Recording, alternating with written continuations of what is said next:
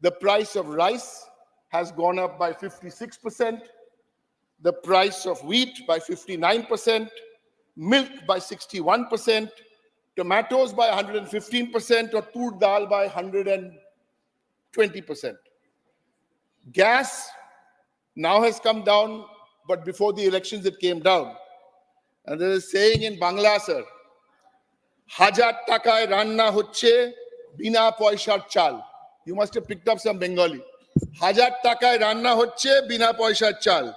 In other words, the Prime Minister is giving you the gas, which is 1,000 rupees. The rice is free, but the gas is 1,000 rupees. Sir, if you look at this economy, and this is somebody I actually met, her name is Nupur Hati. She's from Hooghly district.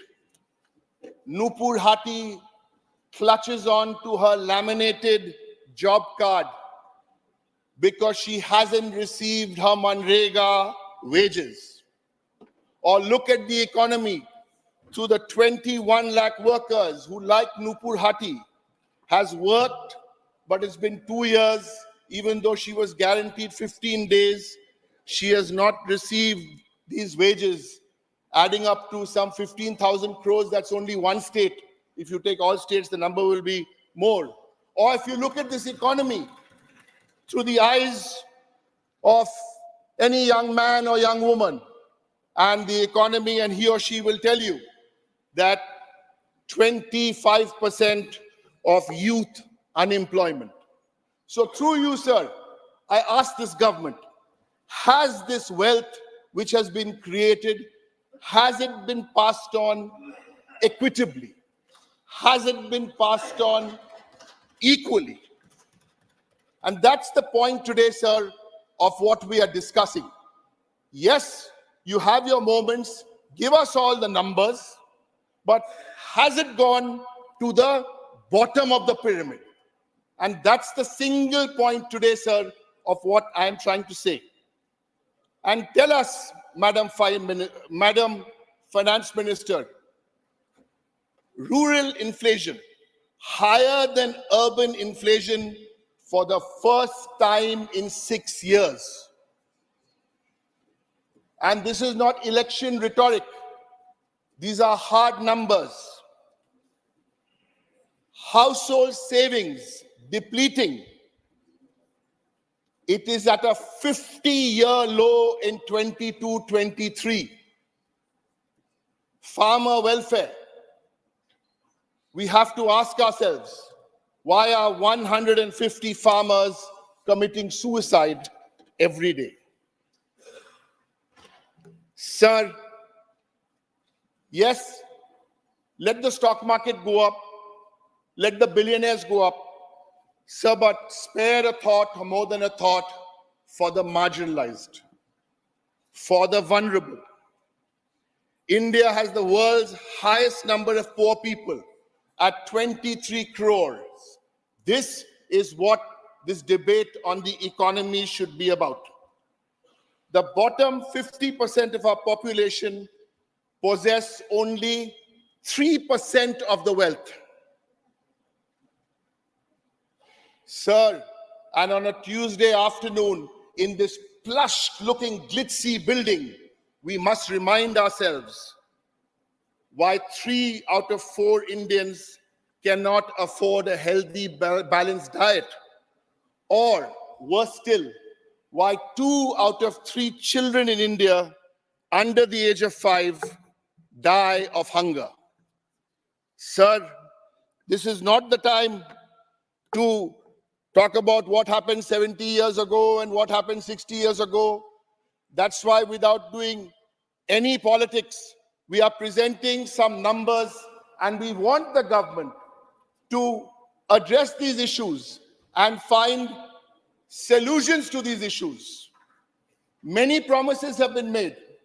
I'm not going there today because on the promises and the delivery, I want to stick very, very clearly with the economy. Sir, the point which I make on this last... But I'll give you more time. Thank you. Continue time allotted was I've got 12 3 minutes. minutes. They told me 12, so I don't know. No, 12 is there. 12. 12 is over. But continue. So while on the subject, nothing to do with this, you know, it's difficult for us to see the time because the timers are behind us. I'd request you to You had give made a us... suggestion. We are doing something about it. Thank you, sir. Sir, then let me conclude. Because we have to look at the priorities of this government. I started off my story with elections. Who wins? You win. Yes, BJP, you win elections. It's another matter when you fight us, you don't win elections, we win elections. So let's compare equals. You win, we win. You have an outlook on the economy. Mamata Banerjee's Trinamool Congress has an outlook on the economy. What's the difference in the outlook? So 1, 2, and 3 points. Indian economy is expected to grow at 7% in the current financial year. Bengal growing at 8.4% in the current financial year. I want to leave these numbers here because when we are doing this growth in Bengal, it is not a divisive growth. It is an inclusive growth. Everybody has taken along. And so let me just finish, then you can share. I'm just in the middle of a thought. It is because you had a good governor for 3 years. Go ahead. Yes, sir. Let me confirm, sir, that's the only reason all this happened.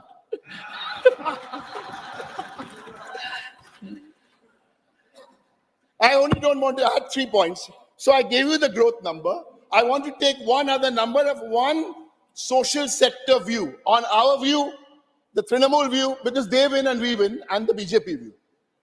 And I'll give you one more economic number, sir, and then I'll give you the social sector.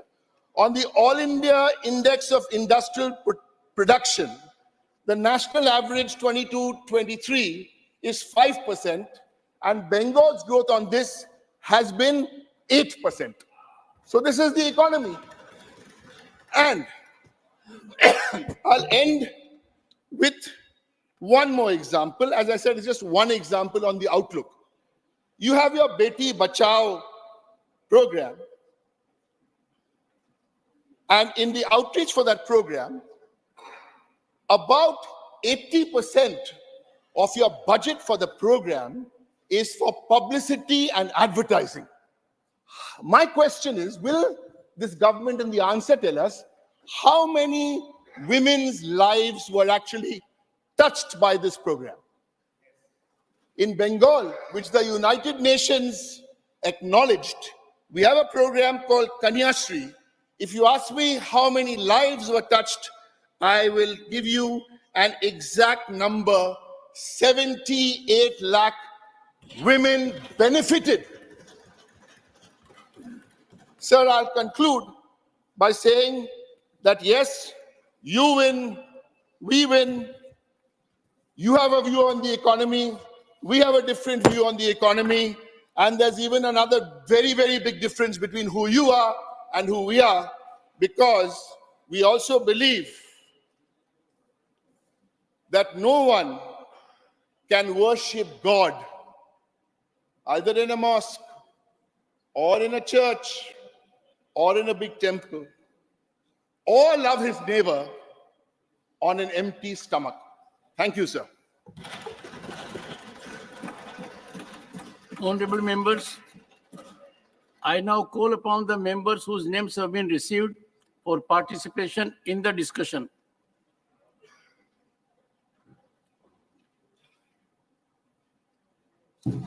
Dr. Sudhanshu Trivedi.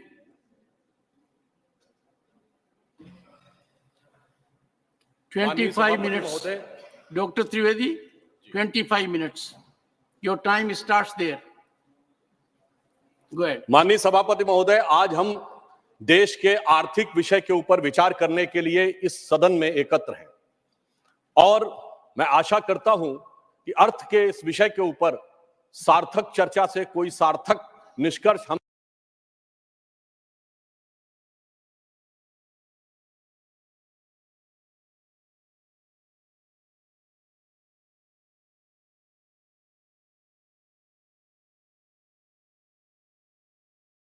तो हमें अधिक बेहतर और सार्थक पक्ष नजर आएगा। मैं अपने सम्मानित सदस्यों का ध्यान आकर्षित करना चाहता हूं कि इस समय जो ग्रोथ रेट अवेलेबल है, जिसका सोर्स है आईएमएफ वर्ल्ड इकोनॉमिक फोरम अक्टूबर 2013। मैं छोटे मोटे देशों की बात नहीं कर रहा हूं, सामान्य देशों की बात नहीं कर रहा हूं। अमेरिका की 1.5 है %, European union 1.2, Germany 0.9, France 1.3, Italy 1.7, Spain 1.7, Japan 1, England 0.6, Canada 1.6 और अदर एडवांस कंट्रीज 2.2 और इसमें भारत 6.3। अब ये अक्टूबर 2023 का है और इतना ही नहीं मान्यवर, चुनौतियां कितनी बड़ी हैं इससे समझना चाहिए कि अमेरिका में सिलिकॉन वैली बैंक और सिग्नेचर बैंक, दो बड़े बैंक डिफॉल्टर हो गए। चाइना में वहां की सबसे बड़ी रियल एस्टेट कंपनी एवरग्रांड डिफॉल्टर हो गई। यह सामान्य बात नहीं है। दुनिया के दो बड़े देशों में इतनी बड़ी आर्थिक चुनौतियां हैं और उनके बीच में से मैं विनम्रता से पूछना चाहता हूं, हमारे यहां क्या कोई ऐसी स्थिति का आपको कोई उदाहरण मिला है? यह दर्शाता है कि इन विपरीत परिस्थितियों में हम किस प्रकार से आगे जा रहे हैं। अभी माननीय डेरेक ओब्रायन जी ने जो बात कही थी मनरेगा के संदर्भ में, तो मैं ये भी जरूर स्मरण कराना चाहता हूं कि भारत सरकार ने जो जो जानकारियां मांगी थी वो भी किस रूप में पश्चिम बंगाल की सरकार ने दी है, वो भी सामने आ जाता तो और भी बेहतर था। अब मैं ये बताना चाहता हूं कि भारत के बारे में जब अगर आईएमएफ ने कहा है कि इंडिया की प्रोजेक्टेड ग्रोथ रेट 11.5% होगी, चाइना की 8% हो सकती है, यूएस की 5.1, ये वर्ल्ड इकोनॉमी को लीड करेंगे। अर्थात अब हम वर्ल्ड इकोनॉमी के लीडर के रूप में उभर कर सामने आते जा रहे हैं। और ये क्यों हुआ है? ये इसलिए हुआ है कि माननीय प्रधानमंत्री श्री नरेंद्र मोदी जी ने पिछले 9 वर्षों में जिस प्रकार की व्यवस्थित नीतियां बनाई हैं। मुझे स्मरण है कि जब जनधन अकाउंट खोलने की बात आई थी तो उस समय बहुत से अधिकारी वर्ग और व्यवस्था का वर्ग ये मानने को तैयार ही नहीं था कि इतने जनधन अकाउंट खोले जा सकते हैं। आज 50 करोड़ से अधिक जनधन अकाउंट हैं और जिसमें सिर्फ धनवान लोगों के नहीं है, सामान्य लोगों के भी अकाउंट हैं, जिसमें डिपॉजिट अगर देखा जाए तो 51.5% ऑफ द फाइनेंशियल सेविंग है, पीएफ में 26% की फाइनेंशियल सेविंग है, इंश्योरेंस में 17% की फाइनेंशियल सेविंग है। अर्थात हमारा 94.8% सेविंग बिल्कुल सेफ सेक्टर में है। इस बात पे मुझे याद आता है मान्यवर 2013 में मैं अमेरिका के दौरे पे गया था। तत्कालीन भाजपा के राष्ट्रीय अध्यक्ष और वर्तमान रक्षा मंत्री राजनाथ सिंह जी के नेतृत्व में एक प्रतिनिधिमंडल में भारत को लेकर एक बड़ा ग्लूमी एटमॉस्फेयर था। वहां पे लोग कहते थे the success story of India is over, मगर हम लोगों ने उन्हें आश्वस्त किया था the success story of India is not over, success story of India is waiting for Modi ji to come into power. और आज अगर हम देखें तो वो साफ दिखाई पड़ रहा है। और मैं ये भी बताना चाहता हूं कि केवल ऐसे नहीं हो रहा है। यदि हम इन आंकड़ों को गंभीरता से देखें तो पिछले समय के मुकाबले में अगर हमारे एक्टिव मोबाइल कनेक्शन जो पहले 93 करोड़ थे वो 110 करोड़ हुए हैं, तो मानी हुई बात है, इसमें बढ़ोतरी हुई है। अब यहां पर महत्वपूर्ण बात क्या है? पहले हम मोबाइल हैंडसेट का इंपोर्ट 78% करते थे, मोबाइल हैंडसेट का, अब 4% करते हैं। तो क्या ऐसा तो नहीं है कि अगर हम 4%, इसका मतलब हमारी कितनी इसमें फॉरेन की वैल्यू बची है? मोबाइल फोन एक्सपोर्ट में हम पहले 1500 करोड़ के आसपास थे, आज 90,000 करोड़ रुपए के आसपास है। अगर हम नंबर ऑफ ऑटोमोबाइल सेल देखें तो मैं ये भी विनम्रता से ध्यान दिलाना चाहता हूं, अब ये सर्वेक्षण भारत सरकार का नहीं है कि ऑटोमोबाइल मैन्युफैक्चरिंग में, ऑटोमोबाइल की होल्डिंग में हम दुनिया के तीसरे नंबर के देश बने हैं। 7.5 करोड़ परिवार भारत में ऐसे हैं जिनके पास कोई ना कोई एक ऑटोमोबाइल जरूर है, चाहे 2 व्हीलर हो या 4 व्हीलर हो। तो मानी बात है, 7.5 करोड़ कोई धनाढ्य करोड़पति अरबपति नहीं है। ये इक्विटेबल डिस्ट्रीब्यूशन ऑफ वेल्थ का जो प्रयास प्रधानमंत्री मोदी जी के नेतृत्व में हुआ है, ये उसका प्रमाण है। अब मैं ये भी बता देना चाहता हूं कि पहली बार ऐसा हुआ है कि एशिया की इकोनॉमी कौन राइज करेगा, इसके बारे में यह कहा जा रहा है कि अब वो चाइना से शिफ्ट होकर भारत एशिया की इकोनॉमी का इंजन बन के उभरेगा। मैं एक और डाटा अभी बता देना चाहता हूं कि जो हमारे कंज्यूमर एसोसिएशन है उसने आंकड़ा दिया कि वर्तमान दीपावली का जो फेस्टिव सीजन गुजरा है और छठ का मिलाकर 4 लाख करोड़ रुपए की स्पेंडिंग हुई है, जिसमें छोटे सामान खरीदने से लेके, घरेलू सामान खरीदने से लेके, बर्तन, सोना चांदी, सारी चीजों में अगर 4 लाख करोड़ रुपए की स्पेंडिंग भारत की जनता ने की है, तो कहीं ना कहीं ये अंधकार से निकलते हुए दीपावली के समान एक नई ज्योति के साथ भारत की अर्थव्यवस्था को ले जाने का एक संकेत भी दिखाता है। और मुझे यह भी याद आता है मान्यवर, जब मैं इंजीनियरिंग का छात्र था, एक दौर था जब भारत का, 91 की बात कर रहा हूं, फॉरेन एक्सचेंज रिजर्व 1 बिलियन पे आ गया था।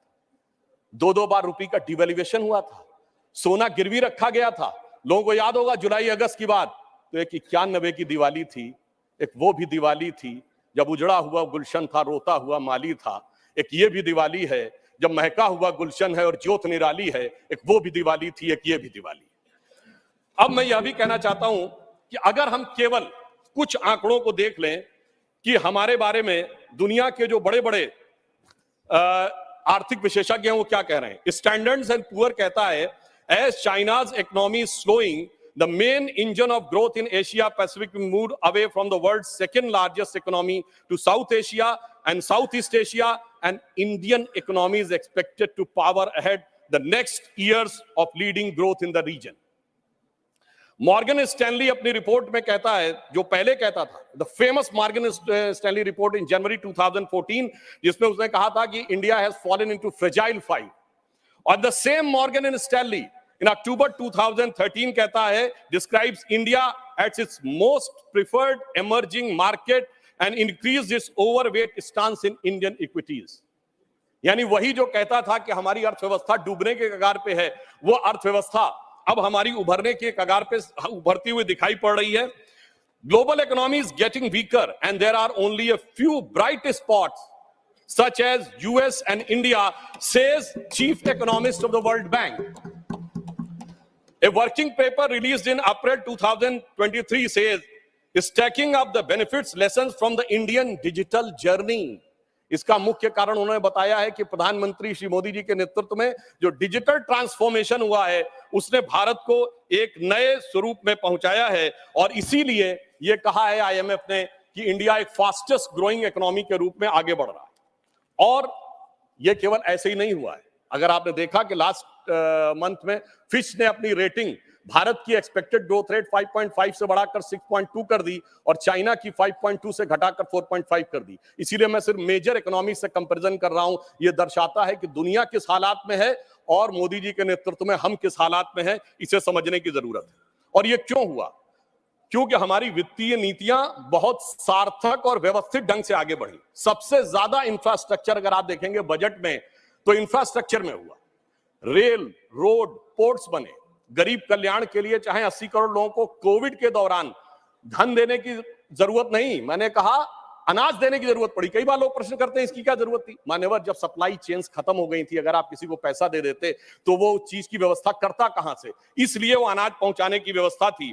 और अगर हम परचेजिंग मैनेजर इंडेक्स की बात करें तो अक्टूबर में 58.4 हुआ है, जो कि सर्विस सेक्टर में अगर हम देखें तो स्ट्रॉन्गेस्ट आउटपुट है पिछले 13 वर्षों में। मैन्युफैक्चरिंग सेक्टर में 28 कंसेक्यूटिव मंथ में वो बढ़ता हुआ 50.5 है अक्टूबर 2023 में। और डोमेस्टिक एयर ट्रैफिक में 11% की बढ़ोतरी हुई है अक्टूबर 2023 में।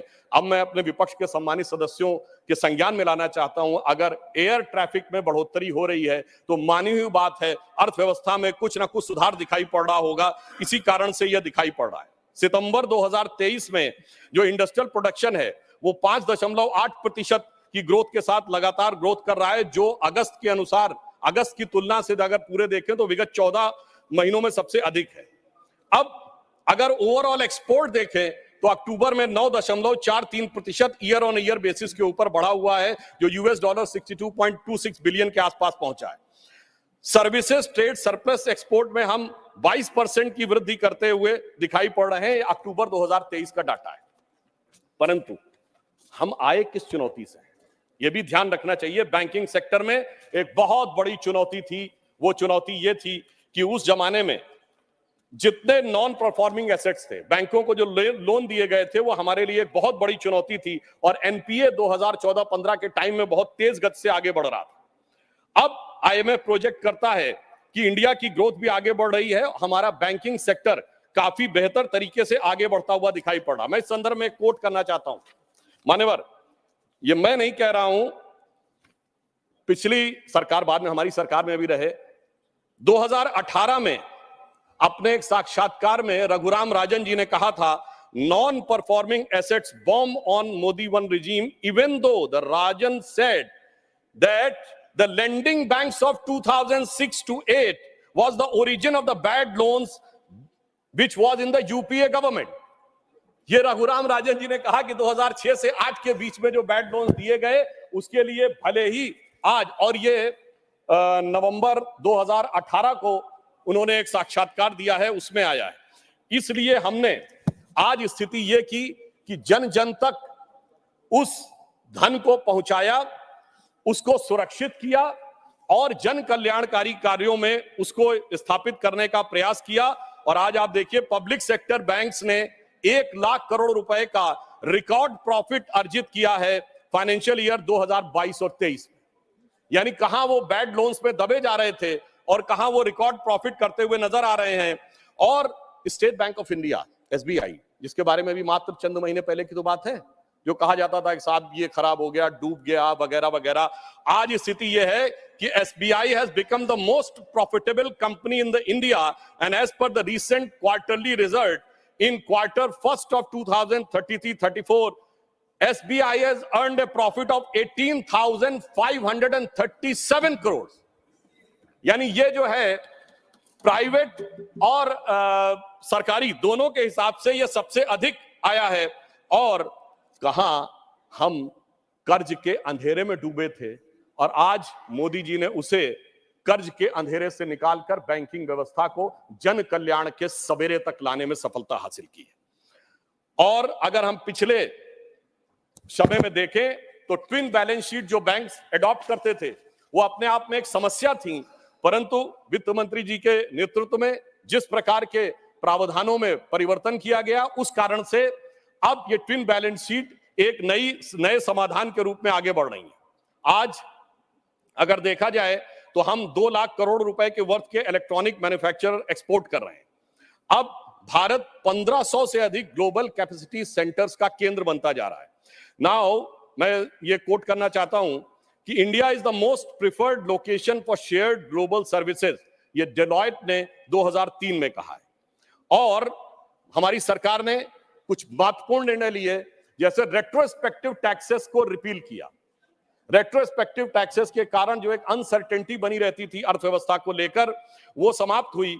और जहां तक गरीबी और पॉवर्टी की बात करते हैं तो यूएनडीपी की 2022 की रिपोर्ट को मैं कोट करता हूं, the relative reduction from 2015-16 to 2019-21 was faster, it is 11.9% year as compared to the previous time। यानी मोदी जी की सरकार आने के बाद गरीबी उन्मूलन बहुत तेज गति से हुआ। ये यूएनडीपी की रिपोर्ट कह रही है, ये हम नहीं कह रहे हैं।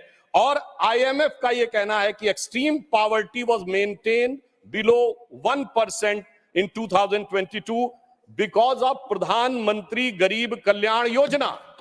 यानी वो साफ मान रहे हैं कि प्रधानमंत्री जी ने जो योजना बनाई उस कारण से, जिसको हम गंभीर कहते हैं, गंभीर गरीबी कहते हैं, वो 1% से नीचे पे आई है।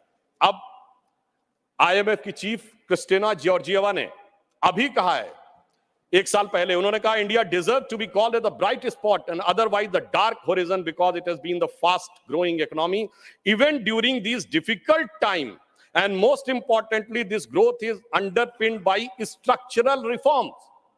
यानी आईएमएफ चीफ ये बात की तस्दीक कर रही हैं कि मोदी जी के नेतृत्व में जो आधारभूत संरचनागत परिवर्तन हुए, उसी कारण से भारत एक ब्राइट स्पॉट के रूप में उभरता हुआ दिखाई पड़ रहा है।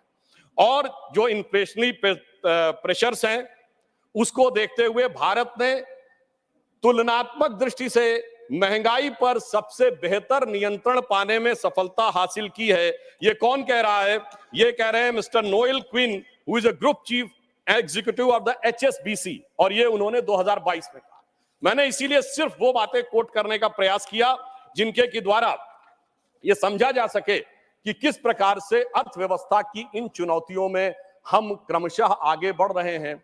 और मैं यह भी एक बात बताना चाहूंगा कि भारत की अर्थव्यवस्था अपने आप में किस प्रकार से आगे बढ़ रही है।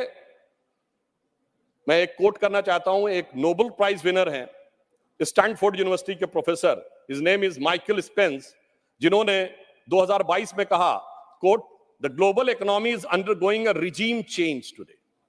India is outstanding performer now. It's a powerhouse of digital and life science realms. It is thriving digital ecosystem, and India is instead a digital system replacing existing retail systems. Entrepreneurs, companies, and are building solution to integrate existing and sometimes very small retail business into a digitally enabled supply chains, making them more effective. अर्थात विश्व का जो आधुनिक supply chain व्यवस्था है, जो आधुनिक infrastructure है, उसको मोदी जी के नेतृत्व में जो डिजिटल ट्रांसफॉर्मेशन हुआ है, उसने एक बड़ा परिवर्तन लाने की स्थिति बनाई है. अब मैं यहां पर यह कहना चाहता हूं कि वर्तमान समय में यदि हम देखें तो हमने उस जिम्मेदारी का निर्वाह किया है कि गरीब के पास जरूरत पड़ने पे जीवन की आवश्यकताएं भी रहीं, विकास के नए सोपान भी बनते रहे, रेलवेज का मॉडर्नाइजेशन हो, 90% से अधिक इलेक्ट्रिफिकेशन हो गया हो, 70 से अधिक एयरपोर्ट बन गए हो, भारत चीन सीमा के ऊपर हैवी इंफ्रास्ट्रक्चर का निर्माण हो, वो भी किया है, कोविड वैक्सीन भी सबके लिए उपलब्ध कराया है. और इसके बावजूद आज पहली बार ऐसा मौका है जब G20 और G7 कंट्रीज में हम दुनिया में सबसे बेहतर स्थिति में नजर आ रहे हैं. मुझे लगता है कम से कम ईमानदारी से इस बात को समझने का प्रयास करना चाहिए. परंतु ये जानते हैं क्यों हुआ है? कारण यह है कि प्रधानमंत्री श्री नरेंद्र मोदी जी इस बात को भली भांति उन्होंने समझा कि उनका धन को किस मार्ग से व्यय करना चाहिए. मैं कोट करता हूं, हमारे धर्मशास्त्रों में कहा गया है, धनात् धर्मः तथा सुखम. धन वही सुख का कारक होता है जो धर्म के मार्ग से व्यय होता है. यानी जो जिसका धर्म है उसको सही दिशा में, गरीब के लिए, विकास के लिए. मगर क्या बताएं मान्यवर, जो लोग धर्म के समूल नाश का संकल्प लेते हो, उनके लिए जो संपत्ति है वो भी विपत्ति बन जाती है और वो सुख कारक बनने के रास्ते पर नहीं चल पाती. परंतु मैं कहना चाहूंगा कि मोदी जी के नेतृत्व में उन्होंने जैसी युक्ति बनाई है, उस कारण से जो आर्थिक विपत्ति थी वो अब संपत्ति की तरफ बढ़ती हुई नजर आ रही है. अब यहां पर मैं एक और बात भी कहना चाहूंगा मान्यवर, कई बार लोग ये कहते हैं कि साहब आप लोग आर्थिक विषय की बात करते हैं, मगर मैं ध्यान दिलाना चाहूंगा कई बार आर्थिक विषयों की बात करते करते लोग किसी दूसरे विषय पे चले जाते थे. मैं ये याद दिलाना चाहता हूं, एक दौर था मान्यवर जब भारत की अर्थव्यवस्था का मजाक उड़ाया जाता था. क्या कहा जाता था? ये 2% से ऊपर कभी ग्रो ही नहीं कर सकते. इसको कहा जाता, this is the Hindu growth rate. ये कह के हमारा मजाक उड़ाया जाता था कि ये कभी 2% से ऊपर ग्रो नहीं कर सकते मान्यवर. मगर जब से हम लोग आए हैं, यानी जो लोग कहते हैं कि उन्हें हिंदू ग्रोथ रेट ज्यादा अच्छी लगती थी, अब ये 7.8% की हिंदुत्व की ग्रोथ रेट है, क्योंकि अब वो लोग आए हैं जो हिंदुत्व में विश्वास करते हैं. और मैं ये भी एक याद दिलाना चाहता हूं, इसे कोई संयोग माने या दैव योग माने, मान्यवर जब भारत स्वतंत्र हुआ, इस बार की दीपावली के लिए मैं एक और बात भी कहना चाहूंगा, एक नया परिवर्तन भारत का जानते कैसे आया? ये सब कुछ जनता के सहयोग, समर्थन और मोदी जी की युक्ति के साथ तो हो ही रहा है. एक नया स्वरूप भी भारत का उभर रहा है. वो क्या है? जब मान्यवर देश आजाद हुआ तो उस समय भारत की अर्थव्यवस्था पे ताला लगा हुआ था. हमारे तुरंत विपक्षी लोग कहते साहब कुछ था नहीं, बहुत कुछ हम कर नहीं सकते थे. और जब ताला खुला उस समय श्री राम लला विराजमान भी ताले में ही थे. जैसे ही राम मंदिर का आंदोलन शुरू हुआ, अर्थव्यवस्था के अंदर भी नया परिवर्तन शुरू हुआ. 90 से 92 का ही दौर है अर्थव्यवस्था में भी बदलाव का, भारत की अर्थव्यवस्था के खुलने का, भारत की राजनीति की व्यवस्था के भी बदलने का. और यही वो दौर है जिस समय विवादित ढांचा भी गिरा और नेहरूवियन मॉडल भी समाप्त हुआ. यानी अगर आप देखें तो वो दौर था जब फॉरेन एक्सचेंज रिजर्व भी 1 बिलियन पे था. परंतु मैं ये याद दिलाना चाहता हूं, कुछ लोग लगेगा ये तुलना है क्या, तो मैं ये भी याद दिलाना चाहता हूं, उसके बाद एक बड़ा दौर आया जब 2003-4 में, आप याद करिए, हम करंट अकाउंट सरप्लस कंट्री बने. 2003-4 के चौथे क्वार्टर में हम सबसे तेजी से बढ़ने वाली अर्थव्यवस्था हुई और इंडिया सक्सेस स्टोरी 2003-4 में कही जाने लगी. यही वो दौर था जब खुदाई हुई और 70 खंभे निकले थे, जहां से साबित हो गया था कि श्री राम लला विराजमान के पास ही वो मंदिर है. अब आप आइए साहब, उसके बाद 2019 में जब जजमेंट आया तो तब 1 बिलियन था, जब खब्बे निकले तो फॉरेन एक्सचेंज रिजर्व 100 बिलियन था, अब मोदी जी के नेतृत्व में 500 बिलियन पहुंच गया। और इतना ही नहीं मान्यवर, अब जब राम मंदिर बनने जा रहा है तो हम 5वीं बड़ी अर्थव्यवस्था है, चौथे बड़े स्टॉक एक्सचेंज है, तीसरे बड़े ऑटोमोबाइल मैन्युफैक्चरर हैं, दूसरे बड़े मोबाइल के मैन्युफैक्चरर हैं, इंफ्रास्ट्रक्चर में इन्वेस्ट करने वाले हम नंबर 1 के देश हैं, और चांद के छूते कोने को छूने वाले देश भी बन गए। और अब अगर आप देखें तो हम G20 में सबसे ऊपर बढ़ते चले जा रहे हैं। ये कह के मैं सिर्फ ये बताना चाहता हूं, कुछ ऐसे संयोग होते हैं जिनको देखने के लिए एक अलग दृष्टि चाहिए, जिसके लिए रामचरितमानस में एक चौपाई है कि सुमति कुमति सबके उर रहाई, यानी अच्छी मति और बुरी मति सबके मन में रहती है। नाथ पुराण निगम यह कहीं, ये पुराण और उपनिषद ये बताते हैं, और जहां सुमति तहां संपत्ति नाना, जहां कुमति तहां विपत्ति निधाना। तो इसलिए जो जो हम धनात धर्मात तथा सुखम की दृष्टि के साथ संपत्ति बढ़ते गए, वहां इस देश में संपत्ति आती गई। On the lighter note and on the serious note मैं ये भी कहना चाहूंगा, हम सब चाहते हैं कि भारत वर्ल्ड की नंबर 1 की इकोनॉमी बने और मां लक्ष्मी की कृपा इस देश पे बनी रहे, पर मां लक्ष्मी भी कमल पर ही विराजती है। और मैं अंत में यह कहना चाहता हूं कि इस बात को भली भांति समझ लीजिए, आप जितने आरोप प्रत्यारोप मोदी जी के ऊपर लगाते हैं, आप देखिए पूरी दुनिया में एक सुनामी आई हुई है। चाइना अमेरिका जैसे देश जूझ रहे हैं। ब्रिटेन में यह कहा जाता है कि जब जाड़े का मौसम आ गया है कि they have hardly money either to heat और टू ईट, यानी या तो खा लो या बिजली का बिल पेमेंट कर लो। उस दौर में मैं अगल बगल वालों की बात नहीं कर रहा हूं कि श्रीलंका और पाकिस्तान में क्या हो गया। जनाब, हमारा कैप्टन कितनी कुशलता के साथ इस सुनामी से भरी लहरों में लेके जा रहा है, मगर क्या कह रहे हैं विपक्ष वाले, अरे अगल बगल के पलटे जहाजों को मत देखो, दूर दराज के डहते जहाजों को मत देखो, ये जहाज के अंदर मुझे कुछ हिचकोले क्यों नजर आ रहे हैं उसके ऊपर देखो।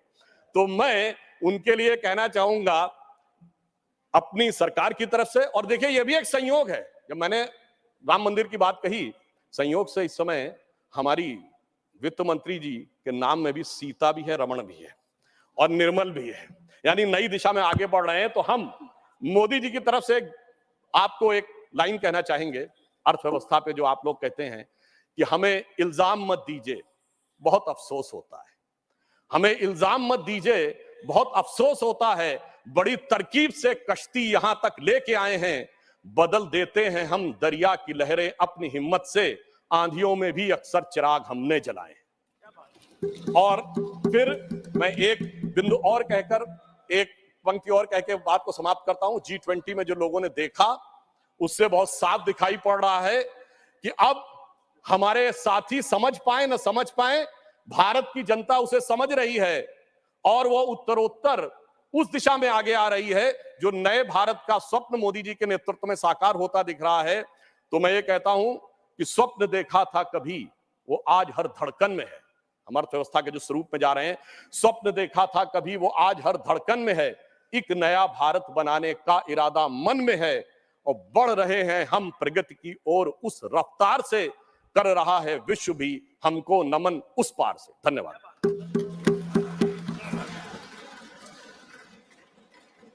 Shri P. Chidambaram. Sir, 10 minutes. Thank you, sir. More than enough. So after listening to the learned professor of Lucknow University, I'm sure that all of us are convinced that Amrit Kal has begun. And by going the number of times he was applauded by the treasury benches, I think he should be in line for a ministership now. I wish him well. If all is well in the world and God is in his heaven and India is growing at the fastest rate in the world, why is the impact of that growth not felt on the ground? This is the question which my friend Derek asked, and I try to supplement that in the few minutes I have. We are a large economy. We are growing at the fastest rate in the world. We are innovative. We have the largest FDI coming into the country. But why is it not seen on the ground? And I specifically want to ask, why is it not seen in the inflation numbers and the unemployment numbers? Let's take only those two.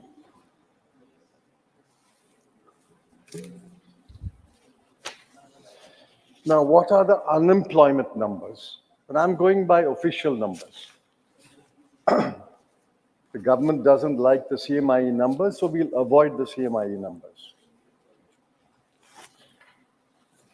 Mercifully, the BJP no longer talks about 2 crore jobs being created every year. Thank you for small mercies that you're not making these tall claims. That's one of the election jumlas. I didn't know the word jumla unless I heard it first from the Honorable Home Minister. Now let's focus on a few numbers. This is official numbers of the Periodic Labor Survey. The worker population rate in this country is 46%, which means the number of workers to the population is 46. It's quite low, but let's take it as acceptable given the various circumstances of the country. Of the worker population, that is 46% of the total population, male worker population is 69%, but the female is only 22%. Of the worker population, less than 50% actually work. So if you apply 50% on 46%, effectively it means only that 23% of the people work. This has more or less been constant in the last 9.5 years of the BJP government.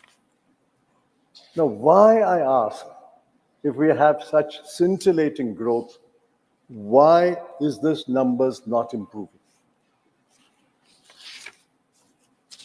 Now, my learned friend Derek O'Brien gave the numbers. In the age group 15 to 24, the unemployment rate is 23.22. Among graduates under the age of 25, the unemployment rate is 42%. Graduates between the year 25 to 29, it is still 23%. Graduates between the years of 30 to 34, it is close to 10%. It's 9.8%. A graduate in this country, and I spoke at a college, I said, I'm not frightening you. You will graduate here.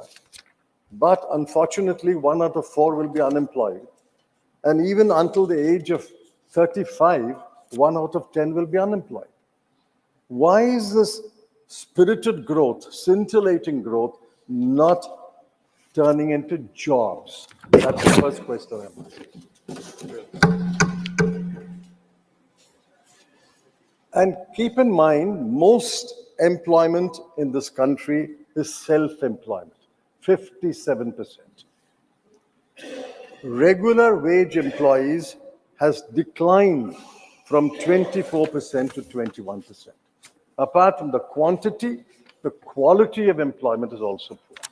So I want the government to answer, why is this 10-year splendid period not reflecting in employment figures? The second one is about price rise.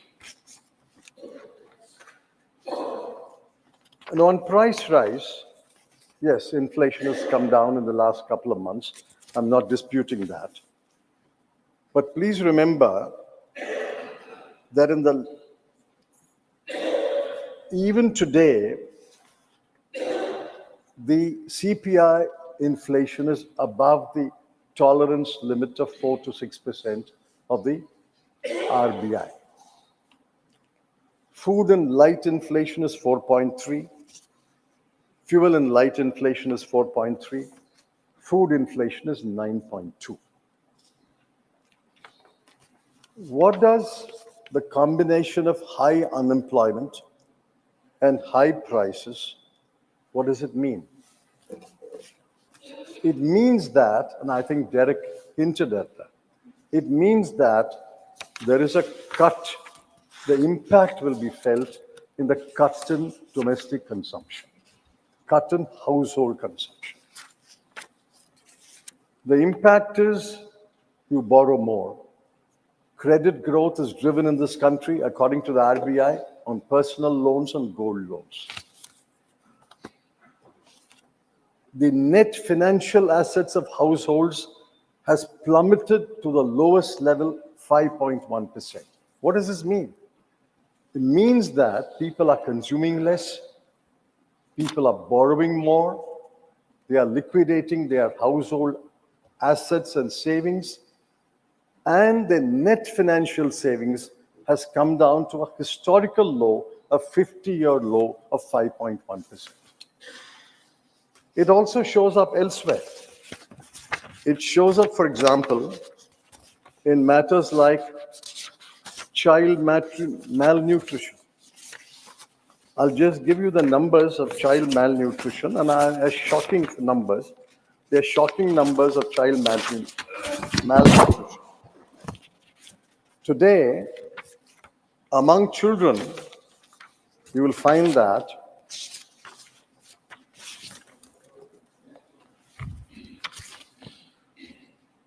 16.3% of children are undernourished, 19.3% of children are wasted, 35.5% of children are stunted. It shows up again in the food that the children get. And add to that Derek's numbers, under the age of 5, so many people die because of hunger. Why is it not showing up in consumption? It also shows up in education.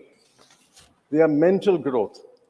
Today, in a class 8, only 70% of the children can read a class 2 text. And only 45% of children can do basic arithmetic.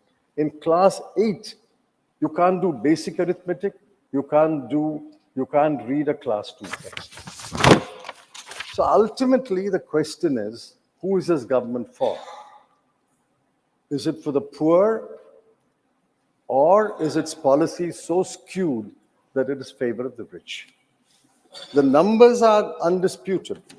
I have not seen a single government spokesman dispute these numbers. 23 crore people of India are poor when the poverty bar is very low. Poverty bar is 1,286 rupees per month per person in urban areas and 1,089 rupees per month per person in rural areas. With such a low poverty bar, 23 crore people are poor. And it shows up in inequality.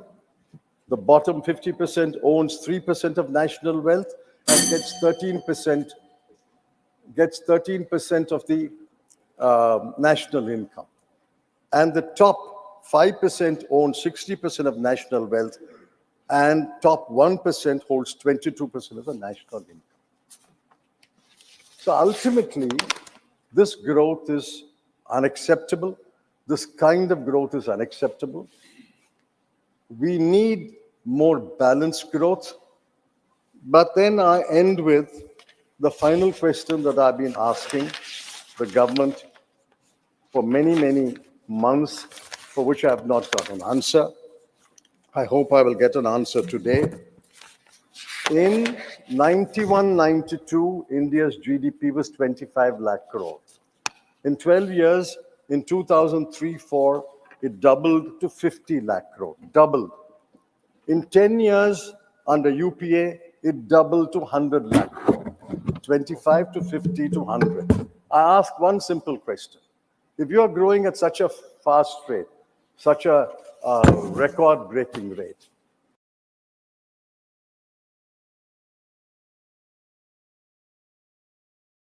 will you 100 lakh crore? The finance minister, honorable finance minister knows the answer. I know the answer. You know the answer.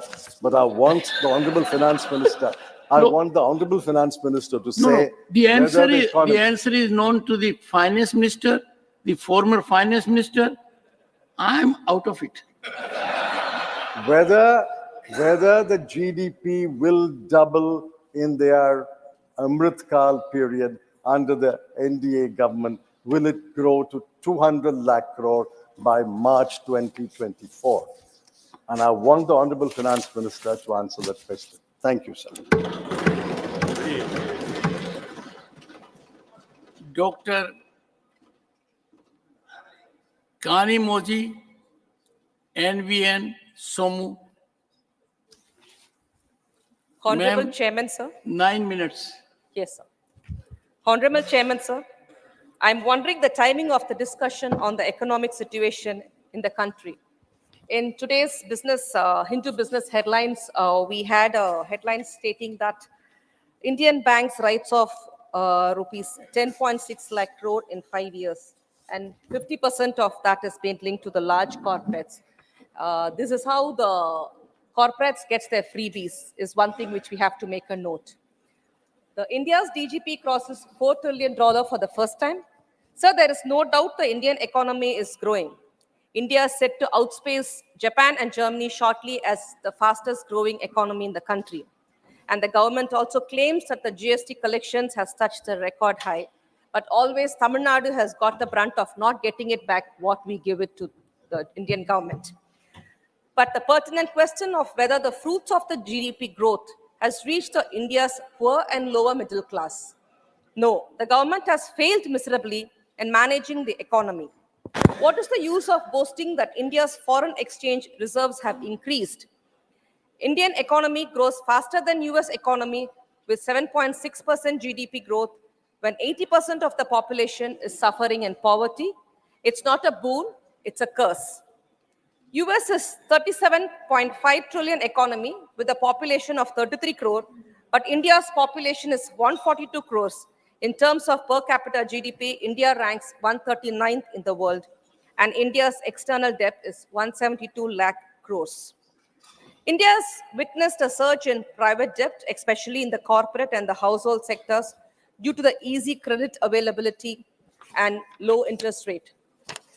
During the UPA's 10-year rule, only rupees 2.20 lakh crore was written off. For a kind information, as of now, the Indian banks have written off as rupees 10.6 lakh crore in the 5 years. However, this also possesses a risk of default and financial instability, especially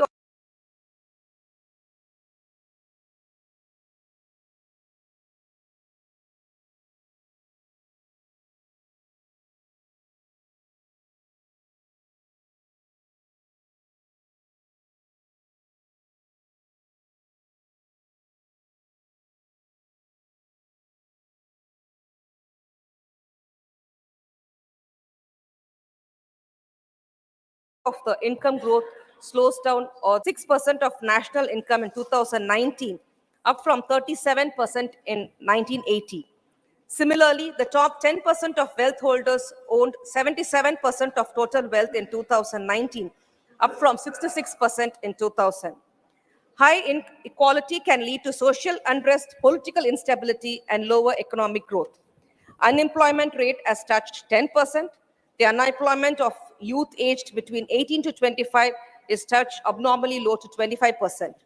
Only a very small percentage of people are lucky to get a regular employment in government and private companies.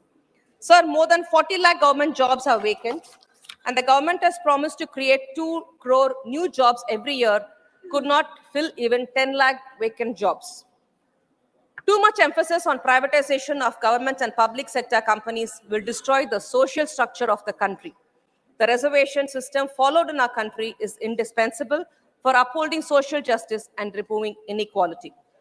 Reservations are not provided in any private sector, and if the governments keep on privatizing the reservation system, will derail and the social justice and equitable distribution of wealth is under threat. Therefore, I urge the government to introduce a bill to provide reservation in the private sector before it sells everything.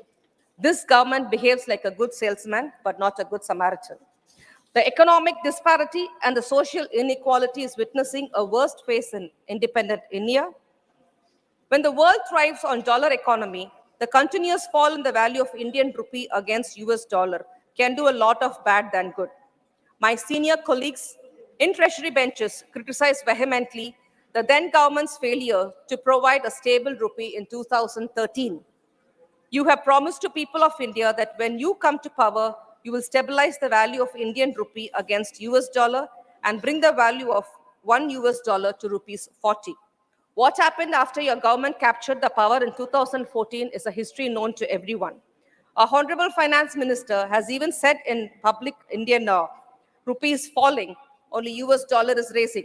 This is a candid statement accepting the failure of the government to stabilize the value of Indian rupee against the US dollar.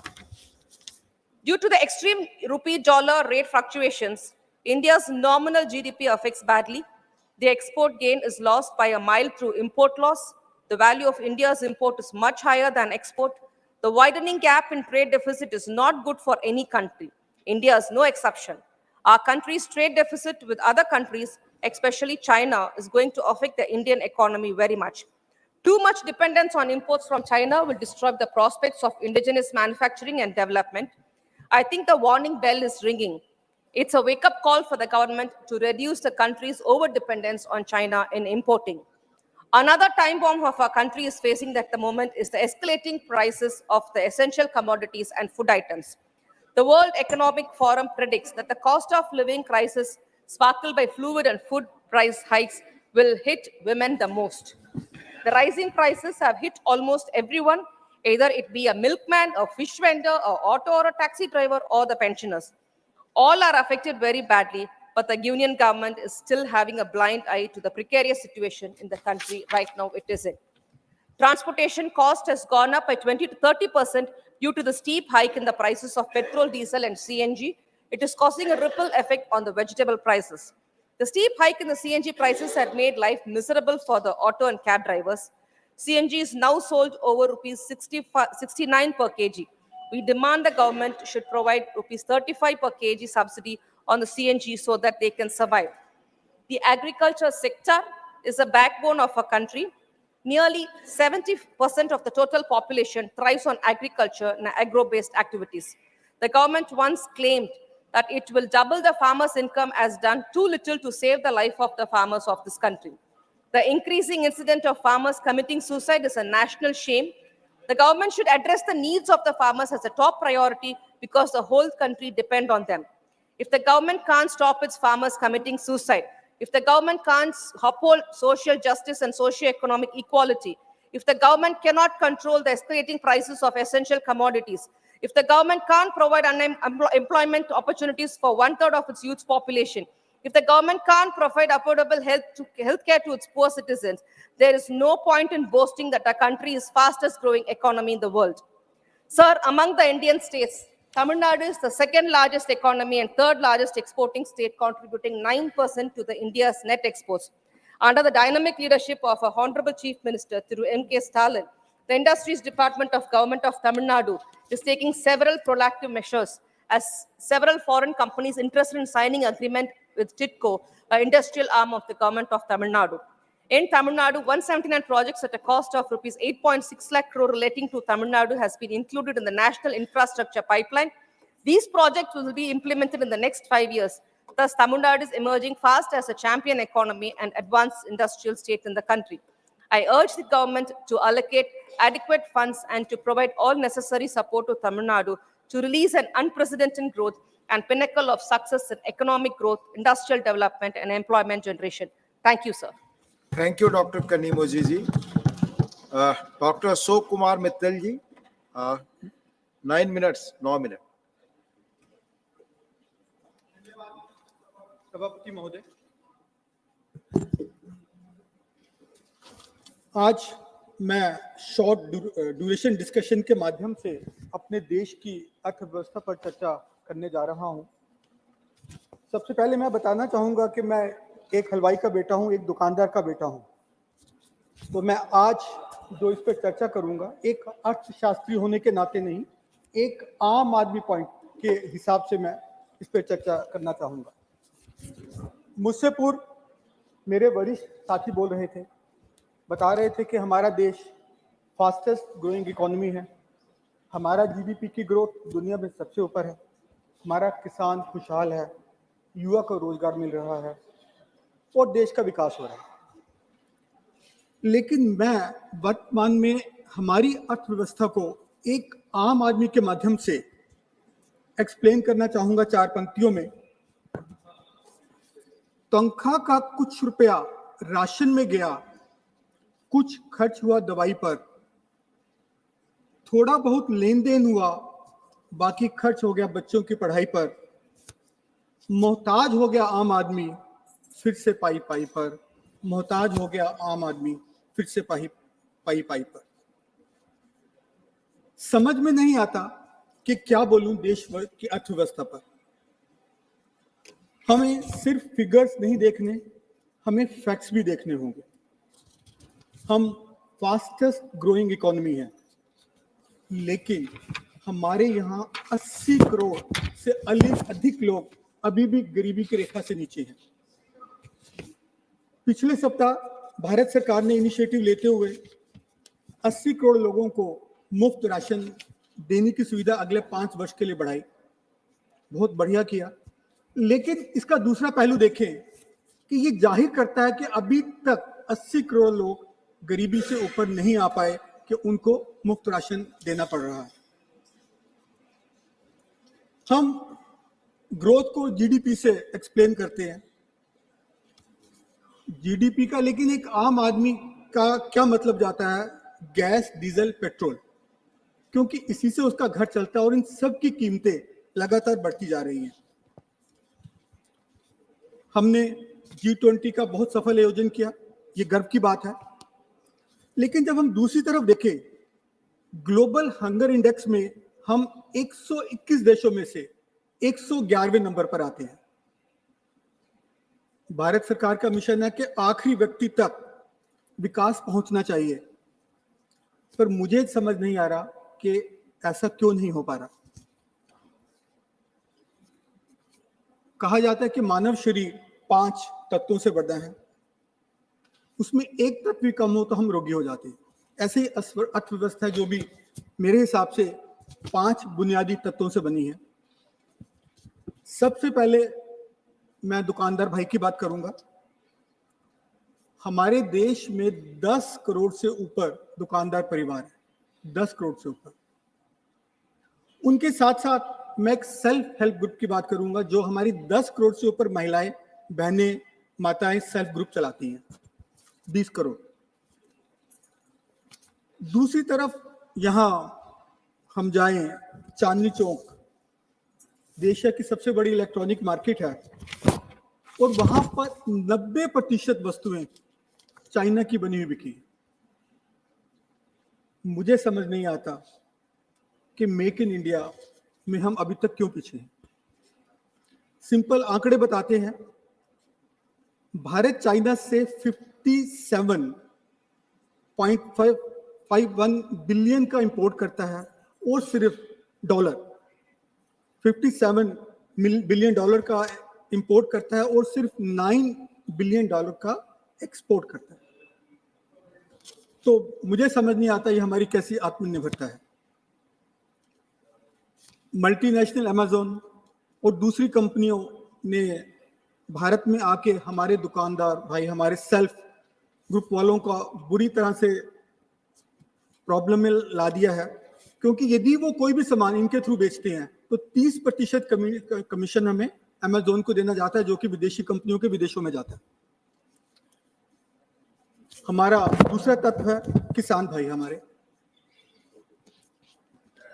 Bharat सरकार direct benefit scheme कर रही है और काफी कुछ कर रही है, बट दूसरी तरफ अभी कल ही होम मिनिस्ट्री ने नेशनल क्राइम रिकॉर्ड ब्यूरो के आंकड़े जारी किए और उसमें भारत में पिछले वर्ष 2022 में 1,70,00,000 सुसाइड हुए, जिसमें से 50 से 60,000 किसान भाइयों के या हमारे मजदूर भाइयों के थे।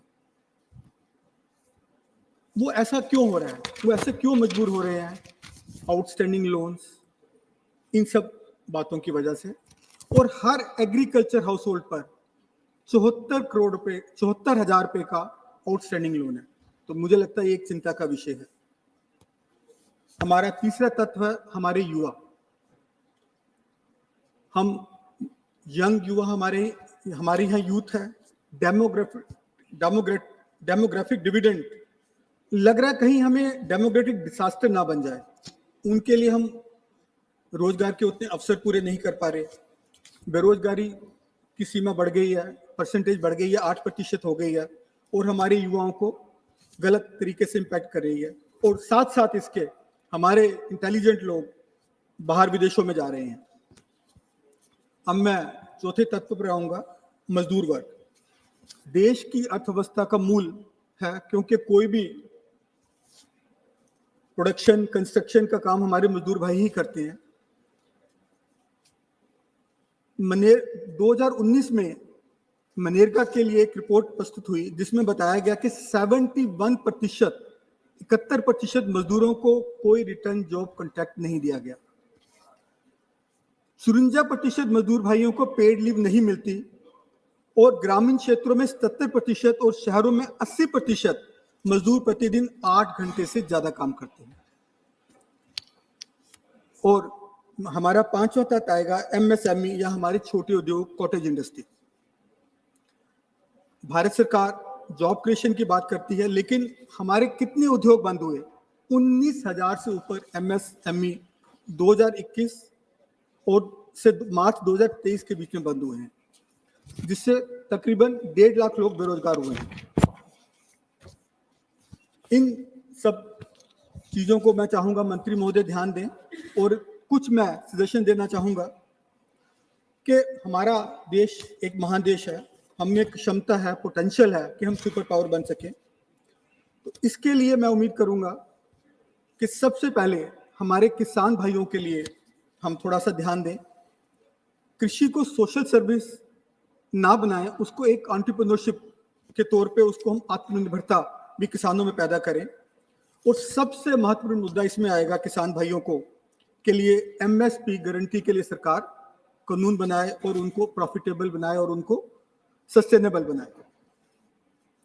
दूसरी हमारी शिक्षा व्यवस्था की हम बात कर रहे हैं। एक जमाने में हम सुपर पावर कहते थे, हमने तक्षशिला, नालंदा विश्वविद्यालय पूरी दुनिया को दिए, जबकि दुनिया में विश्वविद्यालय हुआ ही नहीं करते थे। लेकिन अब हमारा सिर्फ एजुकेशन पर खर्चा 2.8% है। तो मैं सरकार से निवेदन करूंगा कि इसको बढ़ाकर 5% किया जाए जीडीपी का। बाकी हमारे यहाँ इनइक्वालिटी है, उसमें यदि मैं चाहूंगा सरकार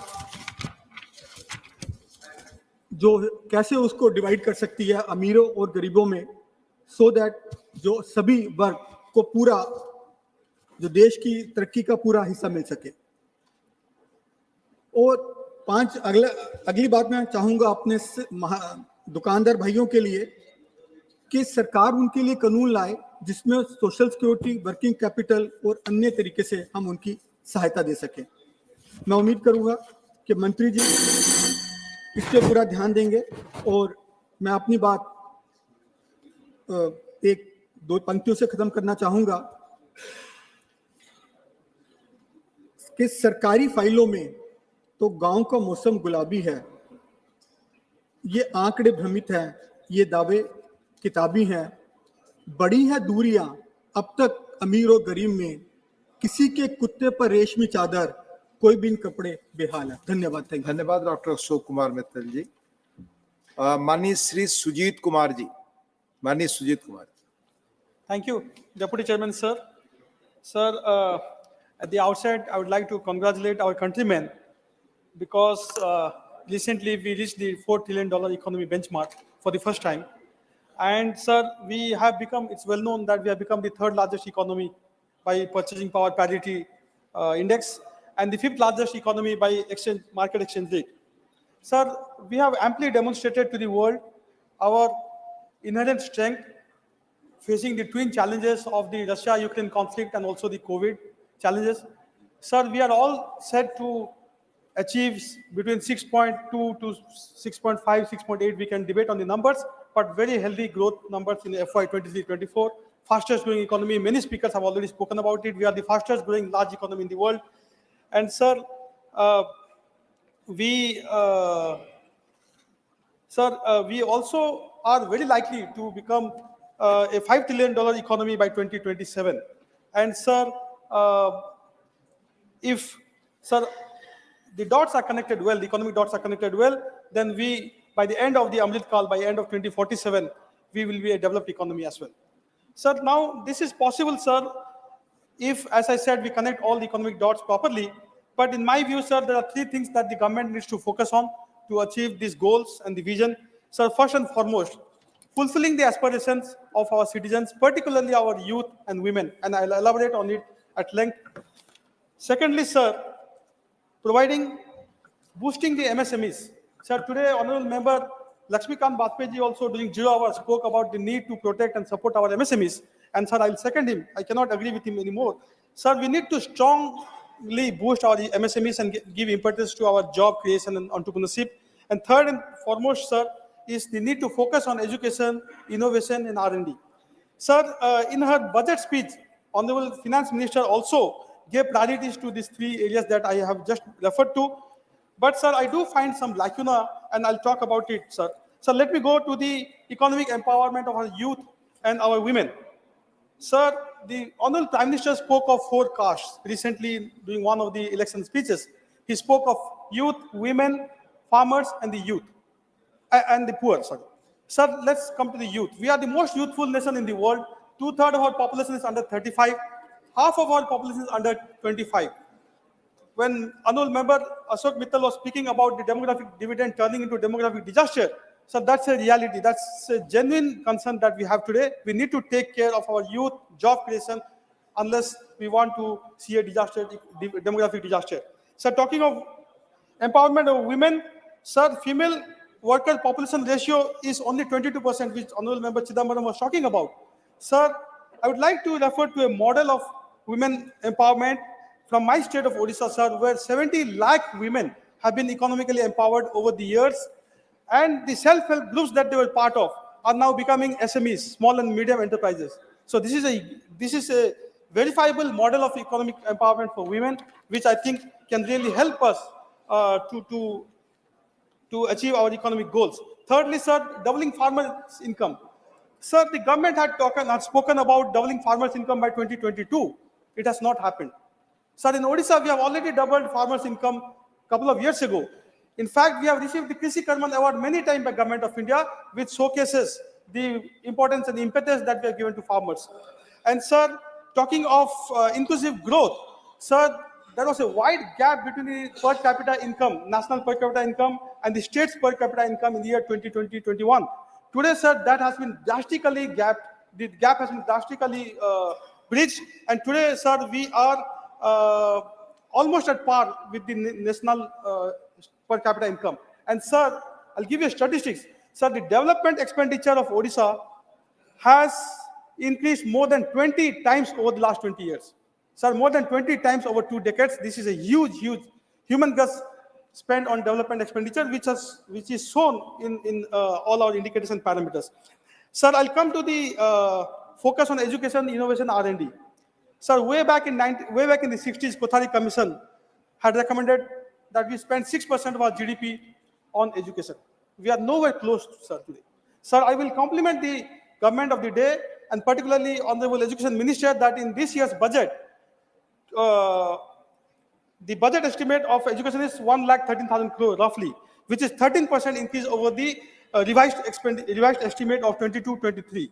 Definitely, sir, this is the highest increase in outlay in expenditure over the RE of the previous year. But sir, it's still not enough. It's only 2.8% of the budget, of our union budget. In contrast, sir, in Odisha, 30,000 crore has been earmarked for the budget, for education in this year's budget, which is 12.3% of the total budget outlay of the state. 12.3% of the total budget outlay of the state is for education, sir. Sir, I think inspiration can be drawn by union government from Odisha on this. Sir, I'm extremely passionate about education, but I was sorry and sad to note that in her budget speech, the Honorable Finance Minister spoke about 7 priorities, what she called Saptarishis. But education was not one of the priorities or Saptarishis. And we all know, sir, the foundation of any nation is education. No nation can progress economically, socially, or otherwise without focusing on education. So this is why I urge again the government to focus on education. Sir, I'll come to PM Poshan. Sir, Honorable Member Chidambaram ji spoke about, sir, child malnutrition. He gave some numbers: 16% undernourished, 35% stunted. These are numbers. Sir, again, I'm sad to note that the budget estimate for 23-24 for PM Poshan is 9% less than the RE, the revised estimate of 22-23. Sir, this will definitely reflect in poor learning outcomes and educational outcomes. Sir, I'll come to, sir, R&D. Sir, Honorable PM has often spoken about India becoming a $1 trillion digital economy, which will be roughly 20% of our economy when we become a $5 trillion economy. But, sir, tell me, sir, which nation can become a digital economy without focusing on R&D? And today we spend only 0.7% of our GDP on R&D. Comparable numbers, sir: Israel 4.9, US 4.5, sorry, US 3, South Korea 4.5, China roughly 2. We are only at 0.7.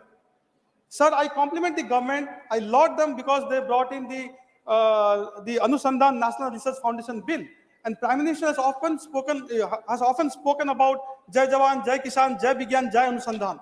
But, sir, we need to really focus on Anusandhan or research if we want to become a developed economy in the next couple of decades, at least. And, sir, finally, sir, I'll come to the focus on MSMEs. Sir, we are growing, no doubt, but it is not a job-led growth. Sir, I'm afraid that is becoming a job-less growth. Sir, that is because, sir, our focus on MSMEs is not to the extent what it should be. Sir, today MSMEs are crying for capital. They do not have access to capital. Sir, there are statistics, sir, that if the loan amount is less than 1 crore, then the default is roughly 1%. But if the loan amount is more than 100 crore, then the default is over 40%, sir. So who takes loans over 100 crores? It is the large enterprises. But the MSMEs take loan less than 1 crore and their default rate is less than 1%. But still, sir, we have not done justice to our MSMEs by giving them access to capital, by giving them access to technology. So, sir, I'll again urge the government, sir, MSMEs are the job creators of our country. They create wealth for the nation. They contribute 30% to our GDP. Sir, they roughly create 123 million jobs. Sir, that is roughly 12 crore jobs. Still, we are neglecting our MSMEs. Sir, if we have to really focus on the economy, then we need to focus on the MSMEs because, sir, and sir, finally, sir, since you have, sir, since my time is over, sir, I'll just conclude by saying that, sir, India, that is Bharat, is a union of states. So if we have to grow socially and economically, then we need to take the states along. And this is why, sir, my Honorable Chief Minister, Sri Naveen Patnaik, has always believed in the philosophy of cooperative federalism. Sir, for him, empowering the 4.5 crore Odias socially and economically has been his highest duty. And this is why, sir, he has been appealing in various forums through the parliament and otherwise that, sir, we need support from the government of India Honorable Sujit Kumar to better our daily density, to better our railway density, to have, sir, more funds which we are Please conclude. Please conclude. Sir, I'm concluding, sir. So this is what. Thank sir, you. the Honorable PM has spoken about Purvodaya, which is the rise of the East. Sir, how can we have Purvodaya unless, sir, states like Odisha are supported economically by Government of India by, sir, giving us the funds that are due to us, by, sir, giving us the tele-density, the highways, the banking facilities that we, sir, badly need. Thank you. Manni Sri V. Vijay Sai Reddy ji. Deputy Chairman, sir, thank you very much. And I also thank my party president and Honorable Chief Minister of Andhra Pradesh, Y.S. Jagan Mohan Reddy Garu, for giving me an opportunity to speak on this particular subject, sir. Sir, for the last 10 years, India has been on the brink of massive economic transformation, which the opposition is not in a position to realize. Sir, for the last 10 years, again, we have grown from being 10th highest GDP to 5th highest GDP in the world, which my colleague, Honorable former Finance Minister Chidambaram couldn't realize it. Sir, in the next 5 years, under the leadership of Modi ji, we are poised to become third largest economy in the world, crossing 5 trillion mark. Please, माननीय जयराम जी बैठकर बात नहीं, please, you speak to the chair. Sir, Deputy Chairman, sir, India continues to retain its fast-growing economy status even in the face of global economic slowdown. And we have faced the COVID situation. Even during COVID situation, there is no economic stride, and it continues to grow in the economy. Sir, last year, our GDP growth stood at massive 7.2%, which was twice the average of emerging market economies. And our Honorable former Finance Minister extensively spoke about the GDP.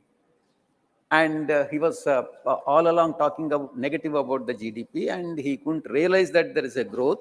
And currently, we have surpassed the market expectations and registered a 7.6% growth during second quarter of this current 2023-24.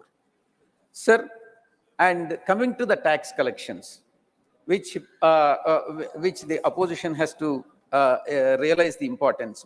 There is a significant growth in the tax collections that has become the norm, and this has fueled the economic growth, sir.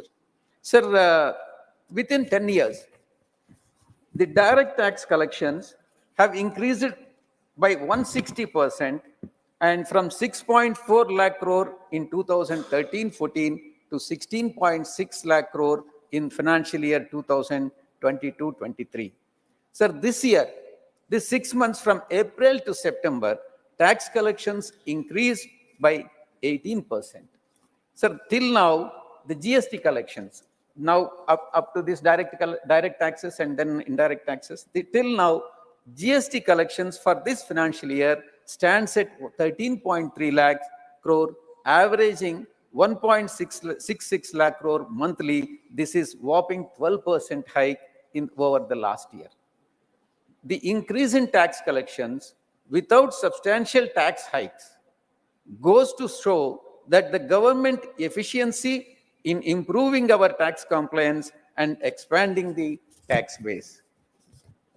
Sir, even there is no applaud from the treasury benches. Opposition, I'm very sure they will not applaud. Sir, coming to the digital payments. Please. India continues to dominate the digital payment landscape. Sir, we recorded 89 million digital transactions in 2022, which is more than 4 leading countries combined together. Sir, this accounted almost half of the global real-time payments.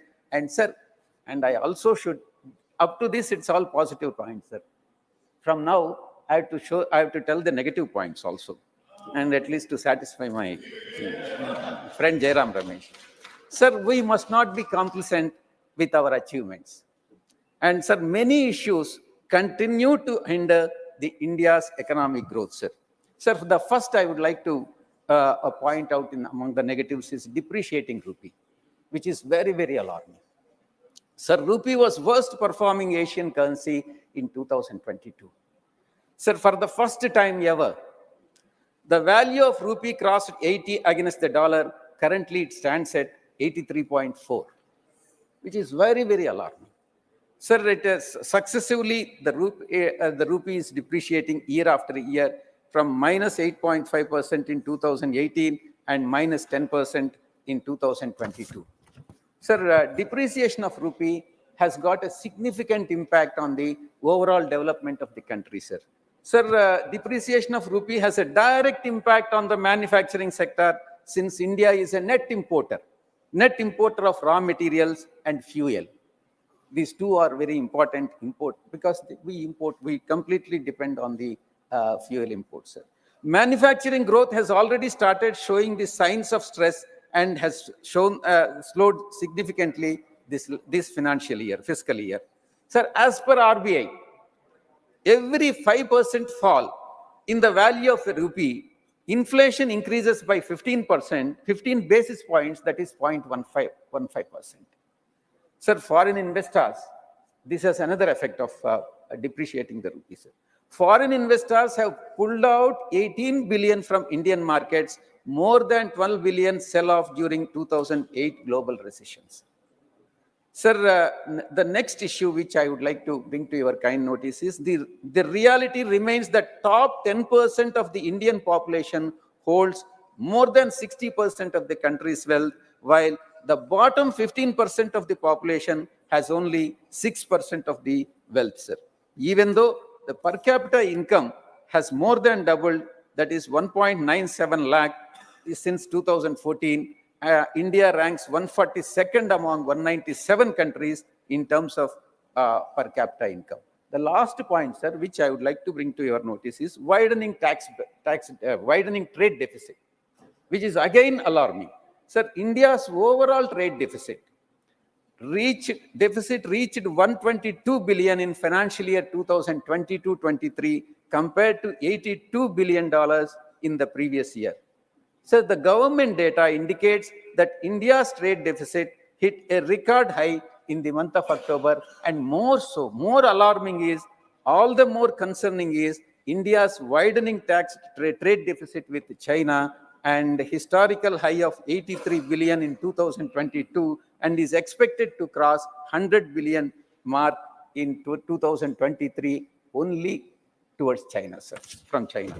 Sir, in conclusion, we cannot afford to be complacent and we should take the necessary steps. I request the Honorable Finance Minister, though there are positive aspects, there are also negative aspects in this economic growth. So I request the Honorable Finance Minister to address all these issues and make the economy more strengthened. Thank you very much, sir. Thank you. Thank you, माननीय we Vijay Sai Reddy ji. माननीय professor Manoj Kumar Jha ji. माननीय उपसभापति जी, आपका बहुत बहुत धन्यवाद. मैं सिर्फ ये कहना चाहूंगा, आज सुबह जब पता चला कि economic situation in the country पर शॉर्ट ड्यूरेशन डिस्कशन है, तो मुझे कभी नहीं लगा था कि हमारी पूरी बातचीत टैक्सेशन, फॉरेन एक्सचेंज रिजर्व्स और वगैरह वगैरह की चीजों में रहेगी. अर्थव्यवस्था का वो एक चेहरा हो सकता है, लेकिन एक जनप्रतिनिधि जो राज्यसभा और लोकसभा में बैठे हुए हैं, उनके लिए आर्थिक परिस्थिति पे जब हम बात करते हैं ना, तो सर सबसे पहले गरीब की थाली नजर आती है. गरीब की, आप फॉरेन एक्सचेंज रिजर्व कुछ भी रख लो, लेकिन अगर गरीब की थाली में ऊपर परिलक्षित नहीं हो रहा है, तो फाइल भी किताबी है और गांव भी किताबी. मैं सिर्फ, और हाँ, बहुत बढ़िया कहा जावड़ेकर साहब ने कहा 80 करोड़ लोगों को, हालांकि मैं उस शब्द का इस्तेमाल नहीं करूंगा कि मुफ्त कुछ नहीं होता है सर. मैं कई बार सदन में बोल चुका हूं, अगर 80 करोड़ लोगों को आपको अनाज देना पड़ रहा है, तो मुझको अर्थव्यवस्था पर कोई टिप्पणी नहीं करनी है कि आर्थिक परिस्थिति क्या है, कितनी समावेशी है, वगैरह वगैरह. सर, माननीय उपसभापति जी, सुधांशु जी जब बोल रहे थे, तालियां बज रही थी सत्ता पक्ष से, बजती भी हैं. अब विजय साई रेड्डी जी को कष्ट हुआ तो उन्होंने कह भी दिया कि ताली क्यों नहीं बजा रहे हो. तो जब सुधांशु जी ताली बजा रहे के वक्तव्य पे ताली बज रही थी, तो मुझे लगा कि गांव शहरों के बेरोजगार पर यह ताली कितनी भारी पड़ रही होगी. प्रधानमंत्री जी 14 में जब पहली बार चुने गए, तो वो मंदिर मस्जिद की साइज के लिए नहीं चुने गए थे. 2 करोड़ प्रतिवर्ष नौकरियां उनका वादा था. 2 दहाई 20 करोड़. एक श्वेत पत्र तो बनता है कि हम कहां हैं. सर, माननीय उपसभापति महोदय, मैं कुछ चीजें आपके मध्य, क्या ऐसा तो नहीं है कि हम मानव विहीन और मानवीयता विहीन ग्रोथ स्टोरी के पक्ष में भजन गा रहे हैं, करतल ध्वनि कर रहे हैं. सर, कोई भी वैसा ग्रोथ जो फेसलेस हो, जॉबलेस हो, उस ग्रोथ से देश की हकीकत नहीं बदलती है। सर बड़ी बड़ी बात लोग कर रहे थे, अभी पिछले महीने ये खूबसूरत किताब आई है, वेल रिसर्च्ड, आधी किताब में सर रेफरेंस है, ये है अनइक्वल। सर हम किन देशों से पीछे हो गए पता है? छोड़िए अमेरिका यूरोप की बात, बांग्लादेश और नेपाल इनकम इनइक्वालिटी को एड्रेस करते हुए मानवीय सूचकांक में हमको पीछे छोड़ चुका है। ये है सर दस्तावेज, ये अनइक्वल स्वाति नारायण की। बीते दिनों बिहार में एक जातिगत सर्वेक्षण हुआ। मैं चाहूंगा तमाम हमारे भाजपा के मित्र, उनको ना उससे मतलब ना हो, उसके प्रति विरोध हो, लेकिन एक बार उस दस्तावेज को पढ़िए, क्योंकि उन आंकड़ों में नंबर के बाद आर्थिक सामाजिक परिवेश भी जाहिर हुआ है।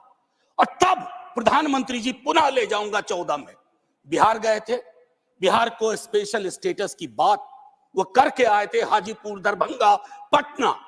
सर बिहार को आपकी जरूरत है माननीय सत्ता पक्ष, बिहार के पास रेवेन्यू के साधन कमतर हैं, बिहार को लेबर सप्लाई स्टेट के नजरिए से मत देखिए, बिहार को स्पेशल स्टेटस दीजिए। क्योंकि अगर आप इस किताब का विश्लेषण करें, सरकार के आंकड़ों का विश्लेषण करें, तो आपको साफ दिखेगा कि बिहार, झारखंड, उत्तर प्रदेश और मध्य प्रदेश देश के बाकी राज्यों से पिछड़ रहा है। उसके अलावा दूसरा पहलू कहता हूं माननीय उपसभापति महोदय, इस किताब में बाबा साहब भीमराव अंबेडकर को धृत किया गया है, नॉर्थ साउथ डिवाइड के संदर्भ में भी। और ये पुरानी बात है सर, एफडीआई को ही देखिए कि नॉर्थ में कितना, साउथ में कितना, तो ये फर्क आपको साफ नजर आ जाएगा। इसलिए मैं कहता हूं कि बिहार को नए नजरिए से देखिए। जो शुरुआत वहां के मुख्यमंत्री नीतीश जी, तेजस्वी जी ने की, आप हैंड होल्डिंग करिए और स्पेशल स्टेटस दीजिए। दूसरी चीज सर, अगर मनरेगा में रूरल डिमांड बढ़ रहा है तो रूरल डिस्ट्रेस को एक्नॉलेज करिए, उसको एक्नॉलेज किए बगैर बात नहीं बनेगी। उसको डिनाल से अब कुछ हासिल नहीं कर पाए, पॉवर्टी इंडेक्स पर आपने कई वर्षों से काम नहीं किया। आप आंकड़ों के बारे में तो सरकार का दृष्टिकोण है कि विश्व के टिम्बकटू में अगर एक आंकड़ा पक्ष का कोई बोल दो तो उसको प्रदर्शनी लगा देंगे, अगर कोई आंकड़ा सरकार को असहज करता है कहेंगे हम तो इसको मानते ही नहीं, इनकी तो मेथोडोलॉजी खराब है। साहब नहीं, ये डिफरेंशियल दृष्टिकोण मत रखिए। हंगर इंडेक्स पे खुल के कहिए हम मीट नहीं कर पाए हैं, ये सत्ता पक्ष और विपक्ष का मामला नहीं है, ये मामला है हमारे कलेक्टिव फेलियर का, हमें एड्रेस करना होगा। आपको असल में लग गया सर, बस 1 मिनट लूंगा माफी के साथ सर, आपको असल में लगता है कि आप इनकम इनइक्वालिटी की बात ना करें, पॉवर्टी रिडक्शन की बात ना करें, अनएम्प्लॉयमेंट एड्रेसिंग की बात ना करें, चुनाव आप फिर भी जीत जा रहे हैं। मैं मानता हूं आपने वो तिलिस्म विकसित कर लिया है कि समस्याओं को एड्रेस किए बगैर भी चुनाव कैसे जीते जा सकते हैं, लेकिन जिन बोतल से निकला ये जिन देश पर बहुत भारी पड़ने जा रहा है। वेल्थ टैक्स को लेकर के, इनकम इनइक्वालिटी को लेकर मैंने कहा वेल्थ टैक्स 16 में आपने अबॉलिश कर दिया। किसानों के बारे में सर मैं कहता हूं, आप कहते हैं शेयर बाजार उछल रहा है, बड़ी तारीफ होती है सर, शेयर बाजार उछले और एक किसान आत्महत्या कर ले, एक युवा बेरोजगार आत्महत्या कर ले, तो आप किस चीज को कहेंगे सर? और कुछ नहीं कहना चाहता, हाशिए के समूहों में पॉवर्टी की जो परिस्थिति है, आप बिहार का डेटा देखिए। आखिरी सर, एक सुधांशु जी बड़ी अच्छी चीजें बता गए, हमें तो लगा कि हम तो बेकार परेशानी है गरीबी से, भुखमरी से। 30 सेकंड सर, तो मैं आपके माध्यम से अपने मित्रवर को कहता हूं, जब कश्ती साबितो सालिम थी, साहिल की तमन्ना किसको थी? अब ऐसी शिकस्ता कश्ती पे साहिल की तमन्ना कौन करे? जय हिंद सर। थैंक यू, धन्यवाद प्रोफेसर मनोज कुमार झा जी। माननीय श्री एलामारम करीम जी। Thank you, sir. The real state of our economy concerning around the people will be clearly understood by the latest RBI report, which says the household's financial assets, including bank deposits and cash equity investment, fell down sharply to 5.1% of the GDP in the fiscal year ended in March 2023. See, on the other hand, the household debt increased 5.8% of the GDP in the financial year 2023. which is the second highest annual increase since independence.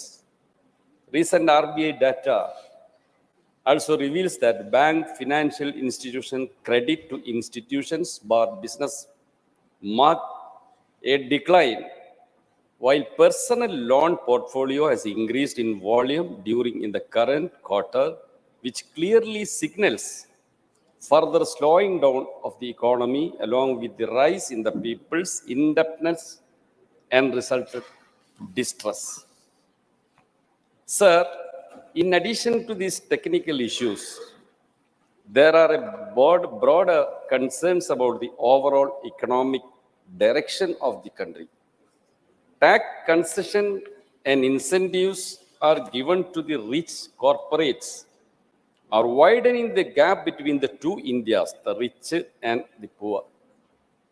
Real income of the top 1%, the cronies of Modi government, rose by 30% from 7.9 lakh crores in 2019 to 10.2 lakh crores in 2022. While the real income of the lowest 25%, who are shouting slogans for you, by the 11% from rupees 3.8 lakh crores to 3.4 lakh crores.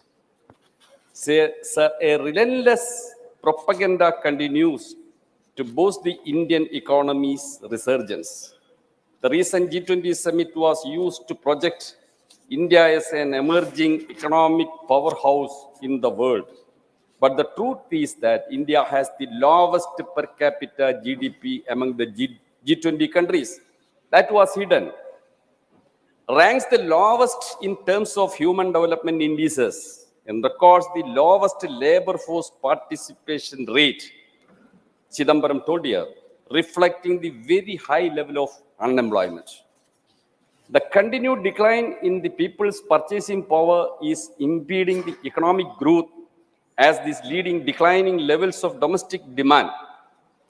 This in turn leads to declining levels of investments. This means potentially further declining levels of employment guarantee. New proposals for investment in the economy have rapidly declined. Over the last year, 72.5% in government sector and 79% in private investments. Sir, massive propaganda bliss is launched over the grand success of Make in India. That was the slogan from 2014. Its target for manufacturing sector growth over this decade was 12.14%.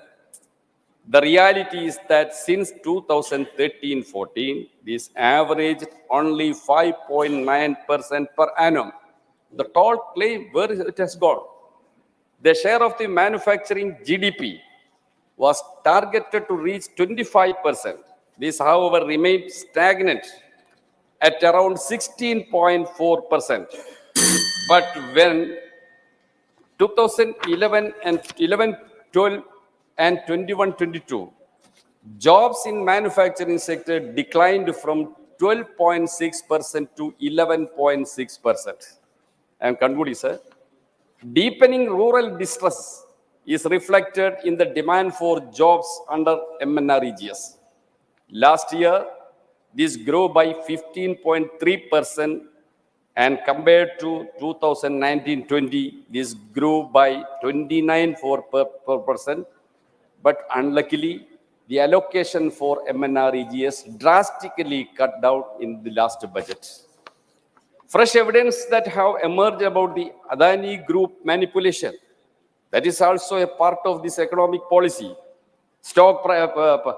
Manipulation of stock prices of its companies calls for a serious probe. The final Financial Times and Guardian already have time based is on over. inputs from the organized crime and Alarm corruption. Karim 1 ji, minute. your time is over already. A report project reveals Please how conclude. to close associates of such companies Conclude, please. and buy millions of dollars of shares in Adani companies. Thank Sir, you. these are the affairs of the Indian economy.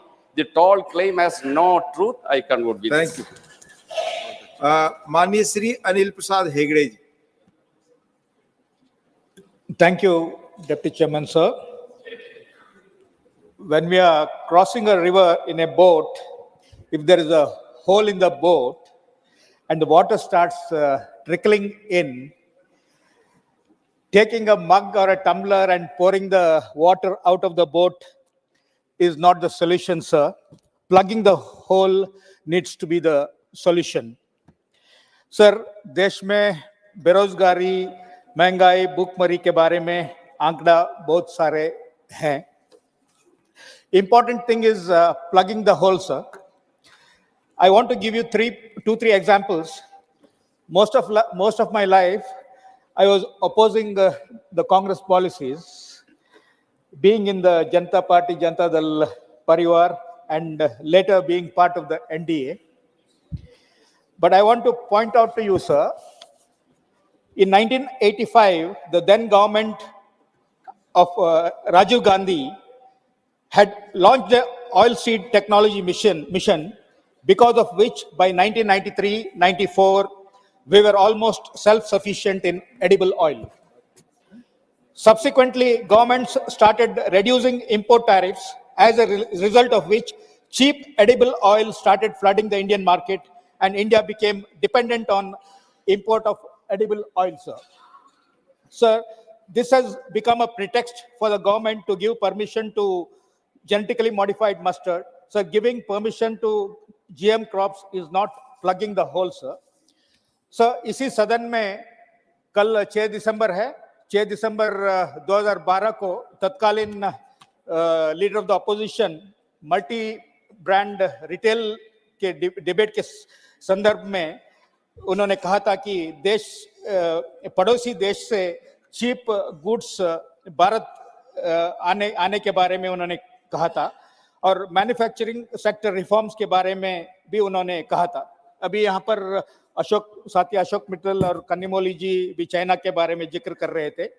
My information, sir, is that millions of people, including Falun Dafa practitioners, Uyghur Muslims in Xinjiang, are subjected to forced labor in Chinese prisons. And because of the violation of human rights, labor laws, and environment laws, our neighbor is able to manufacture cheap goods, which makes us less competitive. Illegal organ trade of innocent prisoners like Falun Dafa, Uyghur Muslims are flourishing business there. So long as we do not plug the hole by starting a campaign to stop human rights violation, labor law violation, environment law violation inside China, I feel it is difficult for India's manufacturing sector to improve. Sir, finally, देश में जातियां hard reality है sir. देश में कई सारे पिछड़ी जातियों को आरक्षण के बावजूद विकास का फायदा पहुंचा नहीं है. इसलिए नीतीश कुमार का नेतृत्व का मेरा पार्टी के सरकार बिहार में कास्ट बेस्ड सेंसस लागू किया है. जब तक देश में कास्ट बेस्ड सेंसस नहीं करते हैं, तब तक सरकार का बनाया हुआ पॉलिसीज का फायदा कई सारे जातियों को नहीं पहुंचेगी. Sir, hence, by ordering a caste-based census, we need to plug the hole. And finally, sir, I also request the government to give special status to Bihar. Thank you. Thank you. धन्यवाद माननीय अनिल हेगड़े जी. माननीय अब्दुल वहाब जी. माननीय अब्दुल वहाब जी. Yes, sir. Thank you very much. 3 minutes, sir. The occasion to talk. Mr. Chidambaram, from Chidambaram to all opposition parties, were telling about the gravity of our Indian economy, how it is going on. No doubt, as our comrades tells, this our GDP is grown to the level which we never expected. Ultimately, the GDP per person, where it is, that was the only question I want to ask to the government of India. There are a lot of abhayans. Prime Minister ka naam mein, this name, that name, and removed all the other name. But ultimately, it is getting to the really needy people. I am working mainly on tribal areas. There, a lot of projects are there, lot of money also there. but it is not coming down because of lot of hurdles. In the same way, Indian economy, everybody is saying that, okay, we are this level, that level, but our Vijay Sir Reddy, lately he came to the point. Before he has to. It is compulsion, not because of his intention. Compulsion, they have to have this one, this stand. Almost all parties, everybody is threatened. But what our government is saying, okay, semi-final over. All the 10 matches in, you see this one, Indian matches against the World Cup, everything we gave with, but at last what happened in Ahmedabad Modi Stadium? He was there with the blue jackets, our Prime Minister. We are also behind him. What happened? That is what going to happen in 2024. This not be a hat-trick. Unless and until, maybe they can win, unless and until, they have to see the real problem. Not this $1 trillion. It is coming to, most of the money is coming to me also, just like me people, little, 1 or 5%, including that one maybe. But it is not going to the real people. That 80 crores. Our Manoj was telling clearly. So please spend some money or get some money from wherever it is and pump to the, in Manrega or whatever it is, which is helping people, real people, not the big corporates. I know when I am starting, if I am telling Adani, you will put the bill. Stop. Everybody is telling about Adani or other, then it is, time is over. I hope, I don't know. Now, just... Yes, your time is over. 3 minutes already. Okay. That is the thing. 3 minutes. When we are telling about the real point, it will be coming. Anyway, everybody, you are giving 1 minute. Give me that 1 minute, just a minute only. Please, because my request is, whatever our comrades say, this much crores and all, our Tamil Nadu people asking 5,000 crores only because of flood, that situation. But Kerala government, the dues in different areas is more than 5,000 crores. Release something, some little thing. That is where my request. Thank you very much. Thank you, Abdul Wahab. And for the great performance of Thank you, माननीय Shri Sushil Kumar Modi ji. 20 minute समय. माननीय उपसभापति महोदय, देश की आर्थिक स्थिति पर बोलने के लिए मैं पार्टी की ओर से खड़ा हुआ हूं। महोदय, अभी चिदम्बरम साहब भाषण कर रहे थे, वो बार बार कह रहे थे कि growth is not reflected on the ground, is not seen on the ground. मुझे पता नहीं किस ग्राउंड की बात कर रहे वो। अभी 3 राज्यों में चुनाव हुआ तो ग्रोथ अगर वहां जमीन पर दिखाई नहीं पड़ता तो फिर जीते कैसे, फिर परिणाम हमारे पक्ष में कैसे आया? तो ग्रोथ देखने के लिए भी चश्मा चाहिए। अगर टीम का चश्मा लगा लेंगे तो कुछ भी दिखाई नहीं पड़ेगा, अगर पार्टी के चश्मे से देखेंगे तो कुछ भी ग्रोथ दिखाई नहीं पड़ेगा। और ज्योति महोदय, ये जो दूसरी तिमाही है, 23-24 की दूसरी तिमाही, आरबीआई से लेकर देश के तमाम जो अर्थशास्त्री थे उनका आकलन फेल कर गया। यहां तक कि आरबीआई ने भी कहा कि 6.5% ग्रोथ होगा और हुआ कितना? 7.6% ग्रोथ दूसरी तिमाही के अंदर इस देश के अंदर हुआ है। और मैं सदन को बताना चाहूंगा, ये जो 23-24 की दूसरी तिमाही है उसमें यूके का ग्रोथ कितना है? 0.6%, चाइना का ग्रोथ 4.9, अमेरिका का 5.2, रशिया का 5.5 और भारत का ग्रोथ है 7.6।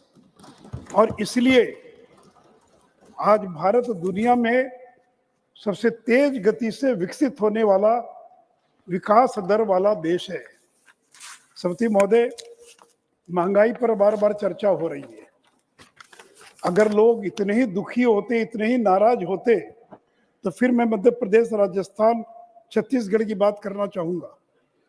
और इस देश में कितने प्रदर्शन हुए? सभापति महोदय, दुनिया के 50 देशों में लाखों लोग सड़कों पर आ गए पेट्रोल डीजल की महंगाई, खाने पीने की चीजों की महंगाई के विरोध में। लेकिन भारत में 10,000 लोग भी कहीं सड़कों पर नहीं आए। क्यों नहीं आए? महंगाई है। मैं ये नहीं कह रहा हूं कि इन कारकों की महंगाई नहीं है, लेकिन लोगों को मालूम है कि महंगाई का कारण नरेंद्र मोदी नहीं है, भारतीय जनता पार्टी नहीं है, केंद्र की सरकार नहीं है, कोविड कारण है, रूस यूक्रेन युद्ध कारण है, और दुनिया के तमाम देश महंगाई का मुकाबला कर रहे हैं। और सभापति महोदय, 4 चीजों के अंदर सबसे ज्यादा महंगाई का असर दिखाई पड़ता है। पहला पेट्रोलियम पदार्थ, दूसरा एडिबल ऑयल खाद्य तेल, तीसरा फर्टिलाइजर और चौथा दाल। सभापति महोदय, इन चारों में से कोई भी चीज हम भारत में पैदा नहीं करते हैं पूरे तौर पर। पेट्रोलियम पदार्थ 85% इंपोर्ट करते हैं। अगर अंतर्राष्ट्रीय बाजार में पेट्रोलियम पदार्थों की कीमत बढ़ेगी तो भारत में बढ़ने से हम कैसे रोक पाएंगे? एडिबल ऑयल, दुनिया के बाकी देश से ये खाद्य तेल नहीं खाते, केवल भारत के लोग खाते हैं, और 60% एडिबल ऑयल हम इंपोर्ट करते हैं। फर्टिलाइजर, 60% फर्टिलाइजर का रॉ मटेरियल हम इंपोर्ट करते हैं। दाल, अमेरिका के लोग दाल नहीं खाते हैं, फ्रांस और जर्मनी के लोग दाल नहीं खाते, दाल खाता है भारत, और पैदा करता है म्यांमार, और दाल भी हमको और आयात करना पड़ता है। क्योंकि पौधे में सबसे पहले पेट्रोलियम डीजल के बारे में इस सदन को बताना चाहूंगा कि श्रीलंका में पिछले 2 वर्षों में सितंबर 21 से लेकर सितंबर 23 का आंकड़ा मेरे पास है, पेट्रोलियम के दामों में कितनी वृद्धि हुई? 61%। पाकिस्तान में कितनी वृद्धि हुई? 60.68%। छोड़ दीजिए पाकिस्तान बांग्लादेश की बात, अमेरिका में कितनी वृद्धि हुई पेट्रोल के दामों में? 46.31%। जर्मनी में 19.41, फ्रांस में 26.47, स्पेन में 24.92, इटली में 24.27। इंग्लैंड के अंदर पेट्रोल के दामों में 2 साल में 15% की वृद्धि हुई। और सदन को शायद ज्ञात नहीं होगा कि भारत में पिछले 2 वर्षों के अंदर पेट्रोल के दामों में बढ़ोतरी नहीं हुई, बल्कि 4.56% की घटोतरी हुई है, यानी निगेटिव ग्रोथ हुआ है। यानी जहां सितंबर में 101 रुपया 34 पैसा पेट्रोल का दाम था, वहां 2023 में घटकर 96.72 हो गया।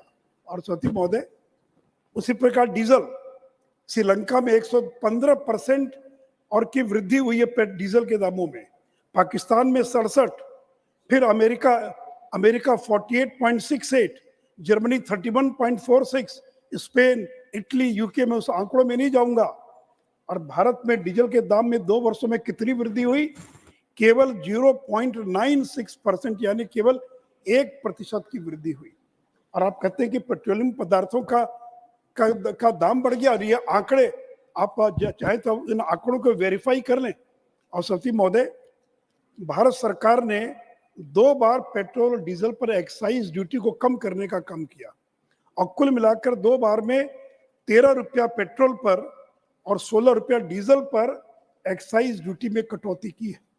और पिछले 2 वर्षों में पेट्रोल और डीजल के दामों में कोई वृद्धि नहीं हुई। कोई बता दे कि पेट्रोल और डीजल के दाम में भारत के अंदर कोई वृद्धि हुई है क्या? और सती महोदय, यहां भी राजनीति हो रही है।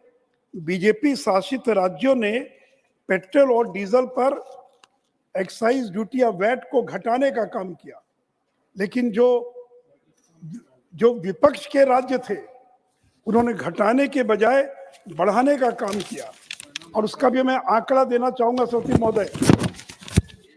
अभी राजस्थान का चुनाव हुआ है, गांधीनगर में पेट्रोल 96 रुपया 63 पैसा, और जयपुर में पेट्रोल 108 रुपया 45 पैसा, यानी 12% ज्यादा है गांधीनगर से जयपुर में पेट्रोल का दाम। गुवाहाटी में 98 रुपया गुवाहाटी में, और डायरेक्ट साहब के कोलकाता में पेट्रोल 106 रुपया 42 पैसा। तो अगर केंद्र के कारण का बढ़ा होता तो आखिर कलकत्ते में 106 रुपया और गुवाहाटी में 98 रुपया क्यों है? लखनऊ में 96 रुपया और बेंगलोर में 101 रुपया, गोवा में 97 रुपया, रायपुर में 102 रुपया, भोपाल में 108 रुपया और अमरावती में 111 रुपया। मोदी महोदय, कांग्रेस शासित राज्यों ने पेट्रोल और डीजल के दामों में कोई कटौती नहीं की और बीजेपी शासित राज्यों ने उसके दाम में कटौती की। और जब बात आती है एलपीजी की, तो सदन को यह मालूम है कि आदरणीय प्रधानमंत्री जी ने एलपीजी के दामों में और जो उज्ज्वला योजना के तहत जो सिलेंडर मिलता था उसे कुल मिलाकर 300 रुपये की राहत दी है और सामान्य कंज्यूमर को 200 रुपये की राहत दी है। इससे पेट्रोलियम कंपनियों को 28,000 करोड़ का नुकसान हुआ, 28,000 करोड़ का, और भारत सरकार ने 22,000 करोड़ रुपया उनको पिछले साल देकर उसकी क्षतिपूर्ति करने का काम किया है। सती महोदय, ये नरेंद्र मोदी की सरकार है।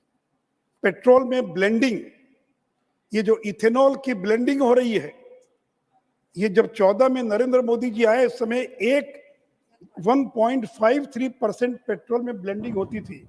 आज कितनी ब्लेंडिंग हो रही है? 12%। और इससे देश को कितना फायदा हुआ?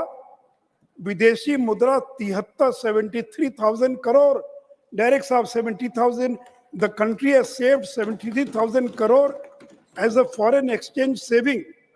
Carbon dioxide emission 402 lakh metric ton emission कम हुआ।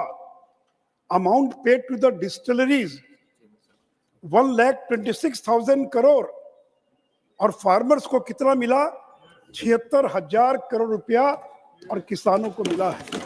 सचिव महोदय, ये है नरेंद्र मोदी की सरकार। और सचिव महोदय, आप कहते हैं कि आप बार बार कहते हैं कि उसी प्रकार फर्टिलाइजर, सचिव महोदय, फर्टिलाइजर भारत सरकार ने अगले 3 साल के लिए 3,70,000 करोड़ की सब्सिडी का अपने बजट में और प्रोविजन किया, 3,70,000 करोड़। और मैं सदन को बताना चाहूंगा कि जो फर्टिलाइजर का जो रॉ मटेरियल है फर्टिलाइजर, ये बाहर से आता है। भारत के अंदर केवल 40% तैयार होता है, बाकी बाहर से आता है। और मैं सदन को बताना चाहूंगा कि यूरिया के दाम, अंतर्राष्ट्रीय बाजार में यूरिया का दाम है 2,450 और किसानों को कितने में मिलता है? 266 रुपये में किसानों को मिलता है। तो government of India is providing a subsidy of 2,183 per bag to the farmers in this country. DAP में सब्सिडी कितनी मिल रही है? 2,501 रुपया। एनपीके में सब्सिडी कितनी? 1,918। और आपने सारे कारखाने बंद कर दिया। गोरखपुर का खाद का कारखाना नरेंद्र मोदी जी ने चालू किया, बरौनी का खाद का कारखाना हमारी सरकार ने चालू किया। और सती महोदय, अभी कह रहे थे कि करोड़पति बन गए। ये बात ठीक है कि हमारे करोड़पति बनना कोई गुनाह नहीं है, चोरी करके कोई करोड़पति न बने। और ठीक है डायरेक्ट साहब, in 1617 there were only 68,263 crorepati in this country. Now the figure has gone to 1,69,000. तो जो टैक्स पेयर है, जो 1 करोड़ से ज्यादा जिनकी अर्निंग है, जो टैक्स देते हैं, उनकी संख्या 68,000 से बढ़कर 1,69,000 हो गई। ये तो खुशी होना चाहिए कि आप दुखी है कि करोड़पति क्यों हो गए। तो सब लोग कंगाल बना दीजिए, सब लोग कंगाल हो जाएं। लेकिन दूसरी ओर मैं ये भी सदन को बताना चाहूंगा, ये नरेंद्र मोदी जिनके कारण 13,50,00,000 लोग गरीबी की जंजीर से मुक्त हो गए।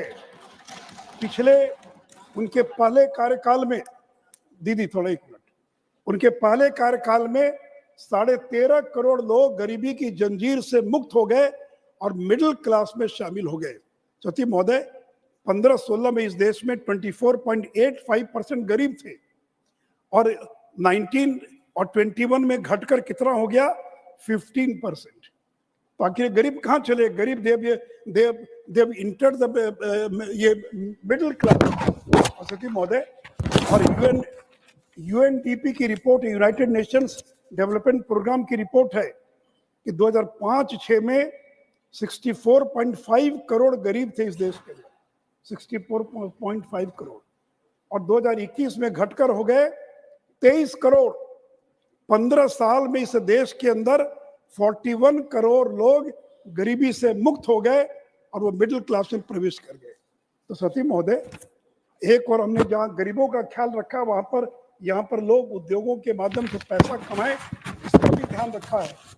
और सती महोदय, अभी बैंकों की बात हो रही थी, और कि बैंकों का एनपीए की क्या स्थिति है। बैंक का प्रॉफिट 22-23 में पहली बार बैंकों का profit, they have earned a profit of 1 lakh crore. Not a single bank is in red, they are earning profit. ये आपके कार्यकाल में क्यों नहीं हुआ? 22-23 में क्यों 1 लाख करोड़ का 22-23 में बैंकों को प्रॉफिट हुआ है? और भारत सरकार ने जो कैपिटलाइज करते थे, बैंकों को पैसा देना बंद कर दिया। 3 साल से एक पैसा नहीं दिया बैंकों को, और बैंक अपने बलबूते जो हैं, और जो एनपीए है, जो नॉन परफॉर्मिंग एसेट है, वो 11.2 था 17-18 में, घटकर 5.2% हो गया। तो सती महोदय, ये जो एनपीए अगर कम हुआ है तो इसका कारण क्या है? सती महोदय, जीएसटी का कलेक्शन, एक साल में 6 बार जीएसटी का कलेक्शन, दैट इज क्रॉस 1,60,000। जो लोग गब्बर सिंह टैक्स कहते हैं जीएसटी को, तो अगर हिम्मत है तो अपने राज्य हिमाचल में और जहां आपकी सरकार कर्नाटक में जीएसटी को हटा दीजिए। अगर वो गब्बर सिंह टैक्स है तो जीएसटी के कारण 1,60,000 करोड़ का कलेक्शन एक साल में, एक बार नहीं बल्कि 6 बार इस एक साल के अंदर हो चुका है। और सती महोदय, एक समय था कि मोबाइल हम इंपोर्ट करते थे। आज से 10 साल पहले 98% मोबाइल हम इंपोर्ट करते थे, और मैं सदन को बताना चाहूंगा कि आज 99% मोबाइल मेड इन इंडिया है। हमने मोबाइल को इंपोर्ट करना बंद कर दिया। और इस साल 11 बिलियन का मतलब हो गया 88,000 करोड़ के मोबाइल फोन जो है, और हमने एक्सपोर्ट करने का काम किया है। सती महोदय, नरेंद्र मोदी जी देश के प्रधानमंत्री हैं। भारत मंडपम के उद्घाटन के अवसर पर उन्होंने भाषण देते हुए कहा था कि जब वो प्रधानमंत्री बने उस समय भारत दुनिया की 10वीं सबसे बड़ी अर्थव्यवस्था थी, 10th इकोनॉमी थी दुनिया की 2014 में, और सेकेंड टर्म में वो दुनिया की 5वीं सबसे बड़ी अर्थव्यवस्था बन चुका है।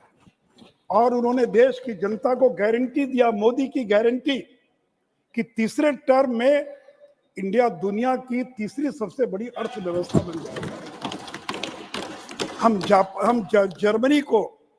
जर्मनी को पीछे छोड़कर हम 2 साल में 4th हो जाएंगे, और फिर जापान को पीछे छोड़कर 2027 तक हम दुनिया की तीसरी सबसे बड़ी अर्थव्यवस्था बन जाएंगे।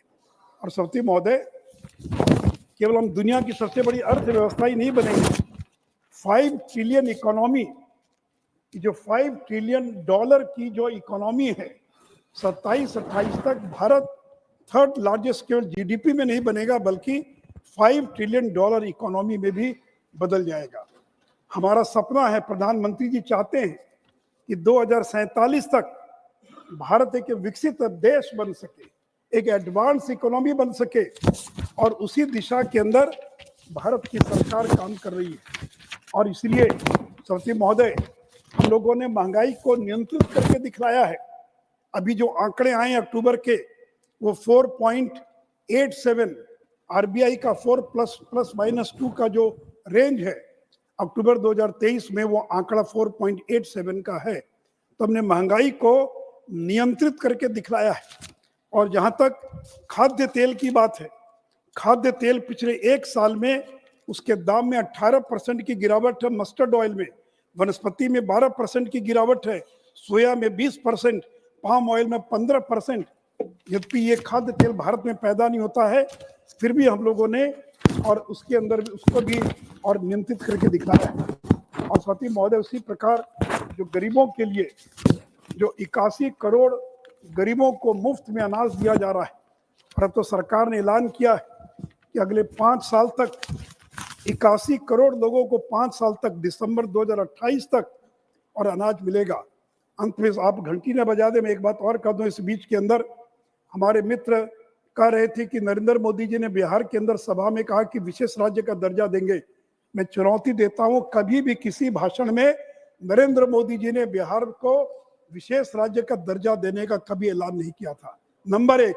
नंबर 2 कि जब केंद्र में यूपीए की सरकार थी, उसी समय रघुराम राजन कमेटी का गठन करवाया था नीतीश कुमार जी ने चिदम्बरम साहब से मिलकर, और रघुराम राजन कमेटी ने रिपोर्ट दिया कि अब देश के किसी भी राज्य को विशेष राज्य का दर्जा नहीं दिया जा सकता है। इतना ही नहीं तो 14th फाइनेंस कमीशन, क्योंकि 5th फाइनेंस कमीशन ने 69 के अंदर पहली बार स्पेशल कैटेगरी स्टेटस का कंसेप्ट दिया था, लेकिन 14th फाइनेंस कमीशन ने 2015 में विशेष राज्य के दर्जे की अवधारणा को ही खत्म कर दिया। इसलिए 14th और 15th फाइनेंस कमीशन में कहीं भी स्पेशल कैटेगरी शब्द आया ही नहीं है। तो महोदय, जब 14th फाइनेंस कमीशन ने, रघुराम राजन कमेटी ने, इंटर मिनिस्ट्रियल ग्रुप ने खत्म कर दिया, और जब लालू जी देश में रेल मंत्री थे, बड़े ताकतवर मंत्री थे, रात को 12 बजे राष्ट्रपति को उठाकर बिहार की विधानसभा को भंग करवा दिया, उस समय उन्होंने बिहार को विशेष राज्य का दर्जा क्यों नहीं दिलवाया? जब नीतीश जी रेल मंत्री थे, उस समय बिहार को विशेष राज्य का दर्जा क्यों नहीं दिलवाया? और नरेंद्र मोदी ने तो विशेष राज्य के दर्जे से बिहार को जितना मिलता उससे ज्यादा दे दिया। जो पैकेज दिया, पीएम पैकेज, 1,40,000 करोड़ का पैकेज दिया बिहार को, पीएम पैकेज। केवल भारत में अकेला राज्य बिहार है जिसको केंद्र की सरकार के द्वारा पैकेज दिया गया। लेकिन जब चुनाव नजदीक आता है तो विशेष राज्य का दर्जा, विशेष राज्य का दर्जा। आंध्र का तो घोषणा थी सोनिया जी का, कि घोषणा थी सदन के अंदर कि आंध्र को विशेष राज्य का दर्जा देंगे, कहाँ मिला? अब देश के किसी भी राज्य को स्पेशल कैटेगरी का स्टेटस नहीं मिल सकता है। राज्य को मदद मिलेगी, केंद्र मदद करेगा, लेकिन इसको पॉलिटिकल मुद्दा न बनाए तो मुझे लगता है कि और ज्यादा बेहतर होगा। इसलिए सती महोदय, नरेंद्र मोदी जी पर लोगों को भरोसा है।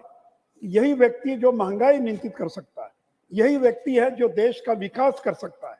और इसीलिए आज 12 राज्यों में भारतीय जनता पार्टी के मुख्यमंत्री हैं और 4 राज्यों के अंदर सहयोगी दल के साथ मिलकर सरकार चल रही है। देश के 51% क्षेत्रफल पर भारतीय जनता पार्टी की सरकारें चल रही है। और इसलिए सती महोदय, अर्थव्यवस्था को हमने बेहतर बनाकर दिखलाया है। हमें गर्व है नरेंद्र मोदी पर कि विपरीत परिस्थितियों में भी भारत को जिस संकट से उबार कर और उन्होंने यहाँ तक पहुंचाया है, मुझे पूरा विश्वास है कि 5 महीने के बाद जब लोकसभा के चुनाव होंगे, ये ग्रोथ, ये सड़क पर, ये नीचे दिखाई, जमीन पर दिखाई पड़ेगा और लोग विकास के नाम पर वोट देंगे, सांप्रदायिक और जातीय गणना के नाम पर वोट नहीं देंगे। जातीय गणना का मुद्दा तो बहुत उछला था मध्य प्रदेश, राजस्थान और छत्तीसगढ़ में, कहाँ लोगों ने वोट दिया, कहाँ वो मुद्दा बना? इन्हीं शब्दों के साथ मुझे पूरा विश्वास है नरेंद्र मोदी के नेतृत्व में हम भारत को एक विकसित राष्ट्र बनाएंगे और भारत को आगे ले जाएंगे। धन्यवाद।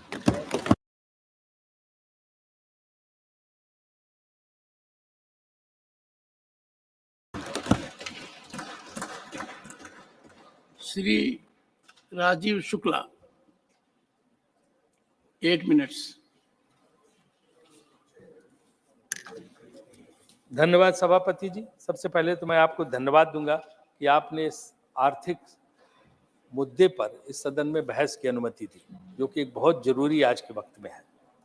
मैं कोई अर्थशास्त्री नहीं हूं और न अर्थशास्त्री की तरह बोलूंगा। मैं एक सामान्य व्यक्ति के जो समझ में आता है उसी आधार पर अपनी बात रखूंगा।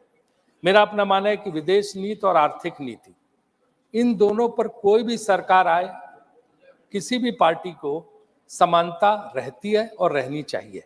यही अभी तक की परंपरा रही है।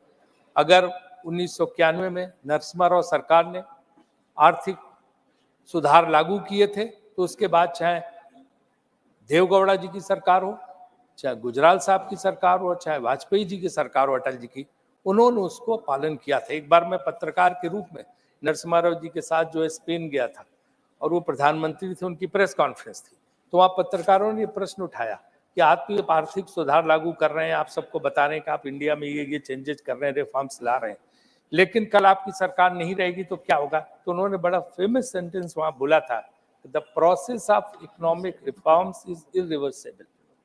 कोई भी सरकार आए इसको बदल सकती नहीं है। तो ये चीज जो है लगातार चलती रहनी चाहिए, ये नीतियां लगातार चलती रहनी चाहिए। मैं किसी की आलोचना या किसी की प्रशंसा की बात नहीं कर रहा हूँ। और लेकिन कुछ प्रयोग पिछले 10 साल से हो रहे हैं जिसमें पिछली सरकारों की चीजों को अंडू करने की कोशिश हो रही है, उनको बदलने की कोशिश हो रही है। हमारे मित्र सुशील मोदी जी सम्मानित अभी बात कर रहे थे कि चुनाव के नतीजों से, जो चिदम्बरम साहब की बात का जवाब दे रहे थे कि उन्होंने कहा था कि ग्राउंड पे नहीं दिख रहा, तो उन्होंने चुनाव के नतीजों का हवाला दिया। सुशील जी, चुनाव के नतीजे 5 साल पहले क्या थे? तीनों राज्य हम जीते थे, राजस्थान, मध्य प्रदेश, छत्तीसगढ़, और उसके बाद लोकसभा हार गए थे 5 महीने बाद। तो अगर उस दृष्टि से देखा जाए तो आपका ये तर्क कहीं बैठता नहीं है। इसलिए मुझे लगता है कि इस जो बहस को हम उसी गंभीरता से रखें जिस मुद्दे पर आर्थिक स्थिति की वो है, और उसकी हम शुरुआत इस चीज से करते हैं। और अगर इसके आंकड़ों का, इलेक्शन कमीशन का आंकड़ा है, पूरे उसमें 4,81,00,000 वोट जो है भाजपा को मिला है और 4,91,00,000 कांग्रेस को मिला है, 10 लाख ज्यादा।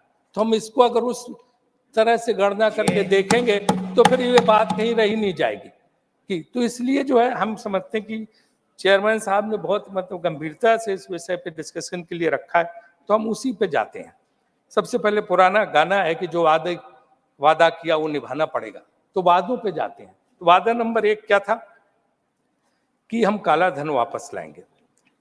वापस तो आया नहीं, उल्टे जो मॉर्गन स्टैनली की रिपोर्ट है जिसको कोट किया था सुधांशु जी ने, 6 लाख उद्यमी जिनको एंटरप्रेन्योर बोलते हैं विदेश चले गए। यहाँ की 2 लाख ने तो नागरिकता सरेंडर कर दी भारत की। और उद्यमी जब जाता है तो सोचो कि वो लाखों लोगों का जो है, वो लाखों लोगों का के रोजगार को जो है छोड़ के जाता, जो भारत में मिलना था। वहां जाके उद्योग लगा रहे हैं, बाहर के लोगों को रोजगार मिल रहा है, और उसके अलावा जो है यहीं से पैसा जा रहा है। तो उल्टे जो पैसा 4 लाख करोड़ आना था, 10 से 15 लाख करोड़ के करीब पैसा बाहर जा चुका है देश का।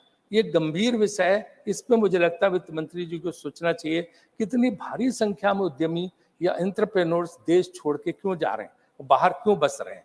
तो ये उनको सोचने की बात है कि वो क्यों ऐसा हो रहा है। और ऐसा नहीं कि देशभक्त नहीं थे, देशभक्त थे। मॉर्गन स्टैनली के रुचि शर्मा ने 2016 में फिक्की की स्पीच में कहा था, 2016 में वार्निंग दी थी, तब मुश्किल से जो है 50,000 लोग गए थे कि क्यों भारतीय बिजनेसमैन, भारतीय इंडस्ट्रियलिस्ट या एंटरप्रेन्योर्स देश छोड़ के क्यों जा रहे हैं, उनको रोको। तो ये चीज देखने की है कि क्या ये सरकारी एजेंसियों के जरूरत से ज्यादा दबाव की वजह से जा रहे हैं, या क्या वजह है, उनके साथ अन्याय हो रहे हैं, इसको समझने की आवश्यकता है। दूसरा वादा था 50 रुपए लीटर पेट्रोल, 40 रुपए डीजल, हमारी सरकार आएगी। आप कह रहे हो कम हो गया, मुझे तो कहीं कम नहीं दिखाई दे रहा। अब आप गणना बता रहे हो कि इस राज्य में 96 का, वहां 106 का, 50 और 40 रुपए का तो नहीं है जो पहले था कि 50 और 40 रुपए में बिकेगा डीजल पेट्रोल। वो वादा तो पूरी तरह गलत साबित हुआ। और ये तब मैं तो योजना मंत्री था, जो है ब्रेंट क्रूड की रिपोर्ट रोज आती थी। हमारे जमाने में $115, $120 का जो है तेल मिलता था, क्रूड ऑयल, और उसके बाद जो है हाँ हम 60 रुपए पे देते थे। लेकिन यहाँ पे तो बहुत सस्ता है, यहाँ तक कि एक वक्त $22 पे पहुंच गया था इस सरकार में, और अभी भी 40, 50, 60 के अल्ले पल्ले रहता है, 80 के अल्ले पल्ले रहता है, पहले से बहुत कम है। फिर भी दाम क्यों बढ़ रहे हैं? तो इसको जो है हमें देखना चाहिए कि हम क्यों 100 के पार चला गया पेट्रोल, और डीजल भी उसी के करीब करीब पहुंचा। इसका आप जानते हैं कि सबसे ज्यादा असर ट्रांसपोर्ट पर पड़ता है। जब ट्रांसपोर्ट महंगा होता है, माने कि माल ढुलाई, तो हर चीज की कीमत बढ़ जाती है। और ये जनरल महंगाई को बढ़ाने में सबसे गजब इसका मतलब प्रभाव पड़ता है। और ये आप कहें कि चुनाव के पहले कम कर दो, चुनाव खत्म होते फिर बढ़ जाता है, तो ये चुनाव से लिंक नहीं करना चाहिए। मुझे लगता है पेट्रोल डीजल के दाम जो हैं या क्रूड ऑयल के दाम के हिसाब से उसका फायदा जनता को देना चाहिए। तीसरा वादा था कि 2022 तक हर किसी को पक्का मकान। क्या हुआ पक्का मकान हर किसी का? तीसरा वादा पूरा हुआ, और ये वादा तो लाल किले से दिया गया था, आज तक कोई पक्का मकान नहीं बना। चौथा वादा था डॉलर के मुकाबले रुपया जब 50 हो गया था मनमोहन सिंह की सरकार में, तो इतना हंगामा हुआ था कि ये देश की इज्जत गिर गई, देश का अपमान हुआ है, रुपया कमजोर हो गया, मतलब देश, भारत देश का विश्व में अपमान हो गया। इतना हंगामा, वीडियो आप निकाल के देख लीजिए, क्या क्या नहीं कहा गया था। आज 80 से लेके 85 के बीच में डॉलर है, लेकिन कोई शब्द नहीं बोला जाता, कहीं किसी किस्म का देश का अपमान नहीं हो रहा। कि पांचवा वादा भी उसी तरह से, चौथा वादा भी उसी तरह से विफल हुआ। और पांचवा वादा 2 करोड़ रोजगार, जिसको अन्य लोगों ने भी बोला है, तो अब तक जो है मेरे हिसाब से 20 करोड़ नौकरी मिल जानी चाहिए थी। लेकिन अगर आप देखें जो आंकड़े हमारे पास है, बेरोजगारी की दर जो 5% होती थी 2014 से पहले, वो 10.09, 10 मतलब 11% के करीब हो गई।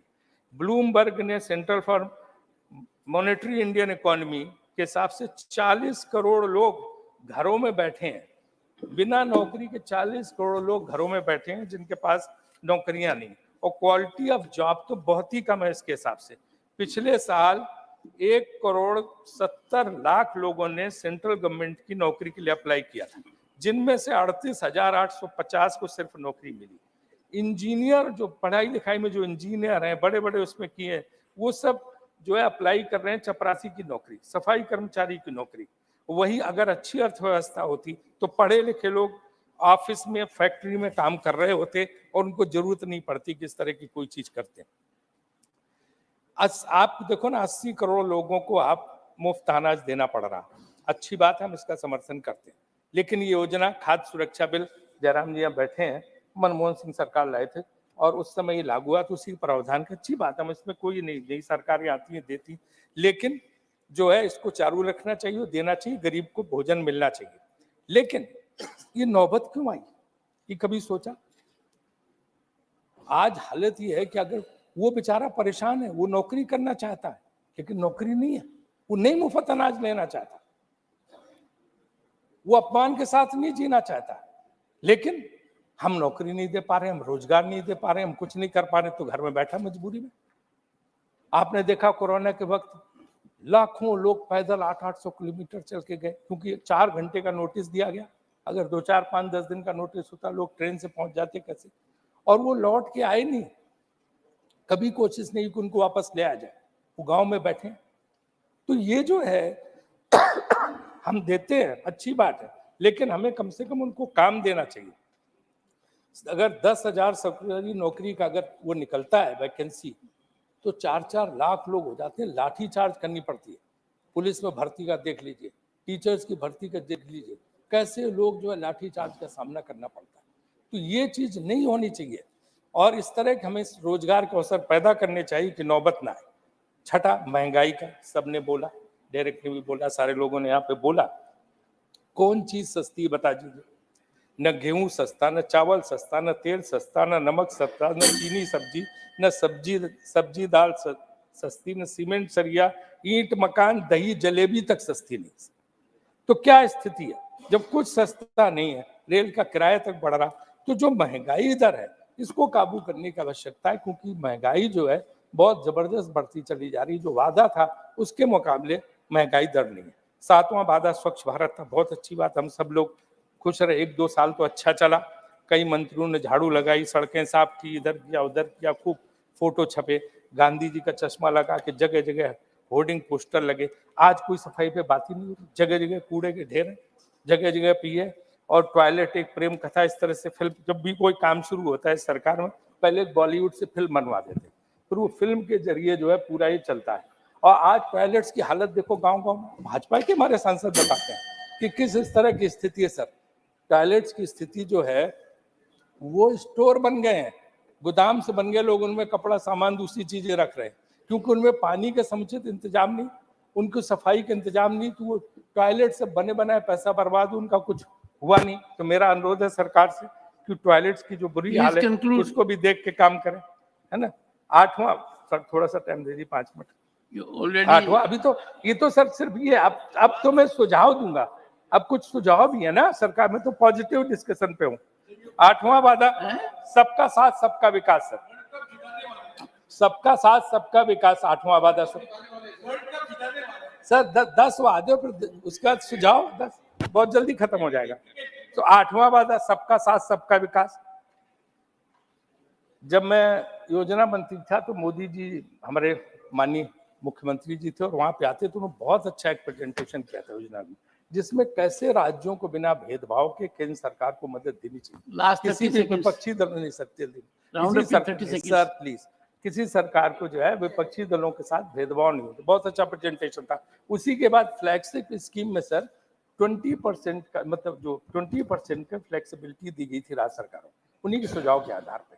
लेकिन आज हम देख रहे हैं जो विपक्ष की सरकार है उनको न जीएसटी का पूरा एलोकेशन मिलता है, न अन्य सहायता नहीं मिलती, और उनके साथ तो सबका साथ सबका विकास कैसे होगा? अगर जो इस तरह से भेदभाव होगा तो बड़ा मुश्किल होगा।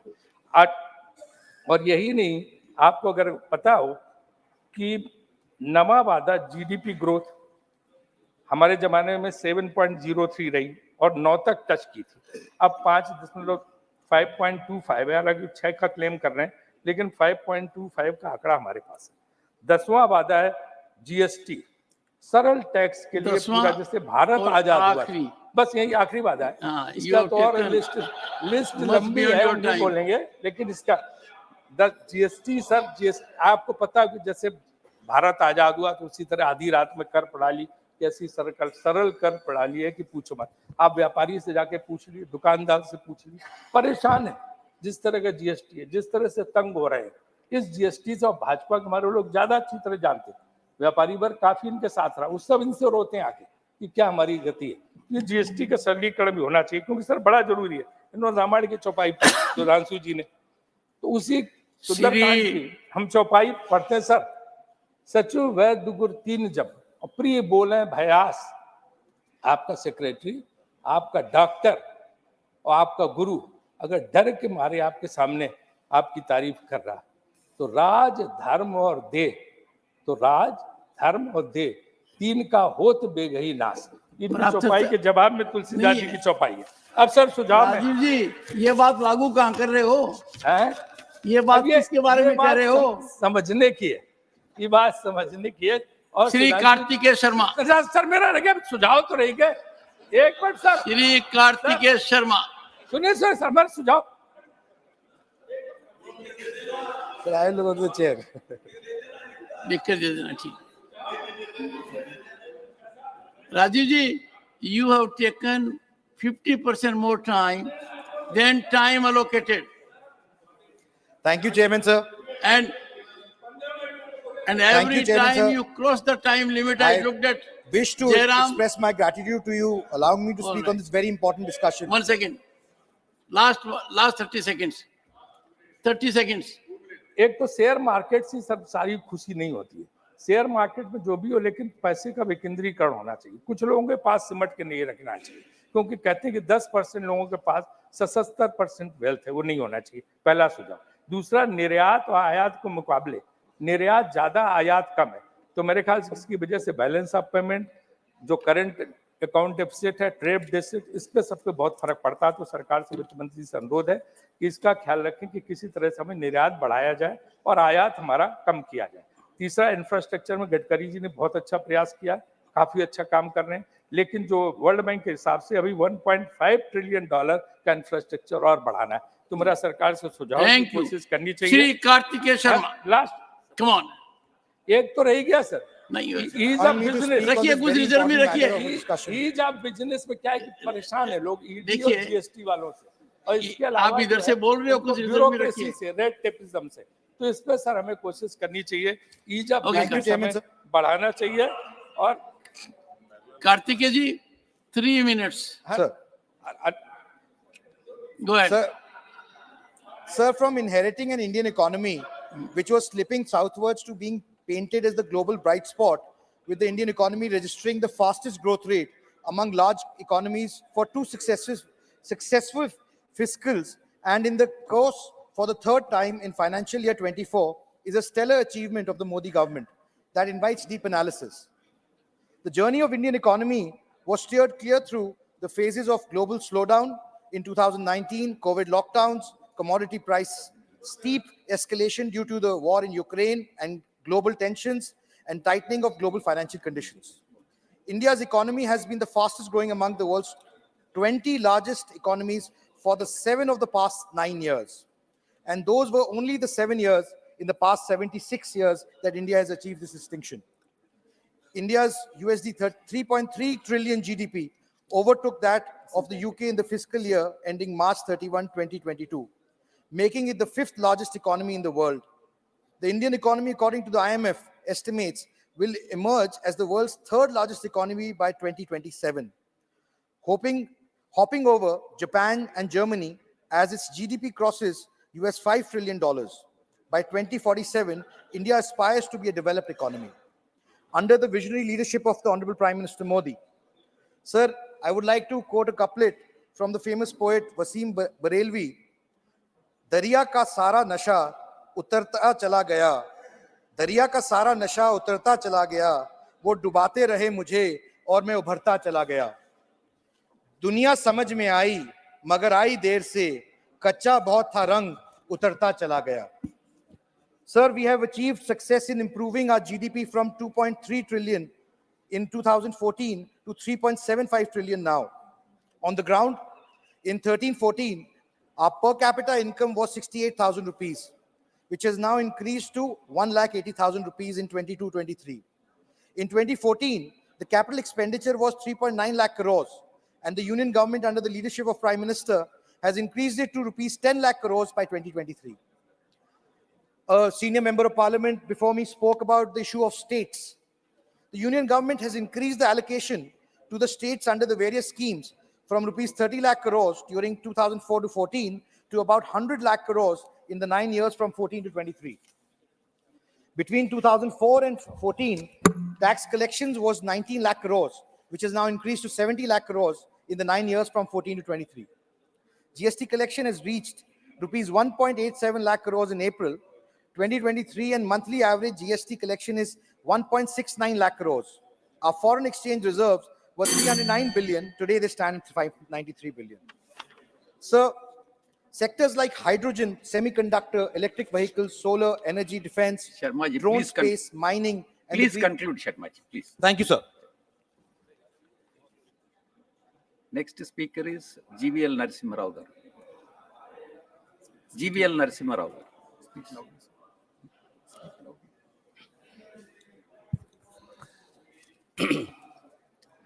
Thank you, Chairman, sir. When we speak about the resurgence of Indian economy, it is important for us to reflect on India's historical economic stature and see in that trend, in that over centuries, how India has become, how over decades India has become stronger. Today, we are certainly celebrating as the 5th largest economy. This is a great achievement for the country. We have been able to, from the 10th position in 2014, in a matter of few years, we have reached the 5th largest economy position today. And a report yesterday by the S&P, it states how India is going to be the 3rd largest economy by 2030. So by the time Honorable Prime Minister completes his term in 2029 and gets ready for his 4th term, India would have become the 3rd largest economy in the world. And if you go back a few centuries ago, in ancient India, we were the largest economy of the world. We were known as the golden bird, Sone ki chidiya, until 5th century AD. This remained India's position in the global, in the global scenario. But 1,000 years of rule by invaders, by foreign rulers, has robbed India not only of its rich wealth, it also robbed India of its confidence. So when Honorable Prime Minister took over as the Prime Minister of the country, he has given a complete new direction to India's economy. He has instilled confidence in India's growth story. and Amrit Kal has truly begun. We are certainly passing through this Amrit Kal, and Atmanirbhar Bharat is the strategy for achieving India's preeminent position in the global economy. And I would like to tell our friends from across the treasury benches, the opposition benches, I'd like them to know. In 2004, when UPA came to power, India was the 12th largest economy. They were in power for 5 years until 2009. India moved from the 12th to the 11th rank. And they remained in power for another 5 years. In those 5 years, they could take India from the 11th to only 10th rank. But look at the geometric growth experienced during the rule of the Honorable Prime Minister. India, I think you have blamed it as Hindu rate of growth. You have used governments of the Congress denomination in the early years of independence have used this term Hindu rate of growth to deride Hindu religion. But during 10 years of your rule, what have you done to Indian economy? You have not been able to. You claim to have given great growth during the years of Manmohan Singh regime, but all that India could move was from the 12th rank to the 11th rank, going on to 10th rank. But Prime Minister Modi ji, in a manner of 9 years, he has taken India to the 5th rank, and in a manner of years, by the completion of his next term, we are going to be the 3rd largest economy in the world. This is certainly a huge achievement for the country, and that is what is giving the BJP and Honorable Prime Minister and his leadership a huge fillip in India's elections. So, inflation. Our friends, I have busted their theory of growth. We gave growth. We were high growth. We gave a high growth economy. And I told them how India's position remained globally almost at the same level through 10 years of UPA. And let me now bust their inflation claims. During the first 5 years of Prime Minister Narendra Modi ji, the average inflation rate in India was only 4.4%. Well below the RBI ordained level, which is range between 4 to 6%. Look at the Congress party's performance. Look at the UPA performance. What was the inflation levels in the UPA rule? In 4 years, between 2004 and 2014, inflation levels were well below 10%. Double-digit inflation, what UPA has given this country. It was 13.9% in 2009 and 10. And under Prime Minister Modi ji, at a time when the world is experiencing one of the highest levels of inflation, India has been able to contain inflation well below even the RBI levels. Let me give you some numbers.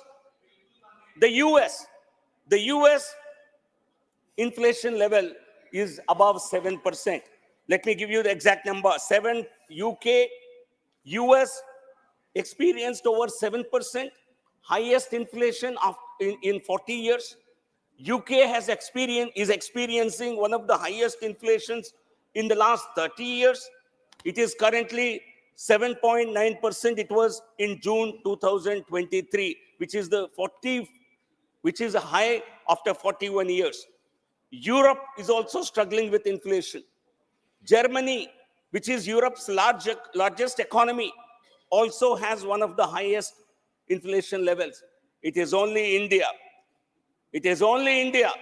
which has not only maintained high growth during the post-COVID period, it has also maintained very, very low to moderate levels of inflation. So the friends from the Congress who claim there is high inflation must look back, because any comparisons that you do, any comparison of any performance, you have to do over time. You have to do spatially. and you have to do cross-sectionally and time series performance.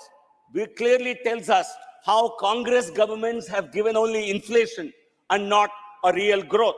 Let me give some more numbers. One of the highest levels of inflation in India's post-independent India were 19.3% in 91-92 under a Congress leadership, 95-96, 12.8%, and under Srimati Indira Gandhi, it even touched double digit. It crossed even 30% for 2 years. So this is the Congress story. So every time Congress comes to power, they bring inflation along, and it is only the BJP-led governments, the NDA governments under Prime Minister Narendra Modi ji, which have given relief to the common man. Jab Congress aati hai, tab mehengai lati hai. I think this would be a nice slogan that would go along with them, because in Karnataka, where they came to power only in early this year, in May this year, soon after they came to power, they hiked milk prices by 3 rupees per liter. They hiked electricity charges, though through a very indirect mechanism, by increasing fuel and power purchase cost elements in this. They have increased every commodity that a common man needs for his survival. So the Congress party's only guarantee is mehengai guarantee, is inflation guarantee, and nothing else.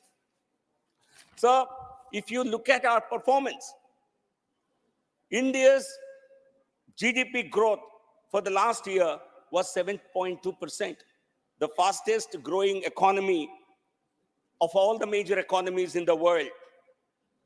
And this has been possible.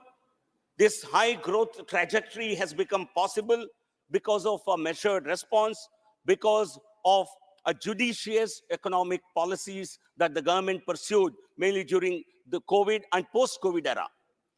And friends from the opposition, all of them claim that India's economy can only be revived by putting money directly into the hands of the people, by giving helicopter money.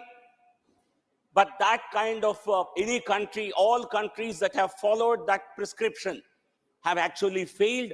And these are the countries which are experiencing one of the highest inflation levels in half a century. Prime Minister Narendra Modi ji's economic vision and economic policy is today being hailed as the best in the entire world. What has made this kind of an economic transformation, this kind of a turnaround possible? Let me give a few illustrations. Let me cite a few cases. One, the Atmanirbhar vision. I think COVID, which is a challenging period for the entire globe, was used to unveil a new economic vision that was Atmanirbhar Bharat vision, that has actually helped India transform its economy. Also, our governance principle, Prime Minister's governance principle of Sabka Saath, Sabka Vikas, Sabka Vishwas, actually translated into money reaching to the most needy people and ensuring that they do not suffer the hardships of the COVID period, and they are able to lead a very happy and a healthy life. Second, a digital revolution. I think the whole world is overawed by the success of Indian economic digital revolution. Today, in October 2023, we have touched an all-time high of 11.4 billion UPI transactions, crossing even 10 billion transactions that we got successively for the 3 months. And this resulted in a digital transaction of over 17.16 lakh crore. So this certainly was a contributor. It transformed Indian economy into a cash-based economy, into a digital economy. Clearing the banking mess, because what the UPA left for Narendra Modi ji was a banking sector in complete mess. This government has not only cleaned up the banking sector, It has actually infused dynamism into the sector. Today, the Indian banking sector is one of the best performing banking sectors anywhere in the world. While many banks, even central banks, have experienced difficulties abroad, Indian economy, Indian banking sector is going through its best periods. Gross NPAs and net NPAs are at their decadal lows, and public sector banks have their resources have now been used for acting as pillars of Jan Kalyan. In fact, public sector banks have recorded profits of over 1 lakh crore in the last financial year, and that money has been plowed into financing the welfare of the poor. Also, we have seen how a transparent regime like the GST, which is a huge contribution of Honorable Prime Minister. GST collections are at their highest levels. 1.72 lakh crore was the GST collection in October 2023. This is the second highest ever. A few months ago, a year ago, 1 lakh crore also was considered to be a very important milestone to be achieved. And today we have crossed 1.73 lakh crore. This clearly shows the buoyancy in the Indian economy. It shows the resurgence in the Indian economy. And anyone who disputes it can only get their validation in these numbers. There is also surge in direct tax income, direct tax revenues. The direct tax revenues are 10.6 lakh crore till 9th November, as against 10.6 lakh crore previous year during the same period, which has registered a near 22% healthy growth. This clearly shows even the net growth in corporate income tax collections shows a 12.5% rise. So there is a resurgence in the Indian economy across all the sectors. The investments, both the private investment and the foreign direct investment, have shown a big improvement. The foreign direct investment during the UPA 10 years, during the UPA 10 years was $304 billion, which has more than doubled to $628 billion so far. This is an increase of more than 100%.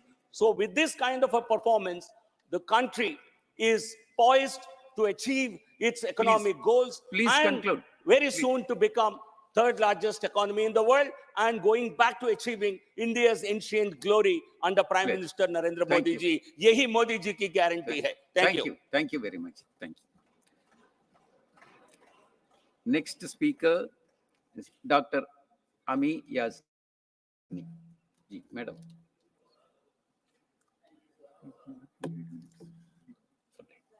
Hearing the Treasury benches speak about the state of the economy, and they speak only from 2014 onwards, I would like to remind them that we have to go back to 1991 when we had the new economic policy. That is the point when the borders for economy were opened for foreign investment to come in the country. When foreign investment policy was taken, at that time, Dr. Manmohan Singh ji was the finance minister. I would just like to point out a few things before I just come to the main 2 points. Structural reforms were ushered in, and the structural reforms take a long time to result. And it took a long time. It takes always, you look at the world economy in anywhere. So this 1991 was the starting point. So we may have to refer to these points and not just jump to that we have become independent only in 2014. Now, coming to the state of economy today, 3 main factors, 3 main areas, which I would like to say in a short time. First is the farmer section, the agriculture sector. Some of the data is not even in the formal economy because they're landless farmers who are working on farms. That productivity is not reflecting in the formal economy. That farmer section or that particular sector is devoid of any reforms today. They are wanting some kind of reforms, which is not reflecting in the economy. And we are seeing landless farmers. We are seeing farmers who are wanting some kind of reforms, and they want credit, they want equipments and several other things. The second sector, which is very important and which nobody is talking about, is the MSME sector. The MSME sector has got 630 lakh units, which are micro units. Post COVID, quite a few high number. I do not want to go into the data of 15,000 or 20,000 have closed down. Where is the credit facility? You talk about schemes, but have these schemes percolated to those units? Have those units revived? Have the labor force been able to re-enter these particular units? Whether the technology transfer, and you are continuously talking about comparing with Germany, Europe, UK, US, and you want to take only talk about foreign. Have you tried to look internally, locally? You are giving food ration to more than 50% of the population. 80 crores people are getting free ration. What about employment? Coming to employment later on, back to MSME sector. Where are the credit facilities? Where is the credit which is required to revive a unit and give them life? And this MSME sector is the backbone of the economy. And you're not speaking about this backbone of the economy. You're not speaking of the MSME sector. You're not talking about technology transfer to this particular section. And you're not even having the right data on the MSME, that whether they are surviving, they are going to revive, or they are going to see that the economy gets strengthened. Sir, the third is the gig workers. We have not got a workforce which is regular. They don't even get retirement perks. They don't get any health care because they are gig workers. You talk about these gig workers, they are not regular workers because industry does not employ them.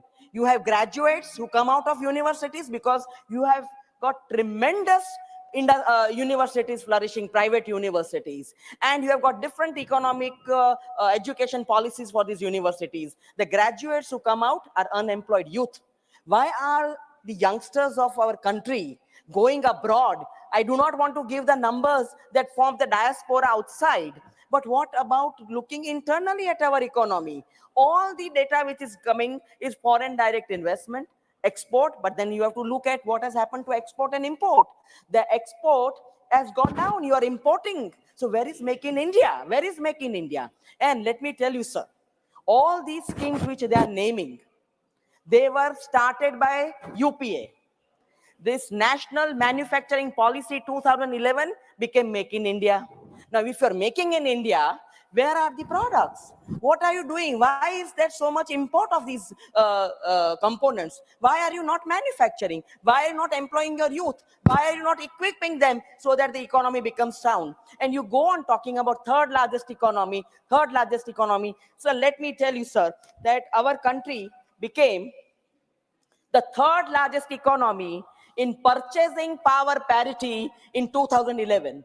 This indicates that India's overall economic output, adjusted for the relative cost of living, was the third highest in the world.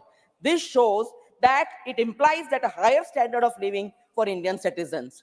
Today, we talk about poverty, but we do not have poverty alleviating programs.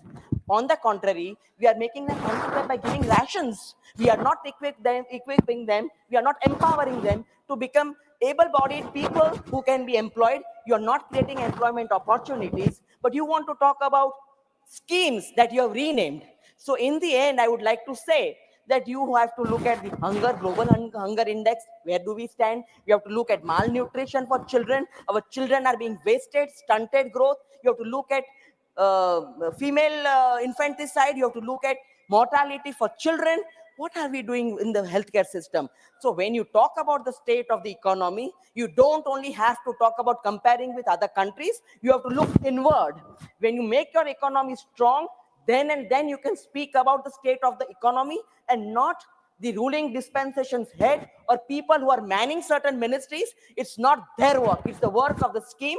And it was from 1991 onwards that the institutions were put in place. These institutions acted as regulatory mechanisms.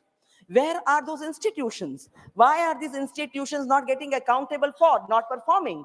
These are these non-performing assets, apart from the non-performing assets of the bank. We have not been able to bring that money back. Forget about the black money you talked about. Forget about 15 lakhs going to each one's account. We have not been able to say anything about that.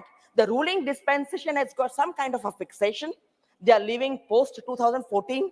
They forget their own childhood that they studied in good educational institutions. They don't give credit to their own parents, their own grandparents who got freedom to this country and are only having a straight-jacketed formula post 2014. But what have you done after 2014? Where is that education required? Where is the skill which is required to equip our youngsters to see that they become good employers, they can also create employment for other people? Where is that economy's backbone? MSME, where have you done that revival? You talk about portals, digital India, where is that computer education? And what are these portals doing? The data on Udyam portal shows that the industries that closed down, the MSME, there is no detail. The licenses got cancelled. They couldn't revive. And they're all sitting. What about the cooperatives? You want to start at the local level, at the village level. They don't get revived. You want to give employment to women. Where are the women getting employment? They have not got a re-entry in the workforce. They cannot get back in the workforce post-COVID. They're sitting at home. So what are you doing for empowerment of women? You may bring the reservation bill with a caveat. But where is the empowerment for women? How will she become economically empowered? You are not giving her health care. You are not giving her meals which are nutritious. So, sir, these are the factors which need a proper data. Where is the data, sir? There is no data. Where are those institutions providing data on all these indicators? These indicators will tell the state of the economy of this country, not who is manning the country or who are manning the institutions. And so one last point, sir. Please that conclude. unless and until we change the game, we cannot succeed by changing the names. You may change the name of all the policies, of all the schemes, but if you cannot perform, you become a non-performing asset. State of the economy, the students, the youngsters of this country are reading, they're watching, they're looking at all the Nehruvian era and the Rajiv Gandhi era for computerization, for all kinds of digital work, which is now happening on that base. Please was already conclude, Dr. created. Yamni. And that is why the state of the economy is not as the way it is projected by the ruling dispensation. Please. Thank you very much, sir. Thank you. Next speaker is Shri Jose K. Mani ji. 3 minutes. So the economic well-being of our citizen transcends political affiliations. It is a matter of national urgency. The economic indicator unfortunately paint a concerning picture. While the government claims economic growth, the rising unemployment rate tell a different story, impacting the lives of millions. So, to assess whether an economy is growing, to assess economic activity, to find out whether the economy is robust, we need to assess the lower strata of people, which consist of the farmers, laborers, and workers, whether the standard of living has improved. And if you go in the plight of these strata of people, we find that they are struggling for existence, they are struggling for survival, they are struggling to make the ends meet. And not only that, we find that from the data all here, we find that the gap between the haves and have-nots have increased. And about the 40% of the national wealth consist of even 1% of the population. That shows that the wealth is being amassed by a smaller portion of the population. So this really shows that the government is pro-corporate, pro-industry. There's nothing wrong in pro-industry, but it should not be at the expense of the farmers, the lower strata of the people. So when you take the agrarian crisis continues to hunt our farmers, suicide and distress in the rural sector persist. According to the National Crime Records Bureau, it states that the report states that 154 people, that is the farmers and daily wage laborers in India, commit suicide. It's a huge number. I think it is the largest in the world. So definitely there's something wrong with the system. We need to find, and really when you go into in deep, we can find that the economy, when the activities are there, it is not translated into the farmers. Please conclude, Jose. Yeah. Please conclude, Jose K. Mani, please. So Please. when the live example, I can tell you that the rubber farmers of Kerala, sir, you know the rubber farmers. Please Sir, 1 minute, sir. 1 minute, sir. Sir, sir, it is a strategic product. That's why in 1947 the Rubber Act was enacted and the rubber board, electron rubber board was introduced. But we know that the price of the natural rubber can be improved only at the policy of the central government. If there is no, we find that any states where is no political gain by the BJP, they will not give any development at all. Please. It is discrimination. Please, we Maniji, need please to conclude. see the nation as one. If there is no political gain, no development, in the farmers are not helped. Please. So have a heart, actually help the rubber farmers. It is for the nation's development. Thank you very much. Next speaker is Sri Mahesh Jatmalani ji, please. Not present. Not present. Next speaker is Sri Vaiko ji, MDMK.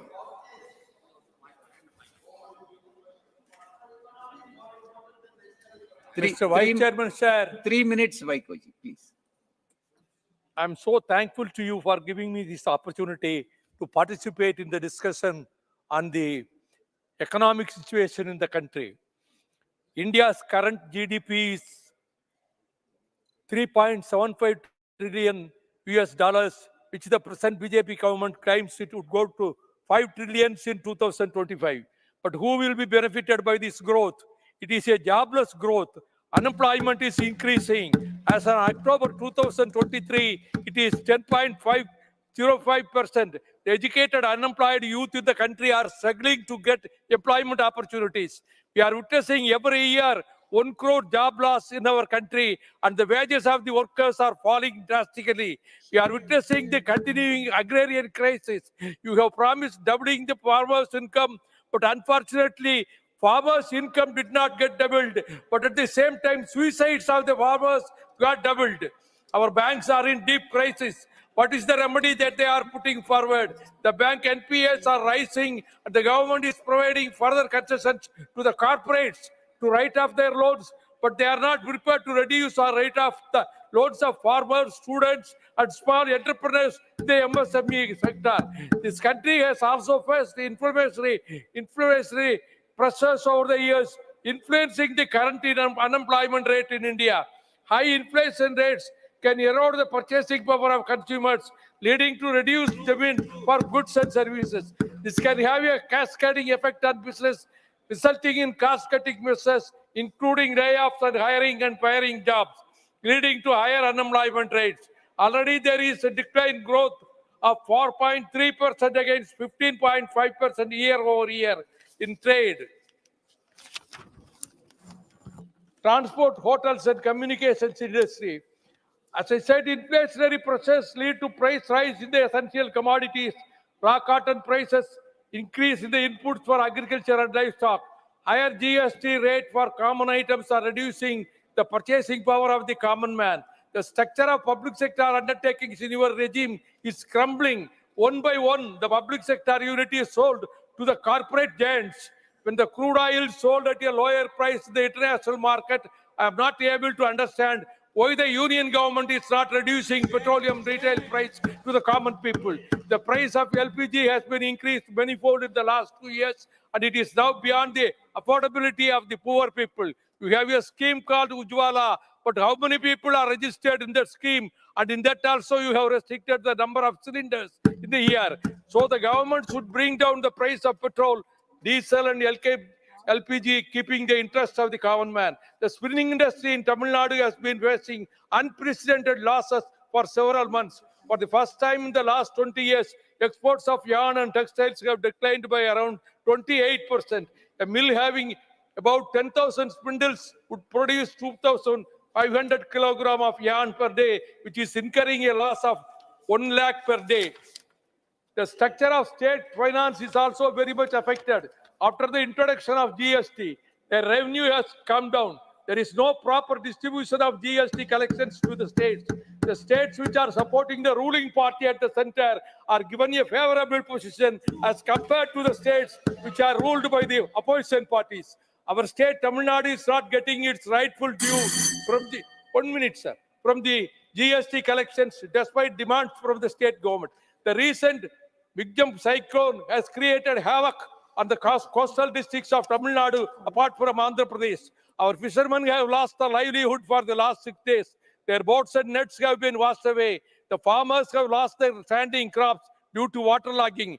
The city of Chennai, the whole city was submerged due to unprecedented heavy rains for the last 2 days. Though the state government is doing its best by providing shelter and food at the community centers for the people living in the low-lying areas, it is the due fury of future nature, which is a big challenge. The union government should rescue and relief materials and financial assistance to the state without delay. Very important point. धन्यवाद। माननीय श्री समीर उरांव जी। बहुत बहुत धन्यवाद उपसभापति महोदया, आपने आज के भारतीय अर्थव्यवस्था संबंधित विषय पर सदन में चर्चा करने के लिए भाग लेने का अवसर आपने दिया है। उपसभापति महोदया, पिछले 9 वर्षों में माननीय प्रधानमंत्री जी के नेतृत्व में हमारी सरकार ने विभिन्न निर्णय के कारण आज भारत की अर्थव्यवस्था को विश्व में सबसे आगे बढ़ाया है और बहुत तेजी से उभरती अर्थव्यवस्था में से एक है। उपसभापति महोदया, आज विश्व में भारतीय अर्थव्यवस्था 5वीं सबसे बड़ी अर्थव्यवस्था है। समूचे विश्व में पिछले कुछ वर्षों में रूस, यूक्रेन युद्ध, इजराइल, हमास युद्ध, कोरोना महामारी जैसे अनेकों संकट का सामना करना पड़ा है। इसके बावजूद इन सारे समस्याओं के कारण विश्व के लगभग सभी देशों की अर्थव्यवस्थाओं पर नकारात्मक प्रभाव पड़ा है। परंतु माननीय प्रधानमंत्री जी के सोच एवं आर्थिक अनुशासन के कारण इन अनेकों संकटों का सामना करने के पश्चात भी भारत की अर्थव्यवस्थाएं स्थिरता के साथ समूचे विश्व का मार्गदर्शन कर रही है। उपसभापति महोदया, आज सरकार की मजबूत आयात निर्यात नीतियों के कारण देश में विदेशी मुद्रा का भंडार अपने देश के अंदर उच्च स्तर पर हो रहा है। सरकार द्वारा अनेक जन कल्याणकारी योजनाओं का संचालन इस देश के अंदर अपने यशस्वी प्रधानमंत्री आदरणीय नरेंद्र भाई मोदी जी के नेतृत्व में हो रहा है। सरकार द्वारा ऐसे देश के अंदर जो जरूरतमंद लोगों को मुफ्त में अनाज वितरण करके असहाय लोगों को, विकलांग लोगों को और वृद्ध लोगों को पेंशन योजनाओं के माध्यम से ये लाभ प्रदान करने का भी काम हमारे यशस्वी प्रधानमंत्री जी के नेतृत्व में हो रहा है। इतने बड़े स्तर पर इन सामाजिक योजनाओं पर खर्च के बाद भी देश की अर्थव्यवस्था लगभग सकारात्मक रूप से आगे बढ़ रहा है। उपसभापति महोदया, सरकार द्वारा एक देश एक टैक्स के रूप में जीएसटी को लागू किया गया। जीएसटी को लागू करने के पश्चात व्यापारियों को टैक्स के नियमों में से सरलता मिली है। इसके परिणाम स्वरूप इस वित्तीय वर्ष में सरकार को ऐतिहासिक रूप से अब तक के सबसे बड़े जीएसटी संग्रह प्राप्त हुआ है। वर्ल्ड बैंक तथा इंटरनेशनल मॉनेटरी फंड जैसे संस्थाओं द्वारा आगे के वर्षों में भी भारतीय अर्थव्यवस्था को विश्व में सबसे तेजी से बढ़ती अर्थव्यवस्थाओं में से एक देखा जा रहा है। उपसभापति महोदया, इसी के कारण आज देश के प्रत्येक क्षेत्र में विदेशी निवेश में वृद्धि हुई है। विश्व के अनेक देशों की तुलना में पिछले कुछ वर्षों में सर्वाधिक विदेशी निवेश की यदि किसी देश को प्राप्त हुआ है तो वह भारत है। उपसभापति महोदया, पेंडेमिक आवर में जिस प्रकार से हमारे प्रधानमंत्री जी ने वोकल फॉर लोकल के सूत्रों के आधार पर हमारे स्थानीय उत्पादकता को किस प्रकार से यहाँ के युवकों के माध्यम से जो आगे बढ़ाया है, जैसे जो है हम जनजाति क्षेत्र से आते हैं, झारखंड से आते हैं, झारखंड में वन क्षेत्र है, वहां जो है वनोत्पाद है, नॉन टिम्बर फॉरेस्ट प्रोड्यूस है, वहां किस प्रकार से हमारे प्रधानमंत्री जी के नेतृत्व में जनजाति कार्य मंत्रालय में जो है ट्राइफेड का वंधन विकास केंद्र के माध्यम से वहां के जनजाति क्षेत्रों में हमारे माताएं युवकों ने जिस प्रकार से ऐसे वन उपज को कलेक्शन करके उसको प्रोसेसिंग करके उसको विपणन के क्षेत्र में आगे बढ़ाया। प्रधानमंत्री जी ने पेंडेमिक आवर में जिस प्रकार से यहाँ की उत्पादकता, जो पौष्टिकता और यहाँ के जो खाद्यान्न पदार्थों में जो ह्यूमिडिटी पावर था, उसको दुनिया के देशों में वो मेडिकल इक्विपमेंट के साथ में पहुंचाने का काम किया और वहां उनकी उत्पादकता बढ़ते के साथ आमदनी बढ़ रहा है। आज हम गांव में 10 साल पहले जाता थे तो हम उस समय कुछ नहीं देखते थे। आज जब 10 साल के बाद मैं जाता हूं इन 9 वर्षों के अंदर में, तो मैं पूछता हूं कि भाई ये क्या है, तो नहीं, हम लोग एक मिनी राइस मिल बैठा है यहाँ पे, सारे लोग हम लोग मिल करके आसपास के जो भी धान का उपज होता है उसको हम यहाँ चावल बनाते हैं, इससे हमारी आमदनी बढ़ रही है। तो ऐसे अर्थव्यवस्था में एक गांव भी सहभागिता हो करके ये भारत की अर्थव्यवस्था को आगे बढ़ाने में सहभागी हो रहे हैं।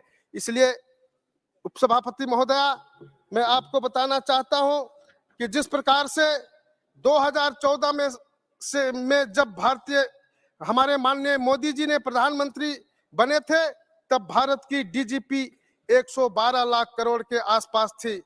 आज भारत की जीडीपी 300 लाख करोड़ के आसपास हो गया है। 2025 तक सरकार ने भारत को $5 ट्रिलियन की इकोनॉमी बनाने का लक्ष्य रखा है। सरकार की आर्थिक उपलब्धियां का लाभ देश की आम जनता को भी हुआ है। 2014 में देश में प्रति व्यक्ति आय लगभग 17,000 रुपये थी।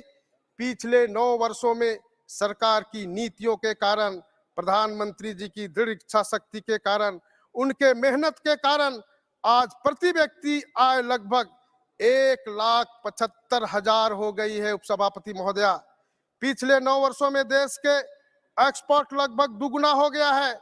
सरकार निरंतर देश की आर्थिक उन्नति के लिए हर मोर्चे पर कार्य कर रही है।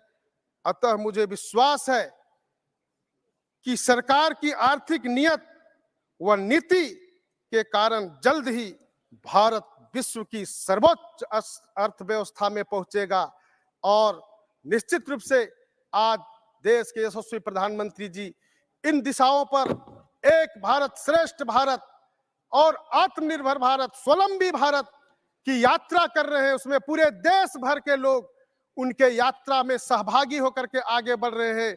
निश्चित रूप से विश्वास है कि हम ये आने वाले दिनों में, ये 2024 में हम निश्चित रूप से अर्थव्यवस्था की दृष्टि से हम तीसरे स्थान पर पहुंचेंगे और उसके और आगे जाने पर प्रधानमंत्री जी के नेतृत्व में हम जो है पहले स्थान तक भी पहुंच सकते हैं, ऐसा विश्वास है। बहुत बहुत धन्यवाद।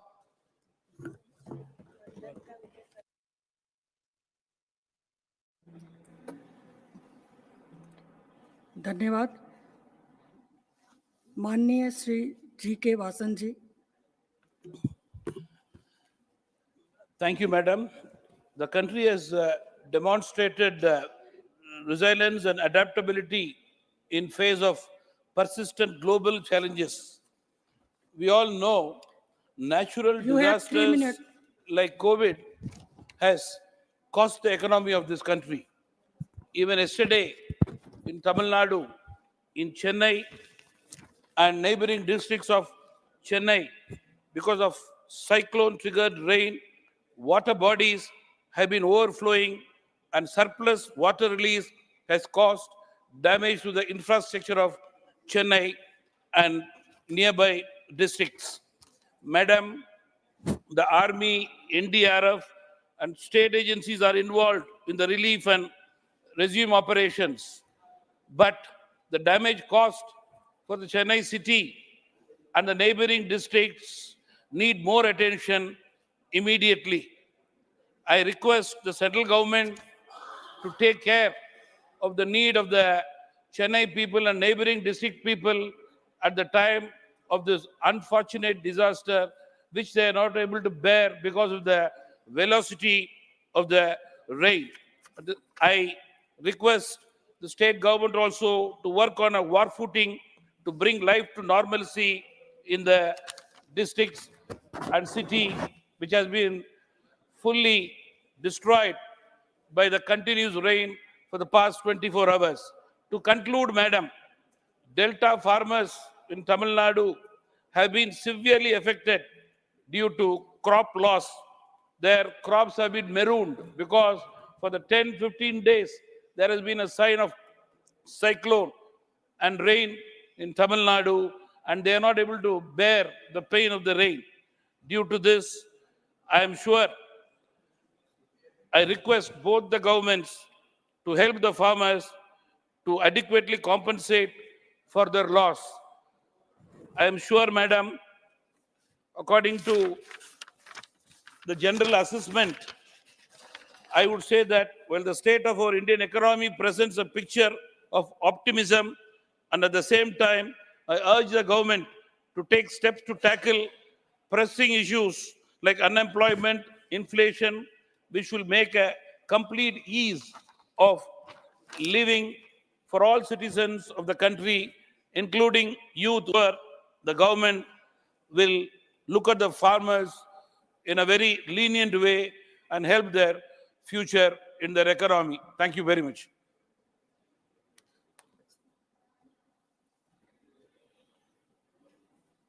माननीय श्री राकेश सिन्हा जी, आपके पास 15 मिनट का समय है। 15। सभापति महोदय, जब हम अर्थव्यवस्था पर चर्चा करते हैं तो हमें देखना पड़ेगा कि देश कहां पहुंचा और किस विरासत के साथ हम चले थे। हमारे कांग्रेस के मित्र बैठे हुए हैं, यानी कांग्रेस परिवार वहां बैठी हुई है।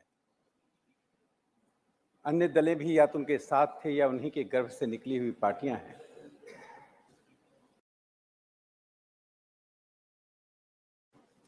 अभी भारत में को ऐसा सौभाग्य लेना चाहिए। देश कहां पहुंच रहा है और देश के लोग किस आत्मविश्वास के साथ विकास यात्रा में शामिल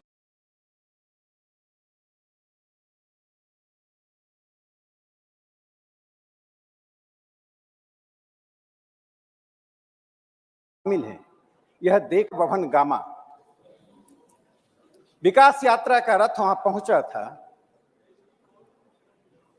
सैकड़ों लोग आए थे, उसमें 80% महिलाएं थी। उनके आत्मविश्वास को मैं देख सकता था। उनमें से एक शोभा कुमारी जी से मैंने प्रश्नोत्तर किया। शोभा कुमारी उस भवन गामा गांव की थी जिनकी दादी और मां चूल्हे में गोईठे के साथ अपना जीवन बिताई थी। शोभा कुमारी को उज्ज्वला योजना का जो लाभ मिला, वो जिस आत्मविश्वास के साथ बता रही थी, मुझे ऐसा लगा प्रधानमंत्री नरेंद्र मोदी जी ने जो सबका साथ सबका विश्वास, सबका प्रयास की बात कही थी, उसका साक्षात स्वरूप देखने को मिला। एक दूसरे गांव में मैं गया, वह बदौली गांव है। वहां सुनीता कुमारी जी से मैं मिला। सुनीता कुमारी की शिक्षा क्या थी मैं नहीं जानता हूं, लेकिन जीविका योजना के कारण जो उन्होंने अपने सम्मान की बात कही, समाज में बढ़ती हुई सम्मान की बात कही और आपात स्थिति में सस्ते दर पे जो उन्हें ऋण मिला उसकी चर्चा की। तीसरा पड़ाव मेरा एक रघुनाथपुर साहेबपुर कमाल का था। उसी जिले में साहेबपुर कमाल ब्लॉक में रघुनाथपुर करारी एक गांव है, वहां सुनीता कुमारी मिली। जब मैंने अपने भाषण में उस कहानी का जिक्र किया जिसको मैं टेलीविजन चैनल पर कई बार बोल चुका हूं, जब मैं छोटा था और मेरी मां गोईठे से चूल्हे में भोजन बना रही थी, तो एक उनकी सखी आई और बोली, किसी का नाम लिया, वह नाम मुझे याद नहीं था मैं, लेकिन वो कहानी मेरे मस्तिष्क पटल पर अंकित हो गया कि जब वह महिला शौच के लिए गई, किसी व्यक्ति ने उसके ऊपर टॉर्च जलाया और वो वापस आ गई। जब मैं ये कहानी बता रहा था तो महिलाओं के मैं दृश्य को देख रहा था और सबने कहा जो आपने सुनाया वैसी ही घटनाएं एक या दूसरे रूप में घटती रही। लेकिन प्रेमलता कुमारी जी से जब मैंने पूछा, उन्होंने कहा शौचालय मिलना मेरे जीवन और मेरे परिवार के लिए सबसे बड़ा सम्मान का विषय है। यह बात मैं इसलिए कह रहा हूं कि गरीबी को मापने का जो नया मापदंड बना है, multi dimensional poverty, NITI Aayog ने यूएनडीपी और ऑक्सफोर्ड पॉवर्टी इनिशिएटिव जो ऑक्सफोर्ड का है, इन दोनों के साथ मिलकर national multi dimensional poverty index बनाया। सभापति महोदय, 2014 से लेकर 2023 तक में 24% जो मल्टी डायमेंशनल पॉवर्टी था वह लगभग 14% हो गया। 9% से अधिक गरीबी कम हुई। मैं जब विरासत की बात कह रहा था, जिस प्रेमलता जी की बात मैंने की, जिस सुनीता कुमारी की बात कही, जिस शोभा देवी की बात मैंने कही, जब इनके दादाजी थे तब Congress party socialistic pattern of society का नारा दे रही थी, समाजवादी प्रकार के समाज के निर्माण का नारा दे रही थी, लेकिन न शौचालय था, न घर था, न समृद्धि थी, न सम्मान था। जब उनके पिताजी आए तब कांग्रेस पार्टी गरीबी हटाओ का नारा दे रही थी, लेकिन उनका परिवार उसी शौचालय के बिना, उसी घर के बिना, उसी सम्मान के बिना जी रहा था। आज परिस्थितियां बदली। इस सोशलिस्टिक पैटर्न ऑफ सोसाइटी आपने 1948 में दिया।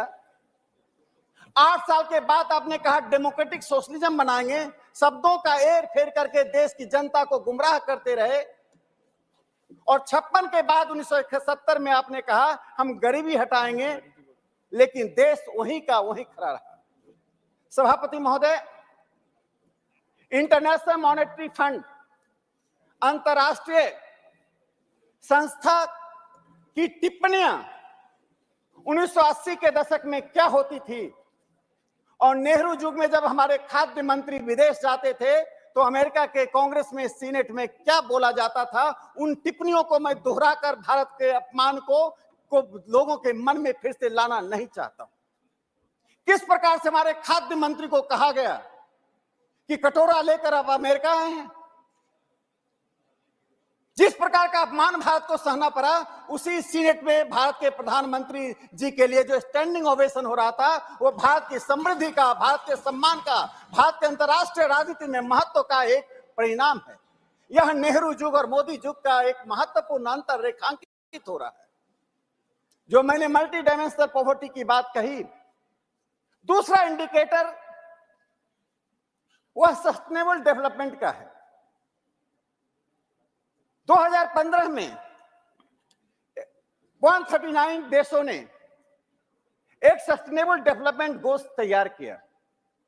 1 जनवरी 2016 से सस्टेनेबल डेवलपमेंट लागू हुआ।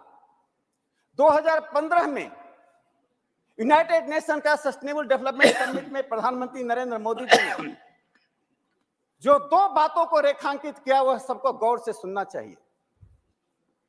Sustainable development of 1/6 of humanity will have a great consequence to the world and our beautiful planet.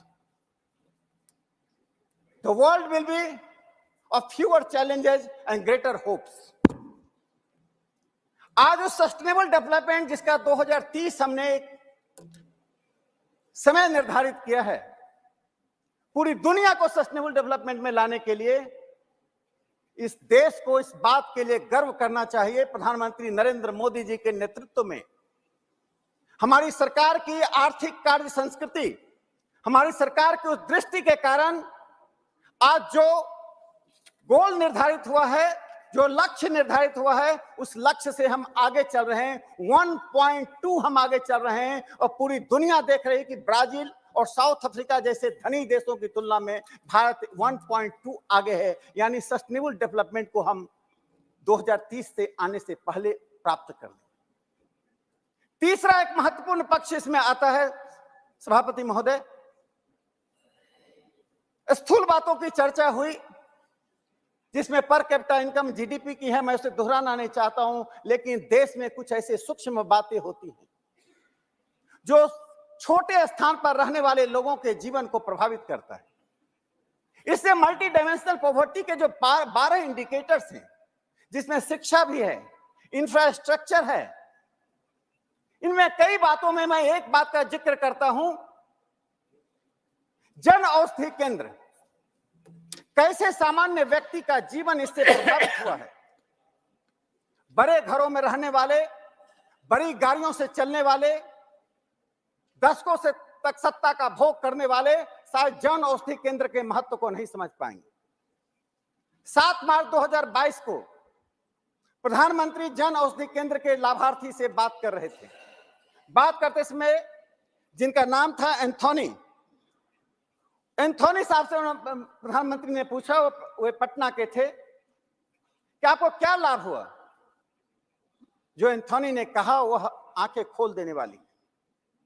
उन्हें प्रत्येक महीने 1200 से 1500 रुपए की दवाई खरीदनी पड़ती थी, जो सिर्फ 250 रुपए में हो रहा है। आज देश में 10,010 जन औषधि केंद्र खुल गए हैं। उसी बातचीत के क्रम में एक दूसरे लाभार्थी से जब प्रधानमंत्री जी ने पूछा, मिस्टर बेहेरा से, तो बेहेरा ने कहा कि प्रत्येक महीने उनकी बचत 2000 से 2500 रुपए तक हो रही है। जो लोग अर्थव्यवस्था के ऊंचे शिखर पर बैठे हुए हैं, उनके लिए शायद 2000 और 2500 रुपए प्रत्येक महीने का महत्व मालूम नहीं होगा, लेकिन जिन्होंने गरीबी में देखा है, गांव में रहे हैं, गरीबी से जो जूझते रहे हैं, उनके लिए 250 और 2000 2500 रुपए का महत्व है। भारत के प्रधानमंत्री नरेंद्र मोदी जी ने ऐसे तमाम लोगों को जन औषधि केंद्र से लाभान्वित किया। एक दूसरा पक्ष देखिए, कैसी सूक्ष्म बातें देश के सम्मान को बढ़ाती हैं। 2020 में लाल किले से प्रधानमंत्री नरेंद्र मोदी जी ने जब एक बात कही, हमारी माताएं और बहनें पीढ़ियों से स्वास्थ्य की एक ऐसी प्राकृतिक समस्या से जूझ रही थी जिनके लिए उनके पास शब्द नहीं थे। प्रधानमंत्री नरेंद्र मोदी जी ने सैनिटरी नैपकिन को सामान्य महिलाओं तक पहुंचाने की बात करके न सिर्फ उस टैबू को तोड़ा, आज जन औषधि केंद्र में, मैं आज से 6 महीने पहले की आंकड़ा बता रहा हूं, 21 करोड़ सैनिटरी नैपकिन सिर्फ जन औषधि केंद्र से बिका है। वहां जाने वाली जो महिलाएं हैं, वे अत्यंत ही सामान्य परिवार की डिप्राइव्ड महिलाएं हैं। इसी मल्टी डायमेंशनल पॉवर्टी में जब भारत के प्रधानमंत्री मोदी जी ने स्वच्छता अभियान शुरू किया तो मैं जानता हूं उस वक्त हमारे विपक्ष के कई साथियों ने उसका किस प्रकार से माखौल उड़ाया था। आज देश स्वच्छता अभियान में 21% जो डिप्रीवेशन था उससे आगे बढ़ चुका है। ठीक उसी प्रकार से फ्यूल डिप्रीवेशन में लगभग 14% आगे बढ़ चुका है। यह जो गरीबी दूर करने के लिए प्रधानमंत्री नरेंद्र मोदी जी की जो दृष्टि है, जो एक योजना है, उसका एक स्वरूप देखिए। आईएमएफ हम पर क्या टिप्पणी करता था और आईएमएफ के अधिकारी हमारे बारे में अभी क्या कहा है। जब डीबीटी डायरेक्ट बेनिफिट ट्रांसफर के बारे में उन्होंने कहा यह एक चमत्कार, एक तार्किक चमत्कार है, इट इज लॉजिस्टिकल मार्वल। ऐसा क्यों कहा? मैं दो आंकड़े आप सदन के सामने प्रस्तुत करना चाहता हूं।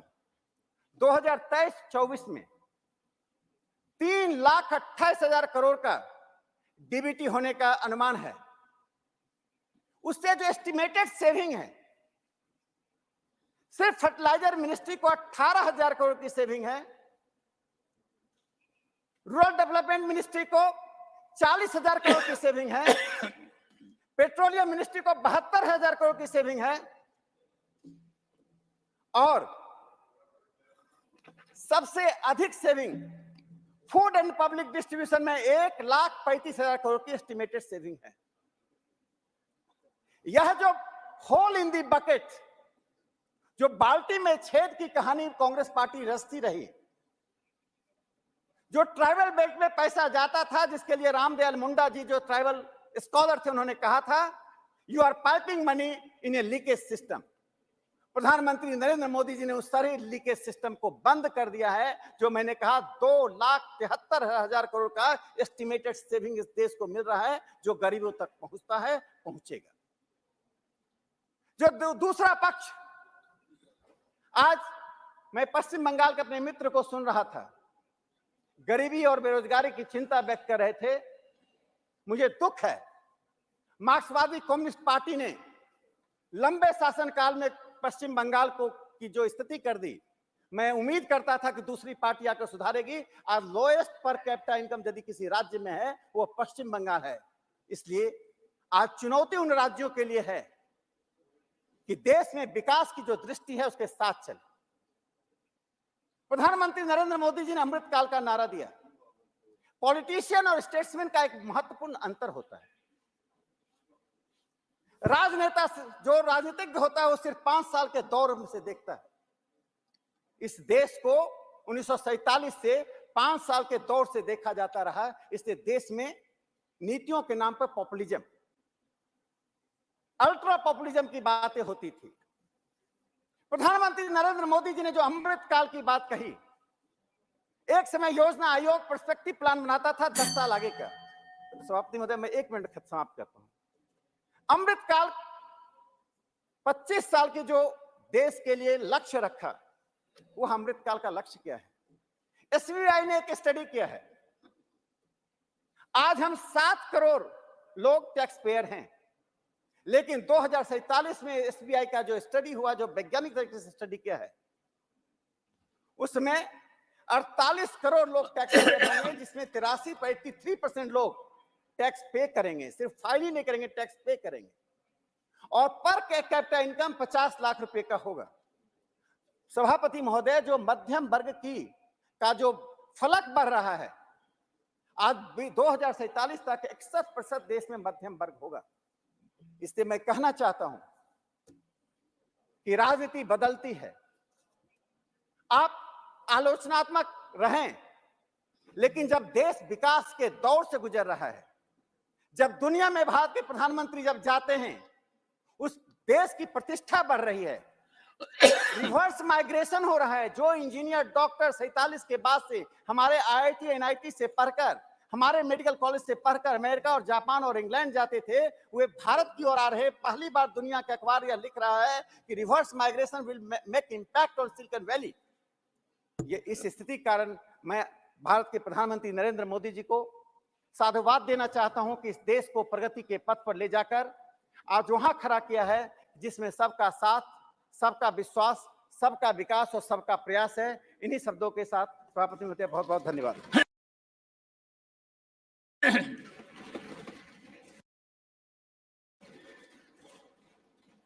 Honorable members, 9 speakers are already listed. The tone of the discussion was set with positivity by Derek O'Brien. I have got a request from number of members, including the main opposition party, that more members are keen to participate. I would accommodate them. We have had a very fruitful debate, and I'm sure it will lead to good conclusions. I have therefore decided that the discussion will continue tomorrow as well. Now we'll take a special mention. Sri Ghulam Ali,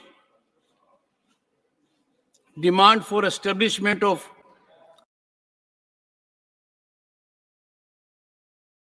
Fodder Corporation of India to fight stubble burning. Thank you, Chairman, sir. Establishment of a Fodder Corporation of India, modeled after the successful Food Corporation of Quality India, of debate is very high. is imperative to combat the escalating menace of environmental degradation. The adverse effect of stubble burning and scarcity of fodder, the agriculture and animal husbandry sectors,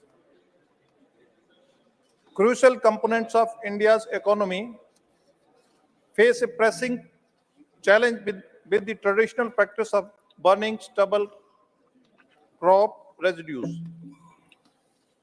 Scarcity of fodder, high prices, and animal dying due to hunger, contributing significantly to air pollution and animals devoid of adequate fodder. A dedicated fodder corporation would play a pivotal role in addressing this issue by promoting sustainable agriculture practices. It could incentivize farmers to adopt alternative methods for managing crop residues, such as converting them into fodder for livestock. By establishing efficient collection center and processing units, the corporation can streamline the conversion of crop residue into nutrient-rich fodder, reducing the reliance on environmentally harmful practices like stubble burning. Chairman, sir, moreover, the Fodder Corporation can act as a catalyst for rural development by creating employment opportunities and promoting the use of eco-friendly technologies. By integrating modern farming techniques and providing training to farmers, the corporation can enhance agricultural productivity while mitigating the environmental impact of traditional practices.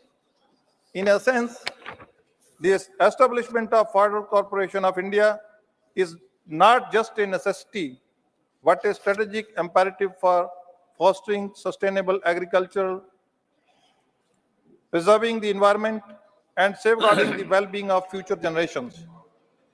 It represents the forward-thinking approach to balance agricultural needs with environmental conservations, ensuring a harmonious coexistence between farming practices and ecological integrity. I urge government to establish Food Corporation of India. Thank you. Sri Subhash Chandra Bose Pilli, demand for mega food storage plant. Respected Chairman, sir. Thank you, sir.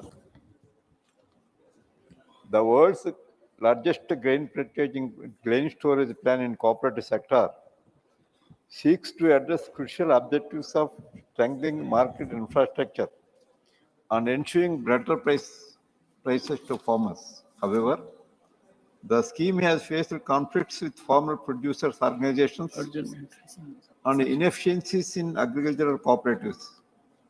India's track record in maintaining infrastructure compounds to the issue, and the storage capacity for perishable producers remains insufficient.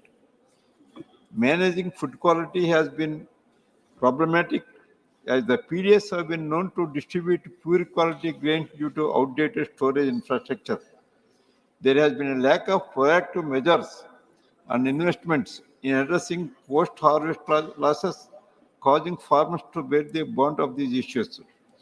Post-harvest losses in India are due to insufficient infrastructure, including suboptimal storage capacity, inadequate handling and packaging, along with the different transportation infrastructure, lead to physical injury and contamination. Price inflations increase losses for farmers, while insufficient pest and disease management practices further spoil crops. Financial constraints coupled with limited access to credit hinder investment in improved facilities and technologies. I would request the Honorable Minister for Food and Public Distribution to modernize the existing storage, including separate capacity for horticultural crops, and introduce more schemes focusing on processing perishable items. Thank you, sir. Shri Niranjan BC, demand for a broad-based and inclusive national tourism policy. Not present. Shri Tiruchi Shiva, concern over high vacancies in central universities. Thank you very much, Chairman, sir. Sir, higher education institutions significantly contribute to shaping young talent and the future of the country. But for years, many administrative and teaching positions have remained vacant in various central universities. This causes reduced student enrollment, issues on infrastructure development, research funding, and student services, increased workload on existing faculty, and restricted research output and innovation. Over 6,500 plus faculty positions are vacant across the country. Delhi University 900, Allahabad University 622, Banaras Hindu University 532, Aligarh Muslim University 498, and JNU 326, Jamia Milan Islamia 223, Tripura University 146, Central University of Kashmir 116, Central University of Haryana 120, Harbat Nandan Baguna Garhwal University 236, as per Ministry of Education 2022. Sir, the condition is dire, especially for the University of Delhi, one of India's premier institutions. Delhi University and its colleges started selection for permanent positions after a gap of 10 years only last September. Faculty shortages can be solved by engaging research scholars and visiting faculty, but contract ad hoc employment or a short-term solution. Transparency in the selection committee mechanisms and academic performance indicator calculations with equal emphasis on interviews and experience is integral.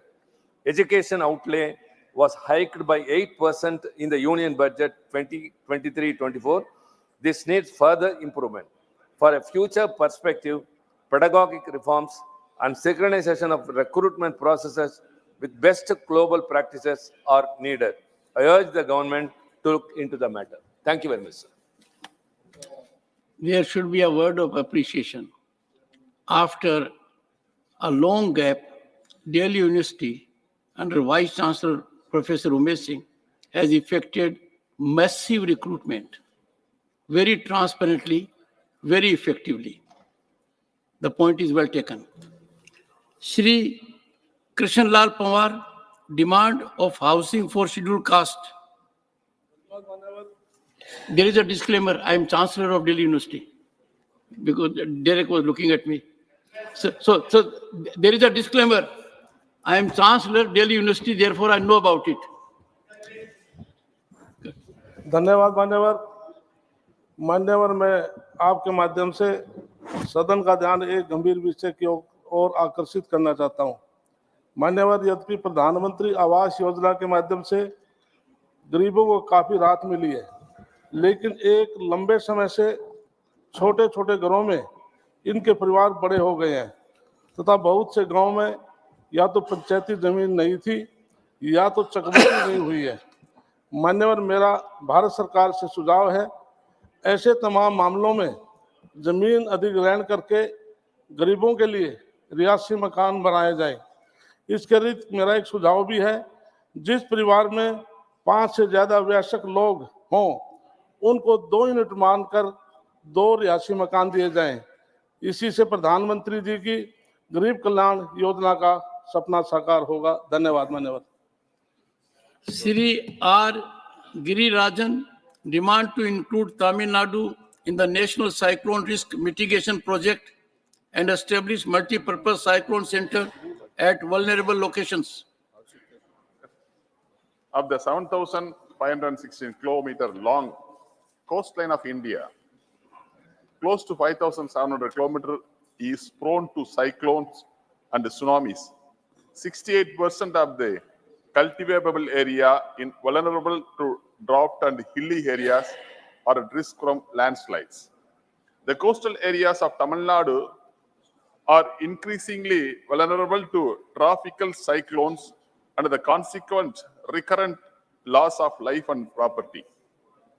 The establishment of multi-purpose cyclone center is the main objective of the National Cyclone Risk Mitigation Project and is to minimize vulnerability to cyclones and make people and infrastructure disaster resilient in harmony with the conservation of the coastal ecosystem in the cyclone hazard-prone area.